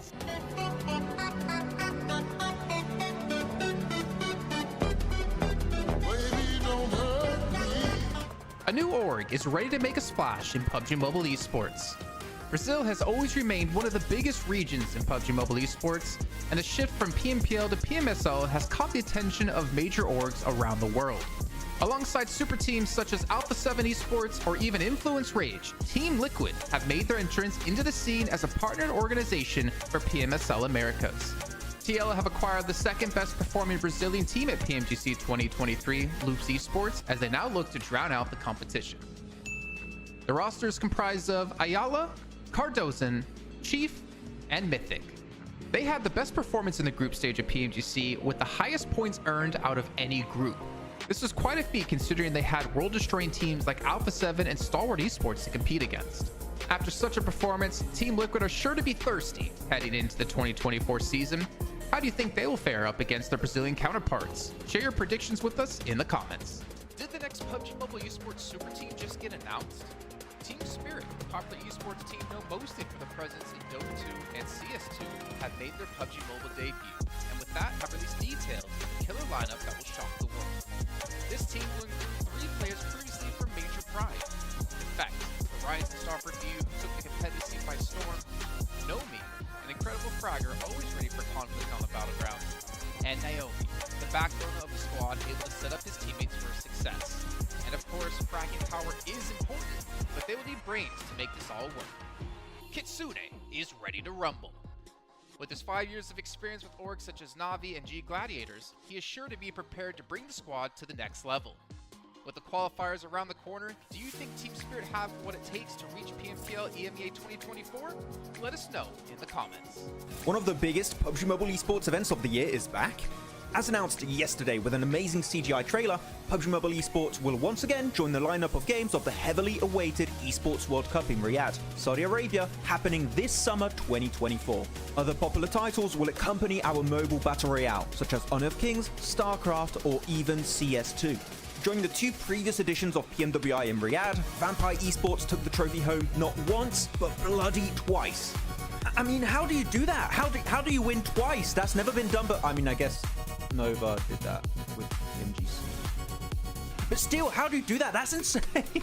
With their back-to-back victories, Vampire Esports have secured over $1,264,500 in cash prize, which makes them one of the highest earning teams in PUBG Mobile Esports history. Are you looking forward to the Esports World Cup this year? Who do you want to see qualify and secure a portion of that sweet, sweet prize pool? Share your thoughts with us in the comments. Has Alpha7 finally found a worthy opponent? Finally, a worthy opponent. Our battle will be legendary. PUBG Mobile Esports will now have a star football player, Neymar, rooting on his favorite team as Furia enters the battlegrounds. Furia is one of the most prestigious esports orgs in Brazil across multiple titles as they now look to take on a new team. Hey guys, we're back. Thanks so much for waiting. We are getting ready for our last 2 matches of day 1 of week 3 of PMSL CSA. And man, we had some good matches to kick things off. A lot of cool city finishes over on Erangel, but now it's time for Miramar. And no, we're not going to have any Picado fights. So we're going to be fine. For today, at least. Are you going to break my heart like that, man? I don't know. I mean, you want to see it sometime. Aura Lakers? Hmm? Maybe you could have that one. I was thinking mostly of the Picado fight, but Aura Lakers, maybe. Maybe that's still going to happen. I don't know. I mean, the Picado fight is the best fight. Debatable, I think. Not sure if I'd call it the best fight, but it's a fight. That's for sure. It definitely is a fight. I think we've had some... it's been a pretty decent day so far, I guess, actually. Yeah. It hasn't been any like, oh my god, that's crazy, what an amazing moment kind of thing. But I feel like we've had some like solid play and more importantly, like some solid improvements out of quite a few teams. Like what, Major Pride, seeing cool stuff from Muerte that previous game. Major Pride, Muerte, ASagi8 as well, like had a pretty decent game. It's also interesting to see that A1 is still so willing to like go for the top drops, considering they're not safe weird. Necessarily. Yeah. I think you kind of get a good idea from just day 1 of like the mindset, I guess, of some of these teams. I mean, I'm looking at Major Pride. We say, oh, no, having a good day. Sure, they got chicken dinner with 7 elims, but outside of that chicken dinner, they got 14th place, 9th place, 15th place. Big drop off. Again, you can't have just one big game and be like, okay, we're chilling now. Like, Major Pride need to have a continuation of that chicken dinner. They need to see their average increase significantly, which has so far not been the case. So we're still looking for Major Pride to do even better in the following matches and following days. The Cobreria, the fight, as we said, is going to keep on happening. It's going to be Lakers versus Aura. Who's going to win it this time? Put your bets in the comments. Who's going to take the win? Is it Lakers? Is it Aura? I'm going to put my bet on a Lakers win this time. Let's go. That's pretty brave. I don't know. I just picked at random. I mean, I feel bad for Lakers now. Any Lakers fans in the chat because, well, we know what's going to happen. Goodbye, Lakers. Yeah, goodbye. I mean, first eliminated right here. The angles of Mafia Ninja and Himson are pretty good too across the road. It really blocks out some big playable terrain for Team Lakers. So actually, really, they're moving around the ridge. I kind of like this. I mean, it's very audible. You're just running around, so they know what you're doing. But actually, no, because by doing so, Mafia Ninja and Himson can't help them. If they go for the fight now, like if they send it over to the building, Himson and Mafia Ninja can't do anything. Sky? I don't think. Wait, would he be high enough if he got actually up? Maybe not. I don't think. I think that wall is too high, and they left Tresley behind with the Kar98. Wait, what are they? Now I'm really confused. Now I'm very, very confused. What's happening? They want to be on the outsides of the city. A 3-1 split, like maybe they're trying to feed fake information that they're going as 4, but like Sky counted 3. Yeah, Sky saw. He's like 1, 2, 3. Wait, one's missing. What's going on?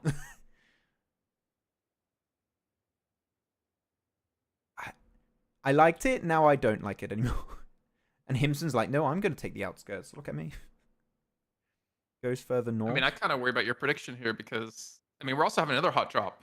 In Picado? Wait, what? Really? No. Wait, yeah, we have WAOW versus... Who is that? Hardbass? I don't know who the blue team is. Hardbass WAOW in Picado? What's going on? I think it might be Hardbass. I mean, it makes sense, right? Hardbass always drop there. I guess WAOW don't like Hardbass. Oh, very good, Reikage. Oh, okay, screw that door, I guess. You gotta be careful, man.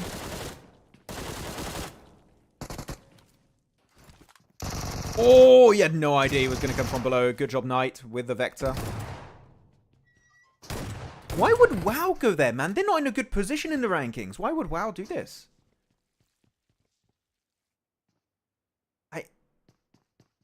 I'm genuinely confused. I don't understand why this is going on. What do you guys think in the chat? Any theory crafters out there? This makes no sense. Yeah, Cairo. Bro, I don't know, man. I was like, okay, Stalwart, don't worry. We got your backs. We'll drop Picado. Be as successful as you. Oh, Tresley! Whoa, Car 98. Oh, wait, what? That's not a shotgun. He just used the Car 98 melee. Wow. Oh, onto Malik. Okay, with the I Uzi. like it.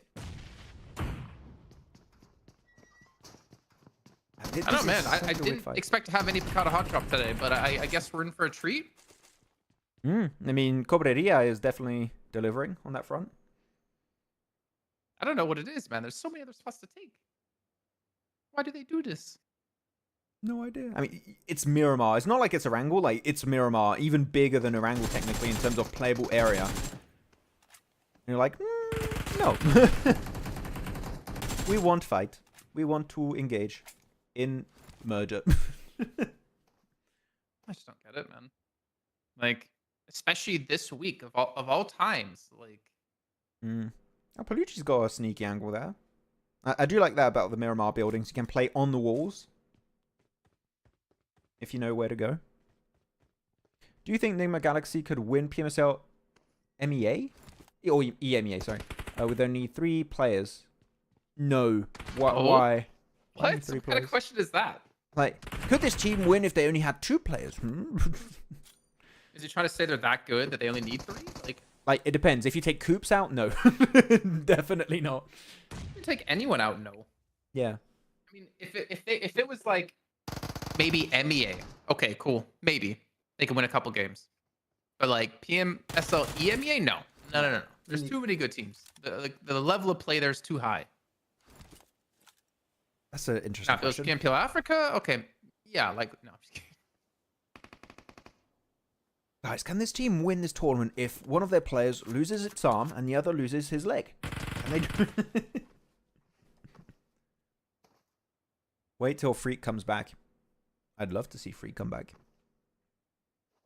Yeah, the Lakers seem like they're going to be winning this. I'm not sure what Malik has weapon-wise. I just don't know how this all developed. Like, what was the mindset from Lakers to do that, and then or losing the fight?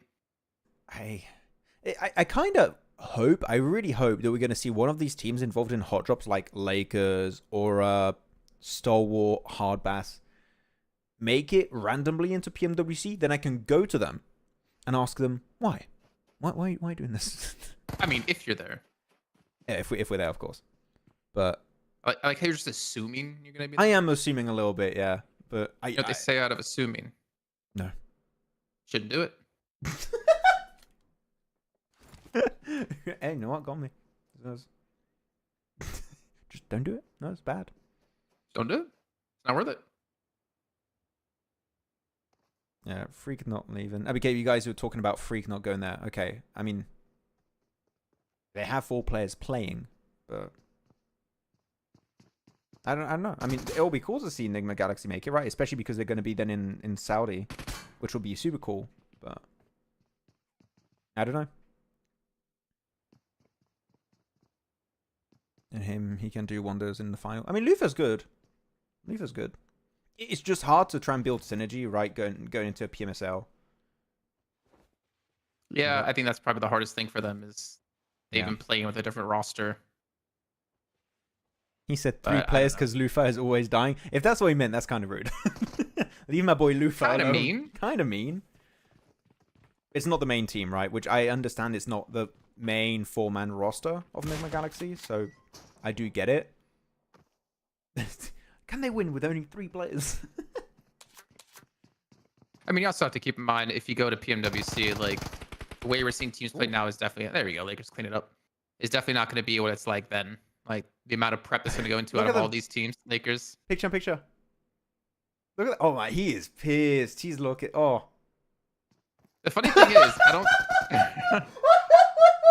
Let's keep our soundproof headsets on so we can't hear them talk trash. Did you see? Wait, sorry. Can we go? I want to. Oh, I'm replaying that. I don't care. I don't care if you. I want to look at that. Look at the camera. They win. Aura super focus. You have like Lakers. Yeah, getting up. What the hell are you gonna do? This is our spot. This is our compound. And then it goes to Aura, and they're just. Isn't it? That's amazing. I love that. That is great. That is beautiful. Good job, production. That's amazing. Oh, that's Hardbass. Oh. I thought poor America was coming in to punish them for like talking smack and being loud. I'm telling you, if I was there, I would go there when they're screaming and just like then zerg them when they don't expect it. Just coming in with 2 monster trucks and just. Yeah. Oh, that was great. I love that. If anything, the one good thing coming out of these hot drops is the BM. You know? That is great. That's true. If Stalwart and Hardbass did this, it'd be more entertaining as well. Yeah. I like that. Changing car. Oh, a free Lamborghini. Wait, is there a Lamborghini? I don't know. Looks like I think it is. Wait, is it or not? I don't know. I'm bad at cars. Last week, Max talked about invited teams. How could he about... we don't know. There's no information. SDM. We don't know. My prediction on invited teams still is, to this day, local Saudi team and Vampire. I still think Vampire are going to get invited. That is still my true belief. But that means that's fine. Pick you can have a wrong belief. Yeah, exactly. It's just... I mean, we have to... I don't know when they're going to announce that. As long as Alter Ego don't make it. I mean, at this point, it's impossible they make it, yeah. Yep. Can you imagine if Hans won that game? Can you imagine if Hans won that game? They would win the tiebreaker because they would have got a chicken dinner. Or just an extra elimination even would have been enough. But Pygmy did it in the last game, so like, don't discount them. Because they won that game, they qualified. Yeah, but Alter Ego. Yeah, but Pygmy did it too. Alter Ego. So this is what happens, right? Is that they don't invite Vampire, instead they invite Alter Ego. Yeah, no, actually, no. I want Alter Ego to qualify because they actually like made it in the top 5 or top 6, whatever it is. I don't want them to get invited. I don't want that. Okay. They need to qualify. You sure tell Rose carry that. Man, don't my boy. Not my boy. Yeah, I still can't believe we had like 2 hot drops, even though like Stalwart aren't freaking here right now. Like, come on, what's going on? Circle's about to pop. We'll see where it's gonna go, possibly. Oh, bro, still on the Alter Ego hype chain. No. I moved on. I'm still hurt, but I moved on. Just be happy, Brian, that he's on the Alter Ego hype chain, not your team that he is on the hype train of, because clearly the teams he's on the hype train of don't qualify. Yeah, Brian, which team is your favorite? Brian, just out of pure curiosity here, what's your favorite team? Please tell me. He's gonna play 40. No. He's gonna play 40 chess and pick a team he just despises. I mean, man, Tresney just got that Con Anier and just right in the face. He's like, I don't have a favorite team. The mind games. I just look throughout his comment history and do a nice, thorough research. Come on, just let him be, man. Oh man, the depression. Man, the funniest thing about this trash talk though is that one of them speaks Ukrainian and one of them speaks Nepali. Though I think both teams do speak a bit of English, and I think they're trash talking in English there. What the hell are they saying? I don't know. They look angry. To be honest, looking at Lakers and their body language, I feel like they're genuinely annoyed. I don't think it's like BM for the sake of BM. I think it's like, you're fighting our compound, we hate you. Aura did that too, though. They go, whenever Aura win, they go crazy. Yeah. So it's not like it's just them. I feel like it was more fun when Aura were doing it. Like, they were kind of messing around. I feel like not Hardbass, I said Hardbass. Lakers are... I think they're really pissed. I think they're genuinely angry that they have to fight every early game. Even though they could just leave, but that's another topic for another day. It's at the point now where you can't be that team that leaves. You just can't. Yeah. Because if you are, then you got scared and left. So you can't leave anymore. You can't. You're too far along in the process of hot dropping. You can't leave. Oh, no, Crypto. Yeah, just leave. This is not worth it, Crypto. Just go back to your team. It's fine. Oh, no, good. You go here. Okay. Apex says, what do you think about bad decision making of 3D Max when they have advantage? I haven't watched enough of EMEA to be able to weigh in on that Apex because we've been doing CSA. So I'm not sure currently. Okay, Big 5 Everest. Watch that be Rob's is like alt account. And he's trying to get you to like trash talk them. No, he's just trying to get me to give them tips on what they should do. And I was like, oh yeah. All right. I think it's more likely with what I said. Oh yeah, probably. Yeah, you're probably right. But So no. Everest does get taken up by 4 Miracle there, but 4MB gonna lose out on 1 player though with Apex, but still 6 eliminations, and we are only in stage 3. The zone is about to shift again here in the next few seconds. Yeah, I'm ready to go on the map feed when it shifts. We can see what we're dealing with. Okay. And here we go. So here's the current map feed that we have. I actually have some decent positions to enter from the southwest. Pretty decent. KSAX need to regroup. Yeah, you got some decent play. I actually really like the position of Regicide. It's a really good hilltop position. You just need to make sure you clear your back, so you get rid of Lakers, you get rid of maybe IHC or even Striker of Hardbass. If they actually can clear all of that, this is a really good spot for Regicide. And they need a good game, right? They're not quite safe when it comes to making in top 16 currently. They can fall off. So I'm looking at Regicide to try and get a good match, possibly. I just do worry they have MadBulls to their south, and Lakers are looking to come in, who might actually be able to punish them if they crash onto Ghost. Like, there's really not much backing up for them, so they have to be very careful for Regicide. IHC as well on the north side. Yeah, a lot of dangerous teams coming from from different directions. Like 4MV, MadBulls, and IHC are all avoiding each other coming from different directions. You're right for Ghost, though. He's got to be a little bit careful. Maybe have some backup from Vaz, or just... I would possibly recommend Vaz and Ghost go to Noki's position and keep Roshan in a spot where you can scout information on MadBulls, IA, and all those teams close to the center. I think would be a good option. So we'll see how that goes. He's like dropping a beat there. Rob's getting everyone with every shotgun he had in hand. I mean, yeah, Rob's is the DBS king, okay? He is on fire.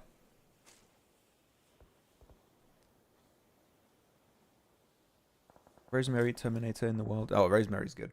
Yeah. I swear, we're not going to see because he's not at PMWC. Okay. That wasn't even to you. It was towards Dank, man. It was towards the chat. Yeah.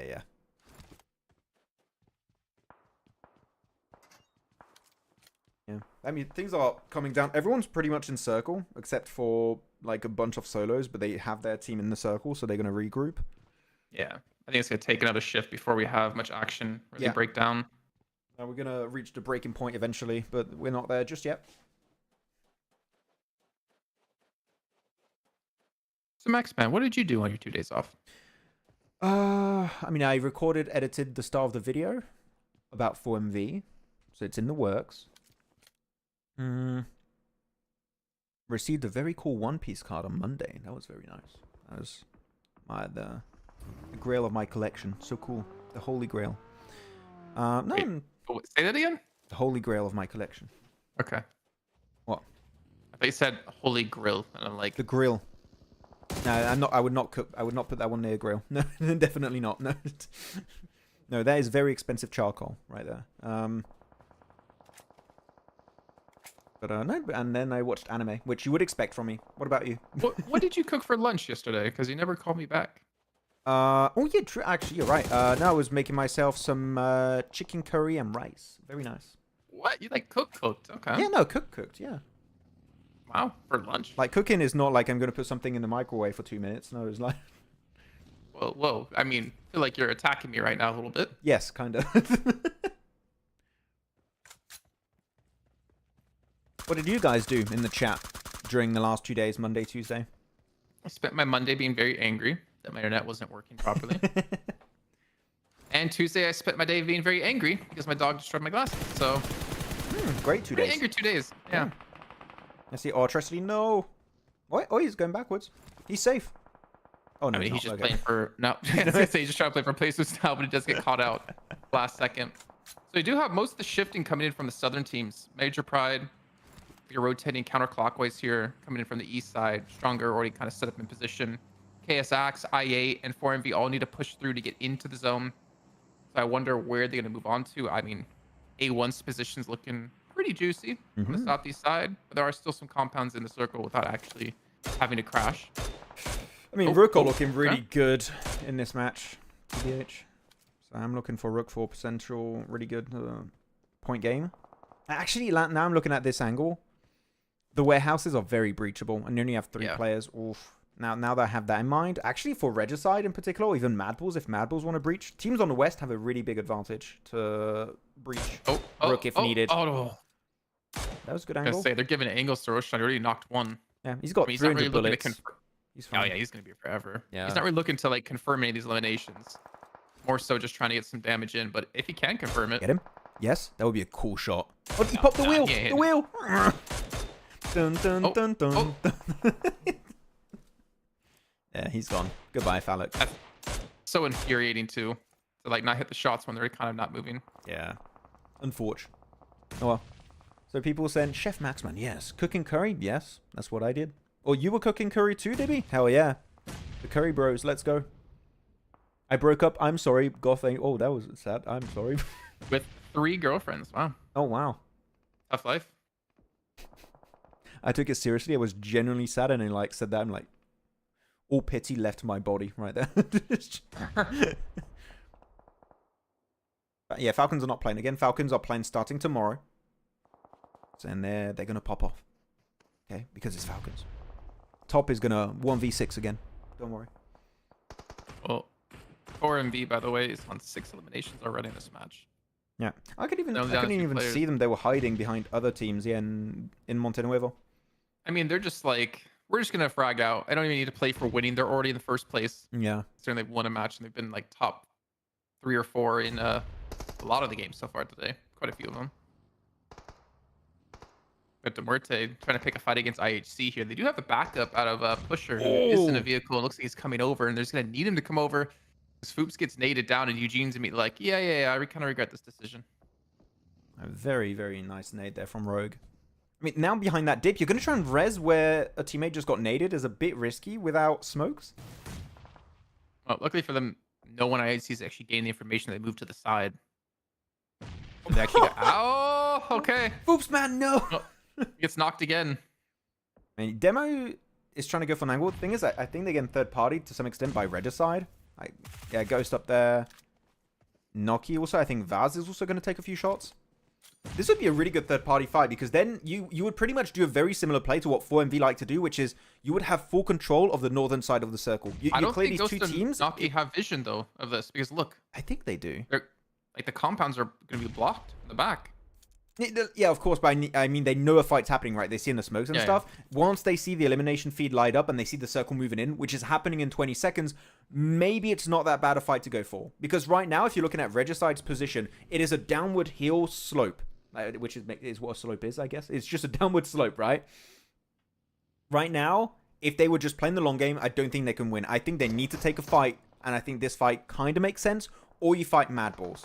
One or the other. I'm not sure. But they need to do something. I don't think they're going to take it, though. I think just be split right now to force this fight. I think it'd be too late on the rotate with how spread out they are. Yeah, that's the push. I mean, you look at MadBulls are kind of gaining some ground as well against Regicide on the west side of the zone. Yeah, Ghost is taking shots, by the way. I don't know if you can see on the mini-map, but he is actively getting involved. Yeah. Big shots here, push up. Just spams it down with a shotgun. And okay, man, Pusher's just on fire this fight. What's going on? Just get knocked eventually. Demo versus Rogue, and Demo comes out on top, my boy! Very nice. 4 eliminations, no third party. So Regicide thought about it and said, no, we don't want to do that just yet. Yeah, I think Roshan kind of noticed, as I can see on the mini-map, that MadBulls did gain some ground and maybe called for them to just chill. Yeah. Because if they leave, I feel like MadBulls are just going to take all the position here and go for a spread and punish Regicide again. That's why I like the 3-1 split. Just one that serves as a scout. Doesn't really take the fight, just feeds the information. Doc again. How much damage from nades has this guy done? Like, he is the true nade king. Well, he got knocked from it, from trying. But he did get a lot of damage done. Now, Stronger, are they going to push into this? They don't know You have 2 teams here. Does anyone know Sinister's there? I don't think so. I think even 4MV might not know. Does Sinister know that Sinister's there? Even that's debatable. I don't know. Wow. Am I all there? I don't know. Oh, good nade. Ruby, little bounce on the wall. Right onto Baron. Very cool. At least Doc was rezzed. Doc just keeps nading, expecting them to be there, but as we can see, they backed off. Yeah. I mean, he can't go for the res onto Baron here. It's too late. He needs to move. Oh, wait. He gets a good angle, actually. I just realized. Very nice. But yeah, you have to make the cross. You're not in circle. Make it to the ridge, but you're left. He's not checking the left. Oh, hopefully. Oh, wait. Third party. Who third partied that? It looks like Vic. Yeah. Rook. Oh, wait. MadBulls are playing the cliff side? I just realized. Oh, they're playing on the like on the cliffs. Okay. I wonder how they're going to leave this spot because the circle might not go their way. They're on the western side. I mean, Regicide are going to have to leave first, right? Most likely. Yeah, for sure. If that happens. Okay, because as you said, Roshan's given information to the rest of the team that, okay, MadBulls is here. How do you take on this fight versus MadBulls? Do you even fight them in the first place? I'm not sure. I don't think you can as Regicide.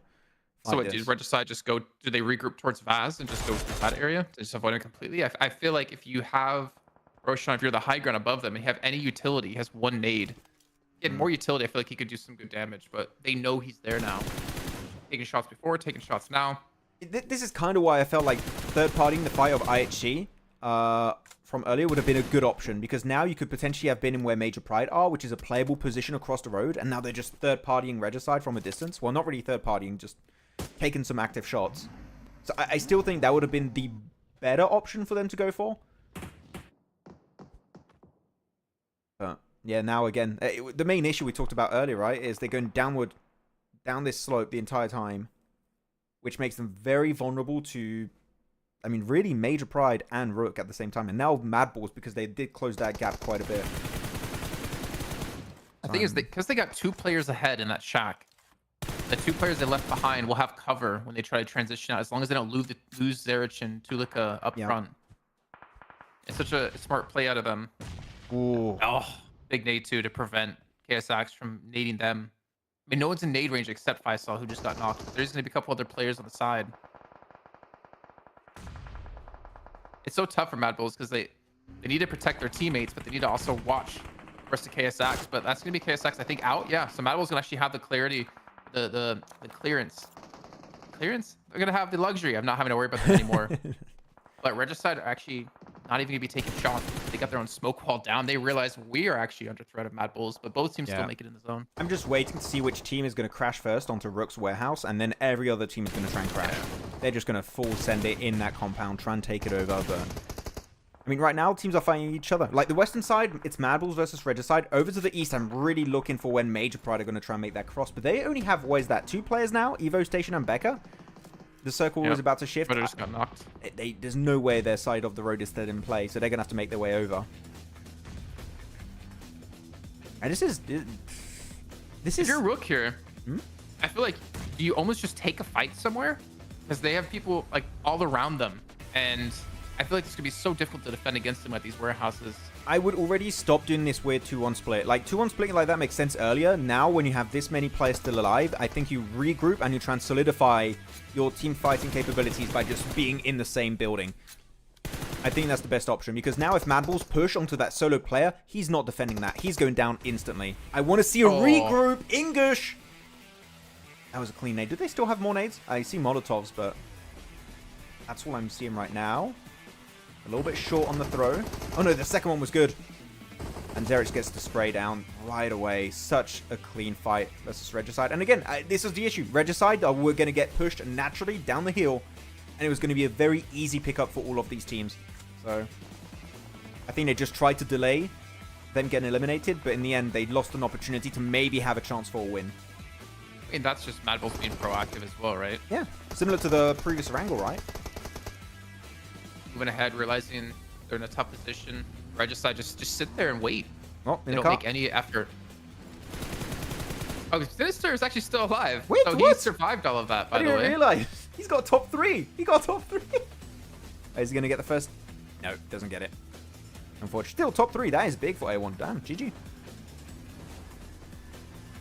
So, 3-on-3. Rook up against MadBulls Zerich. I mean, just looking at Zerich on the off angle does worry me a little bit for Rook, but Yankee, he's on an off angle as well. I feel like Yankee is the Zerich of Rook, and Zerich is the Yankee of MadBulls. Okay. If that didn't get confusing enough for you. I get what you mean, but like, why do you have to say it like that? I mean, Yankees angle, they have no idea Yankees there. I'm pretty sure they have no idea. They know this is a single team now that they're up against. 3v3, as you said. Because, oh man, this is such a big split from Rook. Like, they're trying to play hide and seek, get angles where they can surprise them. Vic takes shots. And now it's going to be on to Yankee. They lose Yankee. Okay, now this is looking great for MadBulls. That off angle, if he got a knock or two, that would have been massive, but it didn't pay off. Yankee's out. And they've got center as well. No, actually, Rook, sorry, the Rook have center.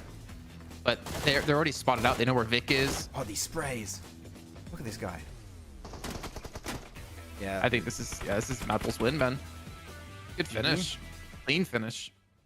Yeah, very cool. They survived the cliffs way longer than I thought. And it didn't seem like Regicide were really interested in clearing that position. And yeah, they understood, okay, Regicide is the real main issue for us in the mid-game of part of this match. We clear them.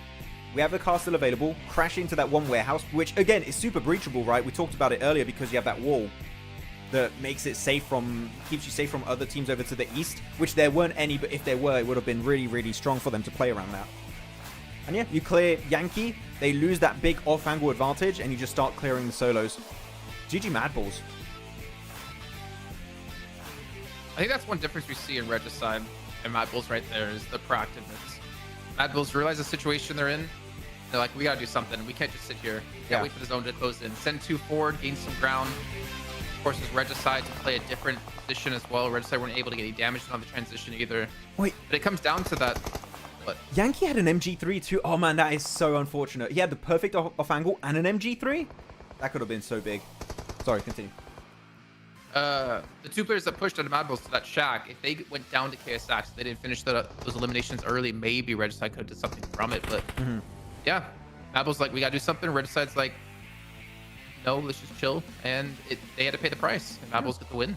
Just like the previous Erangel, they're very good at delaying fights that don't make too much sense to them. They're like, oh, this fight, we could take it, but we could just delay it, reach a little bit further down the line in this match, and at least try and get a podium finish. I don't think they expected to win this game, but they just got those really good opening knocks that allowed them to then go for the win. So, no, really happy with MadBulls. GG's.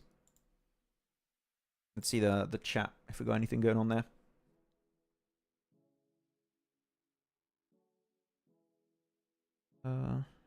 Like the 2-team left situation. Yeah, it was cool. It's a cool match. Okay, Finley. Calm down. I just don't think people understand what a watch party is versus what the cast is. I mean, we had some very impressive games, right? This is a very this was a very chill match. So we're just like, just good execution from MadBulls. I mean, MadBulls, where does that put them? Before this game, where were they? MadBulls were 5th position. They had a top 3 in the first game, top 3 in game number 4. Now a chicken dinner. Decent eliminations every match.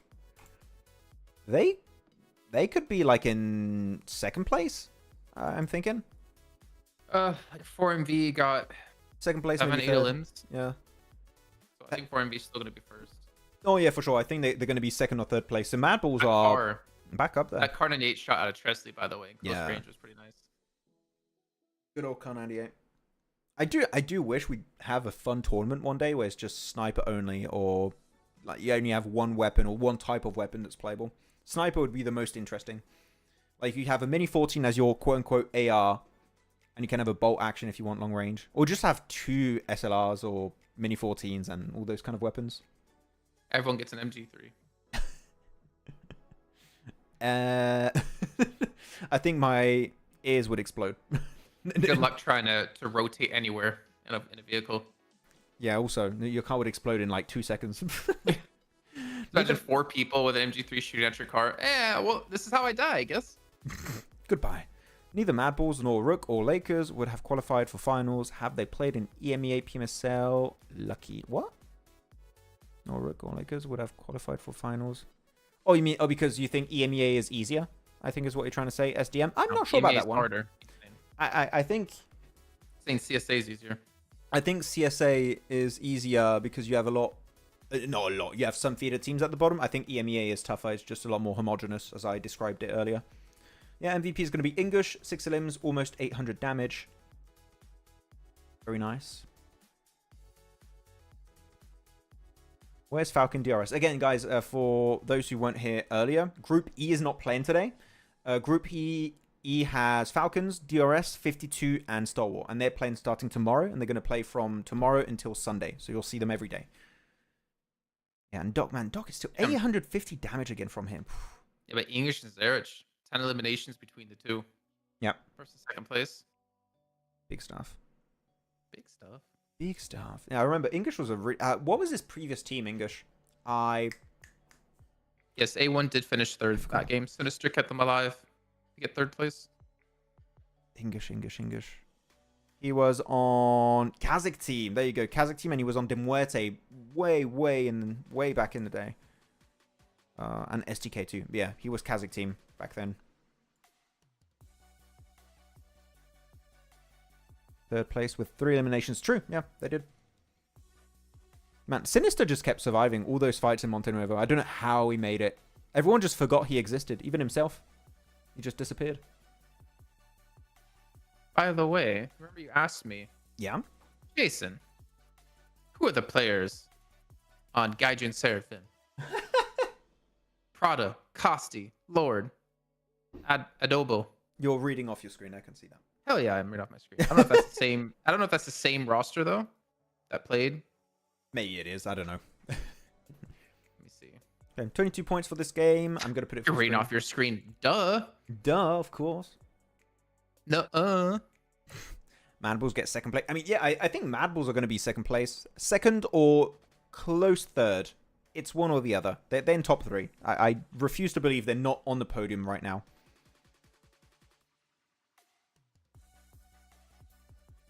Wow, that's not good for them. Again, team outside of top 16. KSX, 3 points.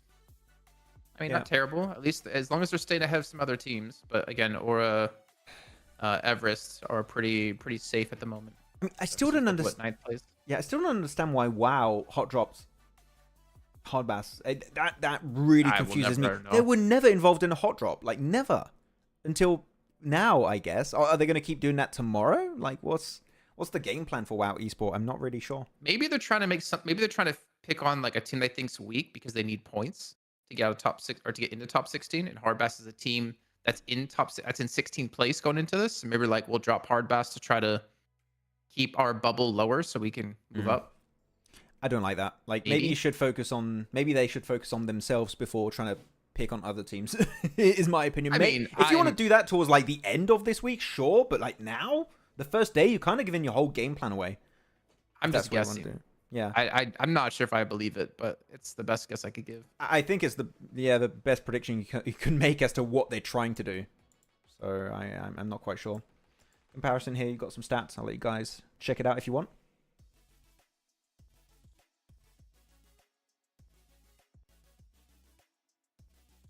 With 4MV, they would have won PMSL EMEA. I think 4MV will win the league stage. I mean, it's looking like 4MV are going to win the league stage, yeah. Who do you guys predict to win the whole tournament? I'd love to know your prediction.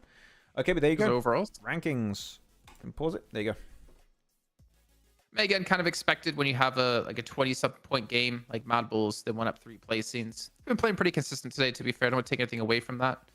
But you're always going to see big moves when you see a team win. Major Pride, though, still hold on to 6th place. Perfect. Keep this up. If Major Pride can keep this up, they definitely could get top 16, and we could see them playing in our finals. Yeah, but outside of that win, they only got 3 placement points, and was that 4 matches? Not enough. Like, a win is good. It's going to close that gap a little bit with teams in top 16, but we need more from Major Pride. But to Muerte, outside of their win, they also have only 3 points. Yeah, but still, like, I'm just trying to dive into the point that we made earlier of, like, this is the big game of Major Pride. Maybe this is the start of the comeback. It wasn't. We're still not there. And Hardbass Team, they only have 3 placement points out of their 1 win. Outside their 1 win. Right, let me go second page. Do you want to keep on the first page? No, I'm just trying to keep pushing you. Yeah, I'm like, what are you trying to do? I don't know. My point still stands. I just need to play harder. Just play better and try and get those wins. Imagine if it was double point day. No. Okay, on this one, A1. Sorry, a little bit more, thanks to our boy Sinister. I mean, we're starting to see a lot more repetition when it comes to the teams on the bottom of the rankings, right? It seems like our top teams and bottom teams are somewhat solidified in the grand scheme of this tournament. Except for, of course, we have teams we haven't seen yet, which are going to be playing tomorrow. Again, that's your Falcons, DRS 52, Stalwart. But yeah, this is pretty much as expected. Want to move on? The match is going to be starting in like a minute or something. Let's go back also on that graphic. Here you go. Yeah, 4MV, Major Pride, Hardbass, Muerte, and our boys MadBulls on that one. Final Miramar for the day. You know, looking at MadBulls' logo, I think it's just some dude doing like this. Like, with his hands out, he's like, stop. The horns are like hands, you know? I can't, if I put my arms out, it's going to be too... Yeah, for me, it's like he's got the palms like, up to the sky. It's like, stop. Yeah, I get what you mean. It looks like a guy. Looks like a dude. Because I don't understand the part above the horn, like above the head. That little like color, the red color. Like I don't know what that is. I don't know. Maybe a small flag or something. I'm not sure. No idea. Okay. If I had a camera like this on me when I was like commentating or something or desk hosting, yeah, like this close to my face, I'd be like, bro, chill. Go away. Man, I could not cast if I had a camera on me all the time. I do the weirdest stuff when I was casting. You do have a camera on you all the time. Yeah, I know, but like now we're just doing Watchparty, right? But if it was the case when I was casting, when you are casting, you do have a camera on you. Yeah, we can't. We're not visible for the audience. On camera, okay. Yeah, like not on the show. Oh man, I have some videos of Max when he's casting. You guys should see it.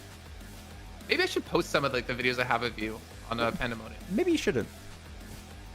Actually, we didn't even plug Pandemonium. No, that's why I brought it up. Oh. You want to do it? No. You want to do it? Guys!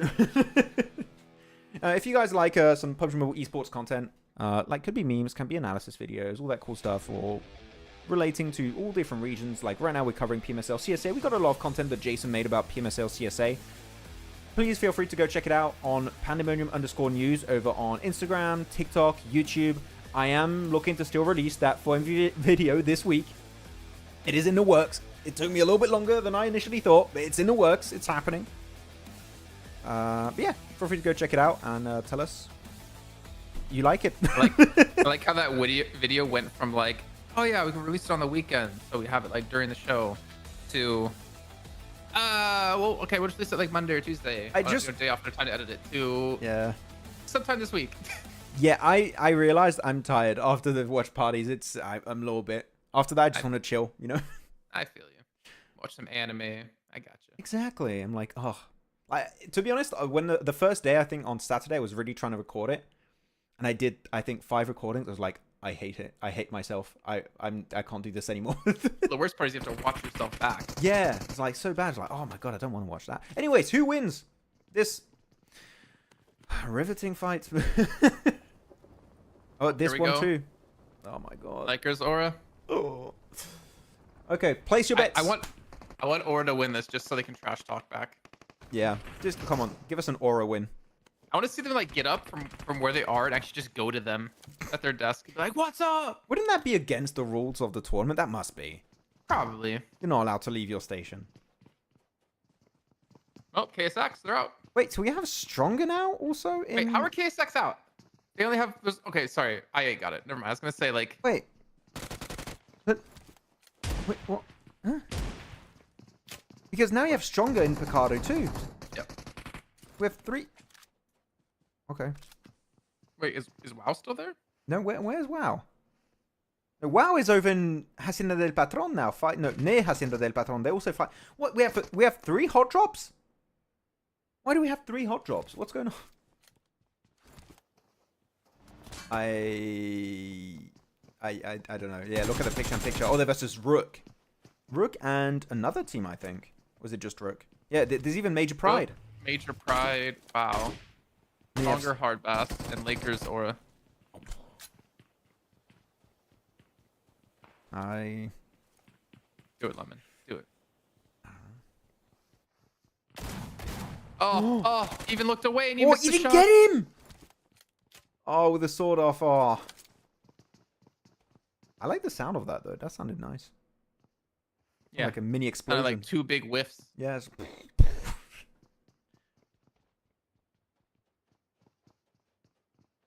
Oh man. Yeah, you shouldn't be missing the shots like that. Now I really hope Oro win and like, trash talk him. They'll go over to Lemon. You can't even hit your shots. What's that about? What? I always like the Mafia Ninja angle though across the road. It really takes out a lot of options for Lakers. They can't move around every single building properly. It's just he has an ump though, and long range of the ump is not the best. That kind of range is okay though. If he has a red dot, it's fine. Without a red dot, I mean, I would struggle a bit. Maybe not him. I would. I was gonna say like he's a little bit better than you. Man. Yeah. I don't like the iron sight on the UMP. I'm not a fan of it. Personal preference. Red dot, always the best. Bro, it's just like a waiting game. Okay. Who's gonna get caught out first? And I feel like Aura are kind of winning this in general, just because they have better positions. No, you know what? I'm gonna take a quick nap, so I'll be right back. Okay, I'll wake you up.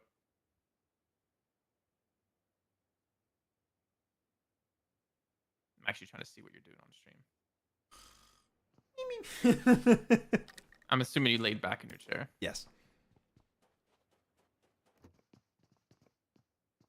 Show me live. Show Oh, yeah, me there you go. They I both was actually gonna like get my alarm ready from my phone just to like blast it on you. Wow, you just like you look dead, not Yeah. sleeping. Does he have a pulse? What? Wow, it's a whole lot of nothing going on here between these two teams. Yeah, we have 3 hot drops, and yet I'm bored out of my mind. Wow. How does this happen? Hot drops are supposed to be interesting, riveting. Keep my eyes These two on the screen. absolute legends of hot drops. Oh, this is more than 2 absolute legends. How many legends do we have? 1, 2, 3, 4. We have 4 absolute legends, Jason. 4. I said these absolute legends. I said I didn't say these? two. Okay, I didn't hear that. Things have changed, Max. Your friends are now your enemies. Or in this case, they've always been your enemies. And never your Oh. friend. Oh, What? All right, here we go. The GOAT time. Aura's pushing. Nade on Palucci. What the? Wow. Okay, impressive, Sky. GG's. Yeah, follow up nade. Go for it. Go for the push. You got the man advantage now. Close that door on him. I'm not sure he's winning this. It's too much happening. Aura's 2 players. Aura's winning it. Yeah, 3v2 currently. That nade, man. That was a good nade. Yeah, They're going for the. Were they going for the pickup? Lemon's already eliminated. I'm not sure what's going on here. Okay, so Aura got their pickup as well. Oh, wait, no. trust me. Oh no! Oh no! Lakers are going to win it. You know he's in that room. You know he's in that room. Oh. Oh my! Oh my! Oh my gosh! Did he get all of them? Wait, Tresley 1, Tresley 2, Tresley... What is that? Tresley 3? He got all of them? You joking? He got every single one of those 3 players of Aura. He's going to get the res on his 2 teammates, Rock and Palucci. What? He got 4... Damn. I mean, did we see the reaction? Did they react or not? I didn't even see. Now, let me see that play again. Okay, so we got the play here. Trusty in that room.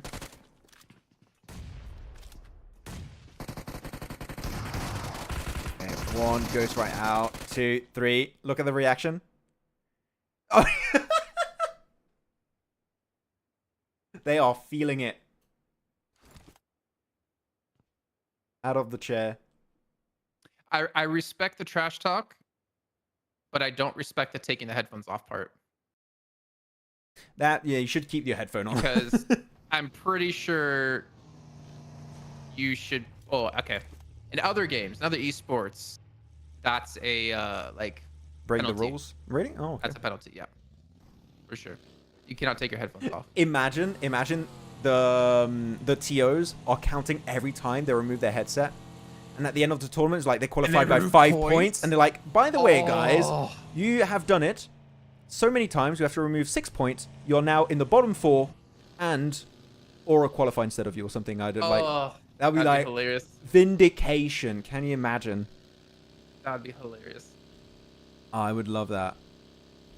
It's probably not going to happen, but you know, a man can dream.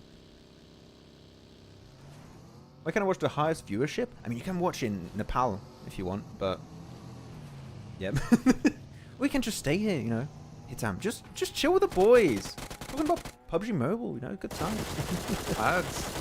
The lads, the boys. Oh, I still can't believe Aura lost that. Yeah, that was... It was such a good opening nade also from Sky. The nade here is what gets me. He doesn't get it into the room, and that costs him the fight. Yeah. They missed the nade onto Tresley when they knew he was in that room. Unless he was trying to throw the nade farther. I don't know where the rest of Tresley's teammates are, though. That's my, like... They want to right. One question about that. On his Are right, they you in the couldn't same see building, him. or are they looking through a window? Same building, I think. And they just both get knocked. Rock and Parucci get knocked, and because the focus is on those two players, he can just spray them down with the UMP. Like, in that sense, in terms of having many off angles, his position was so good. And they were also coming out of the smoke, right?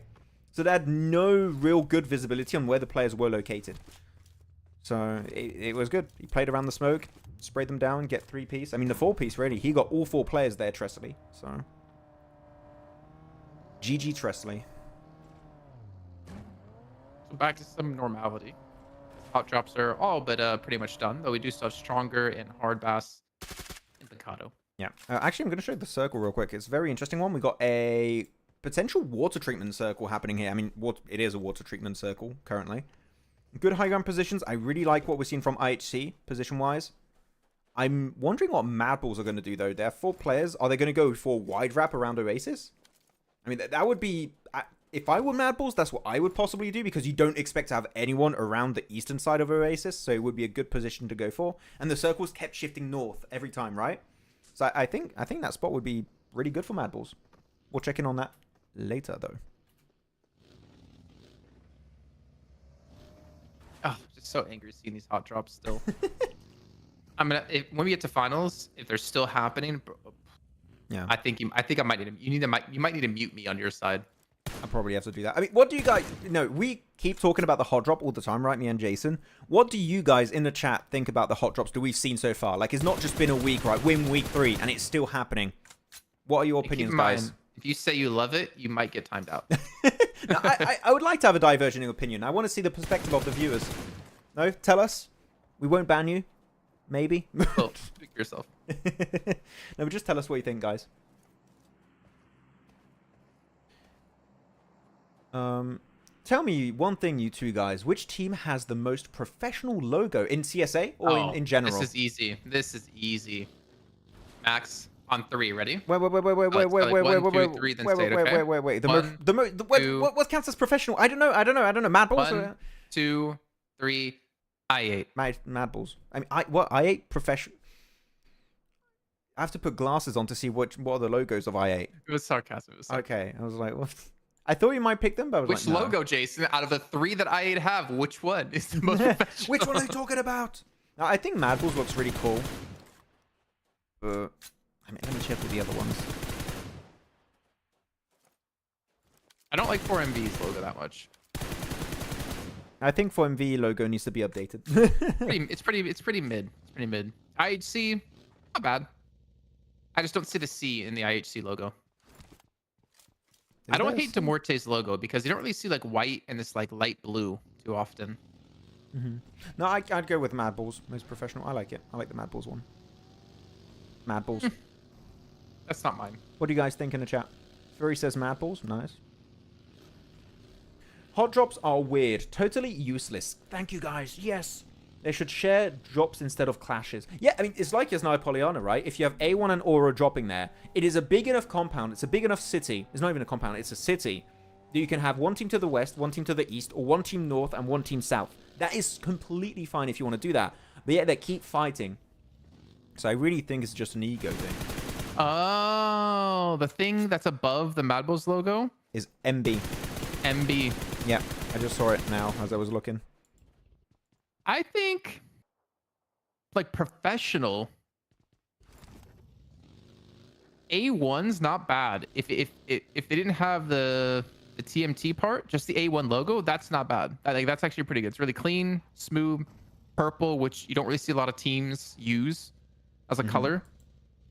I think that one's pretty solid, to be honest. Nice quick purple. and easy. Yeah. Like, you just slap it on something. Some people say Stronger's logo. Stronger's logo looks like a sports TV channel logo. For some reason. Stronger's not bad. Stronger's not bad. It looks cool, but it doesn't look esportsy. If that makes sense. I kind of like Falcons, but the one thing I don't like about Falcons is the color. I think I would like it to be like a different color. A darker green or something? Well, I mean, maybe just more color as well, instead of it just being monotone. I kind of like it because you can do a lot with a logo that's colored like that. I don't know. I don't have an issue with it. Like, I mean, one of the nice things, like, if you think about, like, really nice logos, is, like, you think of one color, right? Like, Navi, yellow. Cloud9, they have a very special blue. Vitality, I guess you would say white. I'm not sure. I'm not sure. Yeah. Yeah, I don't know. For some reason, I would want to see it in, like, different colors and maybe see it with, like, more color, just to see how it would look. No, I get your point. It's a weird shade of green. I would have to agree. I mean, I know what the shape is, what it represents. The shield and falcon, yeah, it's cool. Well, no, I mean, isn't it the same green as Saudi Arabia on the flag? I don't think so. You sure? I don't think so. Actually, yeah, I think it's a lighter green. Saudi Arabia is darker. That's why Okay, I think darker would be super cool. Anyways, we went on a weird topic this time. hey, chat asked us questions, we answered. Because it's a watch party, not an official cast. Well, we can't hate the DRS logo because kind of similar to what we have for Pandemonium. It's similar to Pandemonium, yeah, similar to ours. Position-wise, I'm looking at this game again. A lot of edge play. Man, Rook have been playing center a lot today. I don't know what's like. Yeah. Did they just like, okay, we're gonna stop playing edge. We're gonna start playing center. They're the 52 esports today. The new 52. I mean, even 52 are not playing like 52 anymore. So yeah, Rook are the new 52 officially. Outside, yeah, this is a tough one to really know who's going to win it. It's based on where the circle goes and if a team can clear an entire cardinal position of the circle. If right now you're looking at, I don't know, Aichi. If Aichi can clear all of this fight, there would be a team that would heavily favor as to winning this match. But can they do it, though? Because it's a very hard third party to go for. I'm not confident in saying so. I mean, Godless... Yeah, I was going to say, Godless's angle is so strong. You need to knock him right now, but they just can't get him.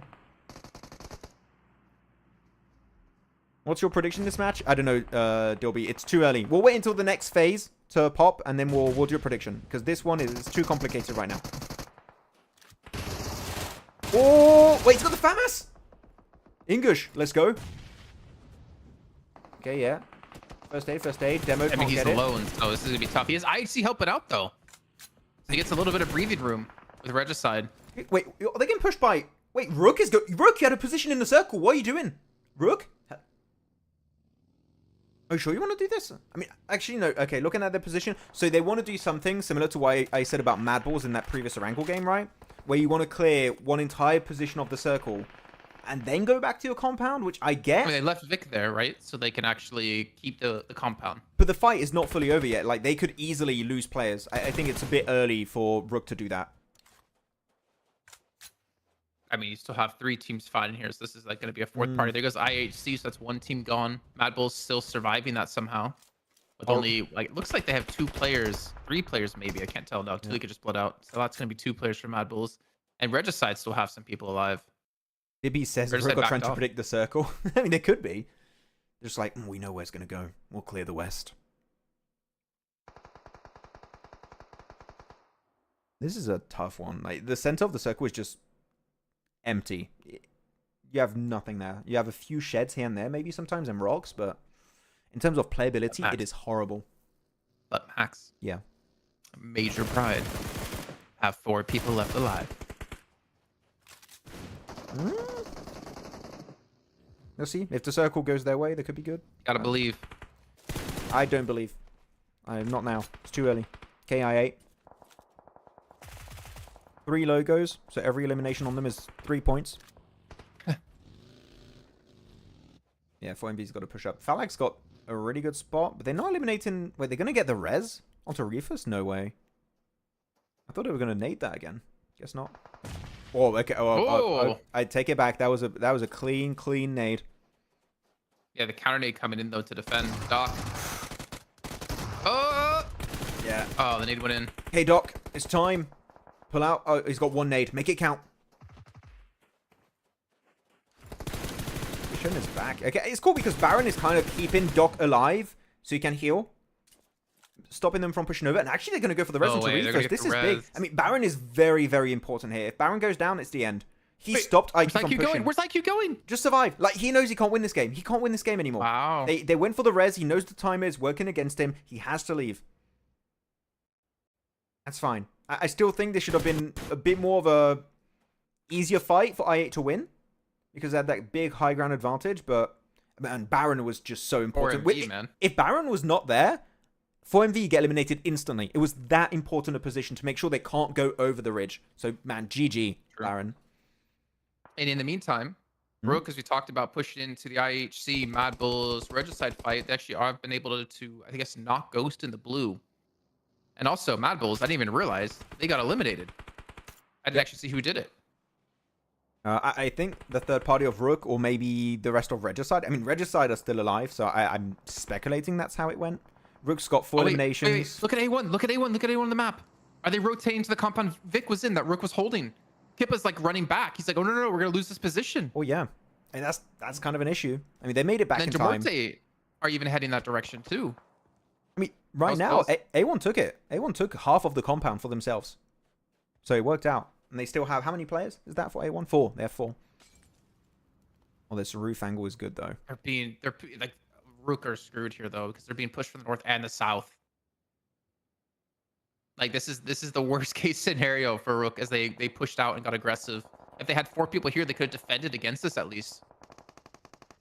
Yeah, Vic. Ooh, there we go. Nice little spray. I mean, that roof is really good. Are we going to see a third party happening from A1? They're moving in their building. I think that this is a fight This is a fight you should take. They have to take, as you said. Decent nade. Yeah. Oh, he walked right on that one. That was a trap right there. And that was Sinister who got a knock or a confirm there. Yeah. Are they going to continue to push into Muerte is the question. Could be. We still need to wait for the next circle here. Because until the circle pops, I don't think A1 really want to fight anymore. Because it's too late to third party now. And especially Muerte didn't take any big casualty that fight. They're still up as 4 now. They fully healed up. Almost fully healed up.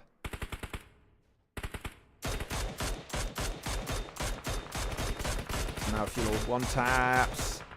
Yeah, have its own shift here soon, Max. Yeah, Major Pride's got to keep that car alive. They're going to need it to rotate. Where's it going to go?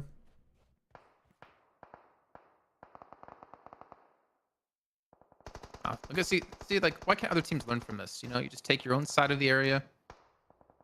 Don't need to hot drop. Just chill. Man, it centers up. Man, the center of this circle is horrible. It has been bad for like 3 circles now. Everyone's playing edge because it's the only option you have. Unless you clear your entire side of the circle, which to some extent Major Pride has done. But even then, you don't want to have an angle taken over by Hardbass. I don't know. I think it's too early to send it that way. Like if you're A1 here, you make sure to reinforce the north side of these compounds because you know Muerte either going to have to send it into you for a fight or they have to send it into a very disadvantageous position because of the way the layout is here. Yeah, I mean, if you're A1, your focal point is eliminating Muerte. That is your #1 priority. Though one player, Foopsman, went to the east. That is an off angle they might not expect. But there you go for MV. Big spray time. Onto Hardbass. Down to now just 2 players. Yeah, Raykage and Maxi. Elementrix, he's like center zone. And the rest of his team are like really far back. He made it to that crate in the middle of the circle. So he seemed like he just wants to survive around the crate. Play the long game. I don't think teams expect to win with just having 4 players alive and dominating this game. I think that Snakes literally have a chance in this kind of position because you've got some little dips here and there you can just hide into. And if you're lucky, you can make it to top 3, maybe top 2. Maybe a win if you're really popping off at the end and you have, I don't know, an MG3 or something. But this is a really tough match for these teams. What I would say is that maybe you want to try and solo. I'm sorry to interrupt you. IQ's a solo, and he just got a confirm earlier, and he just got a knock onto 4MV. Did he? Wait, he's up to 6 eliminations for i8. Oh, wow. Okay, IQ. Seems like they forgot about IQ entirely. They're just like, That's a small IQ play. forget about him entirely. Yeah, don't give me the fake laugh. You know that was horrible. No, I said don't give me the fake laugh. Yeah, no, so I did it again. I don't care. Yeah, just explode the car. You don't, they can't rotate. The moment those smokes dissipate, they're gone. Just wait. Full smokes. So, Muerte decided to actually ignore the fight against A1. Sent it down more center zone here. Which is And interesting. A1's still in the zone, in their own compound. Which is interesting because A1 now have access to the high ground and don't even have to fight for it. Which, information-wise, they're going to have a ton of intel. I mean, Muerte have that lip, right? A little bit of cover. Yeah. It's just you're very vulnerable to Major Pride because I think it's better to fight the devil or the demon, or is it the devil, the demon you know, than the one you don't know. Right? And I think that you have more information on what's happening with A1 than what's actually happening with Major Pride. They have a lot of angles. Like now, they still have 4 players alive. The moment these smokes dissipate, again, it's down to smoke play. This entire late game is down to how good your smoke game is. I don't know if they can really weather the storm in this match against Major Pride. I want to see A1 pick up a lot of elims right now almost. Like, the zone's about to shift again, but with the position they have, they better be doing a ton of damage and punishing these teams. Like, I want to see some life out of them. They have 4 eliminations so far. Doc? Oh, the zone shifts away from them quite far. Yeah. I mean, what do you do now if you're A1? Do you just third-party Major Pride versus the Muerte? Do you go for a wide wrap onto the western side into 4MV? There are options available, but it's down to one of those situations, again, where I don't think there's one inherently correct play to make. I think that here you just got to send it as a full team and commit to whatever your IGL decides to do. That's all you have to do. Just commit, full send as 4, and try and apply pressure where it makes sense. And the tricky thing about moving anywhere in the center here, though, is still a lot of like these dips and a random cover from certain angles. Like, it's still very,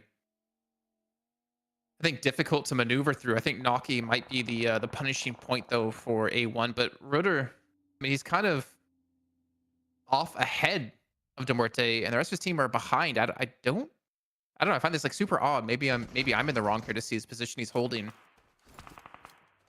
I think it's fine because 4MV understood, okay, we've got a really good circle. 4MV don't want to fight anymore.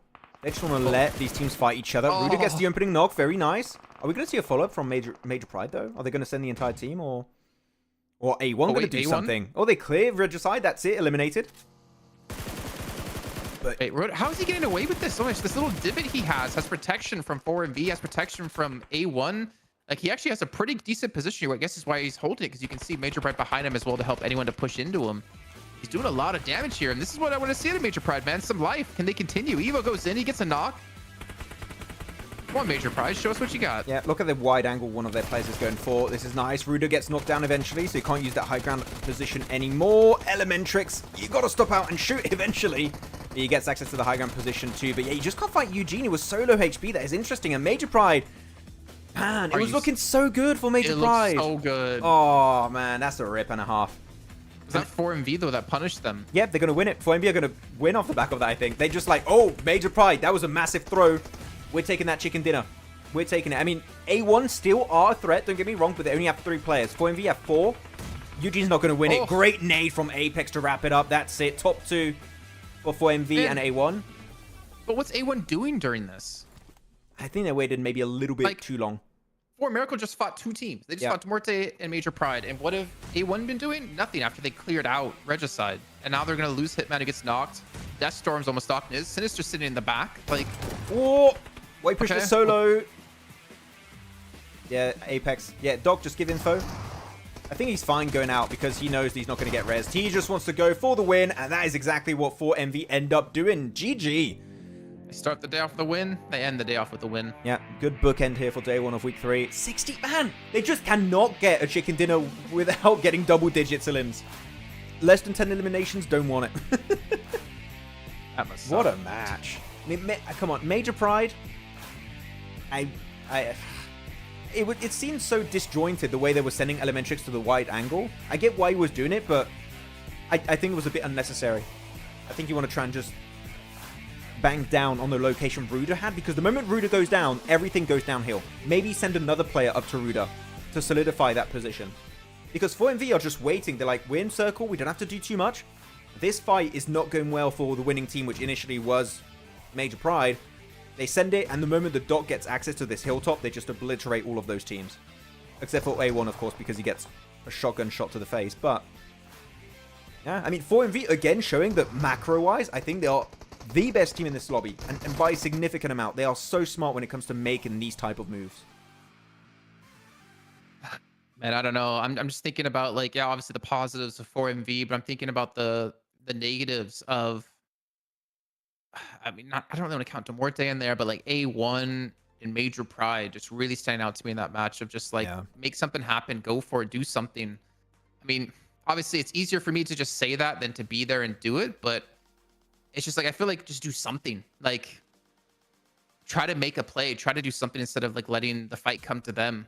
Try to be aggressive, try to go for the third party instead of just sitting there. I don't know. Maybe I'm being too harsh, honestly, but I just wanted to see something else. At least Major Pride made a move, right? With Rotor in that little divot, getting some damage onto Muerte and stuff. But A1 I just feel like they were just sitting there waiting. It feels like A1 were trying to do what 4MV were doing, which is delaying the fight as late as possible, but never getting to the point of maybe we should fight. Whereas 4MV were like, oh, this is the opportunity, we need to send it. And A1 never really had that realization that we have an opening to third party De Muerte versus it was Major Pride. They never went for that play. They just played super safe. And unfortunately, when you're dealing with 4MV, playing safe is just not going to cut it. You're just going to get wrecked at some point. So yeah, I mean, man, as you said, good start from 4MV. They wrap it up also with a win. But actually, this is a great day from, which region is that? From, yeah, just CIS teams in general, because before these last few matches, we had CIS being 2nd, 3rd, 4th, 5th, 7th. Also 6th position with Ukraine Lakers.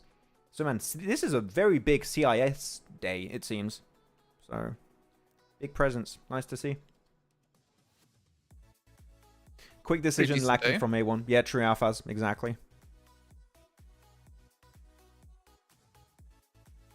Pretty decent day. You agree? Disagree? Yeah, agree. No, I thought you wanted to follow it up. No, it was a nice day. It shows potential for some teams. Again, Major Pride, we saw potential there. I want to see more still throughout the next, their next 3 days. Technically, we have 4 days, but they're going to play 3 days. So I still want to see a little bit more. And hopefully A1 can realize when these big openings happen, right? I feel like they're going to look back on this match in VOD review and be like, we could have won that game. If we pushed onto Ruda's location a little bit earlier, potentially, while that fight of De Muerte versus Major Pride is happening, we play this dip, I think they know they win this game. Because imagine if you have a 2-2 split, right, Jason? We've seen the replays. Imagine you have 2 players where Ruda was and 2 players where Sinister was. Like, you can't beat that. It's too oppressive of an off angle. You cannot push in. Otherwise, you're just going to get naded or sprayed by the off angle. I think that was exactly the high best angle play is that high 2-2 ground split. Yeah. I wonder if A1 is or not A1. 4MV would be able to get into that position with having people on the high ground like that in that 2-2 split you're talking about. Yeah, I don't know.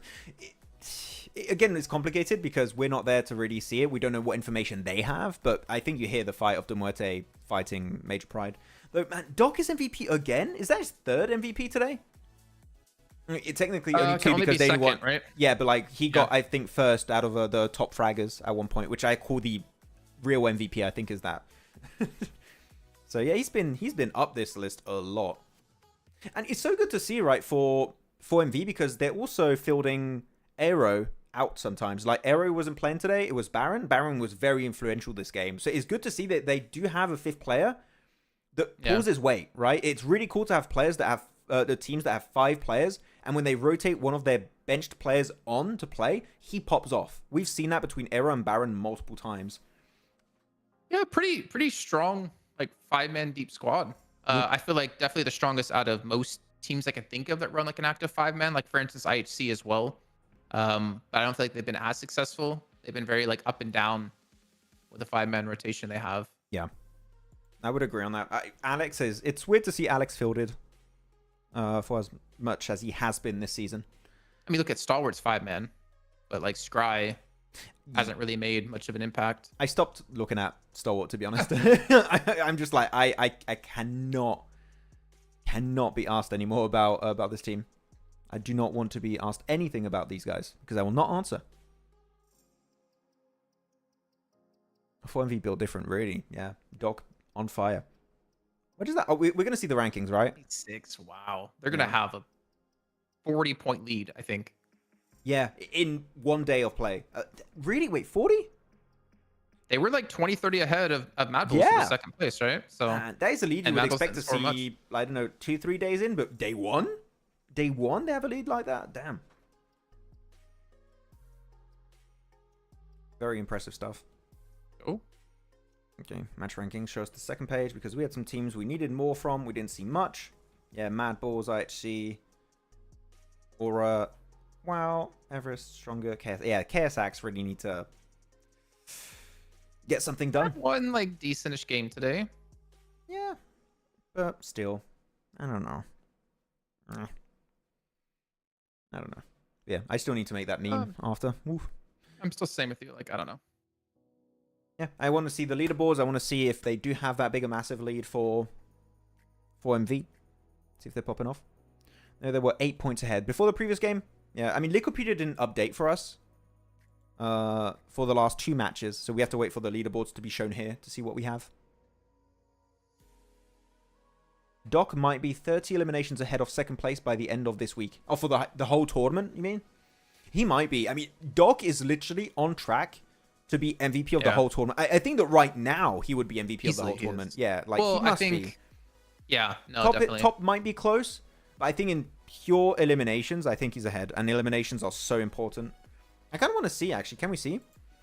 Wait, I just let you cover for a sec. I want to check if I can find the stats page. W3D1 Esports. I don't know if it's going to be updated, though. Let me see. I will see. Yeah, 4MV, 2,500 damage. You just see there's so much more willing to get aggressive and willing to take fights. And I think maybe part of that is due to the fact, obviously, of skill, but also their position overall in the leaderboards. Because they're so far ahead of everyone, they know they're guaranteed to make top 16, make it to the finals, whereas A1, they potentially could fall out of top 16. Maybe that slightly impacts the way these two teams are making their decisions. Yeah. Wait, league overall, matches, players. Yes, I want league overall. There you go, overalls, by the way. 87, 56, 31-point lead. Rank. Wait, wait. Sorry, keep going. Can you hear me? Yeah, go for it, go for it. I'm just going to leave the well, you gotta leaderboards pause for you. for me if you want. Yeah, I'm just looking. MadBulls 56, second, Rook third at 51, Muerte fourth at 46. I mean, you can see it's pretty close between like second down to, we can give it to like 6th place, but 4MV, they're like almost, they're doubling the points of a lot of these teams down below them. Pretty crazy. Yeah, so I just checked. Doc is MVP. Yeah, he is MVP.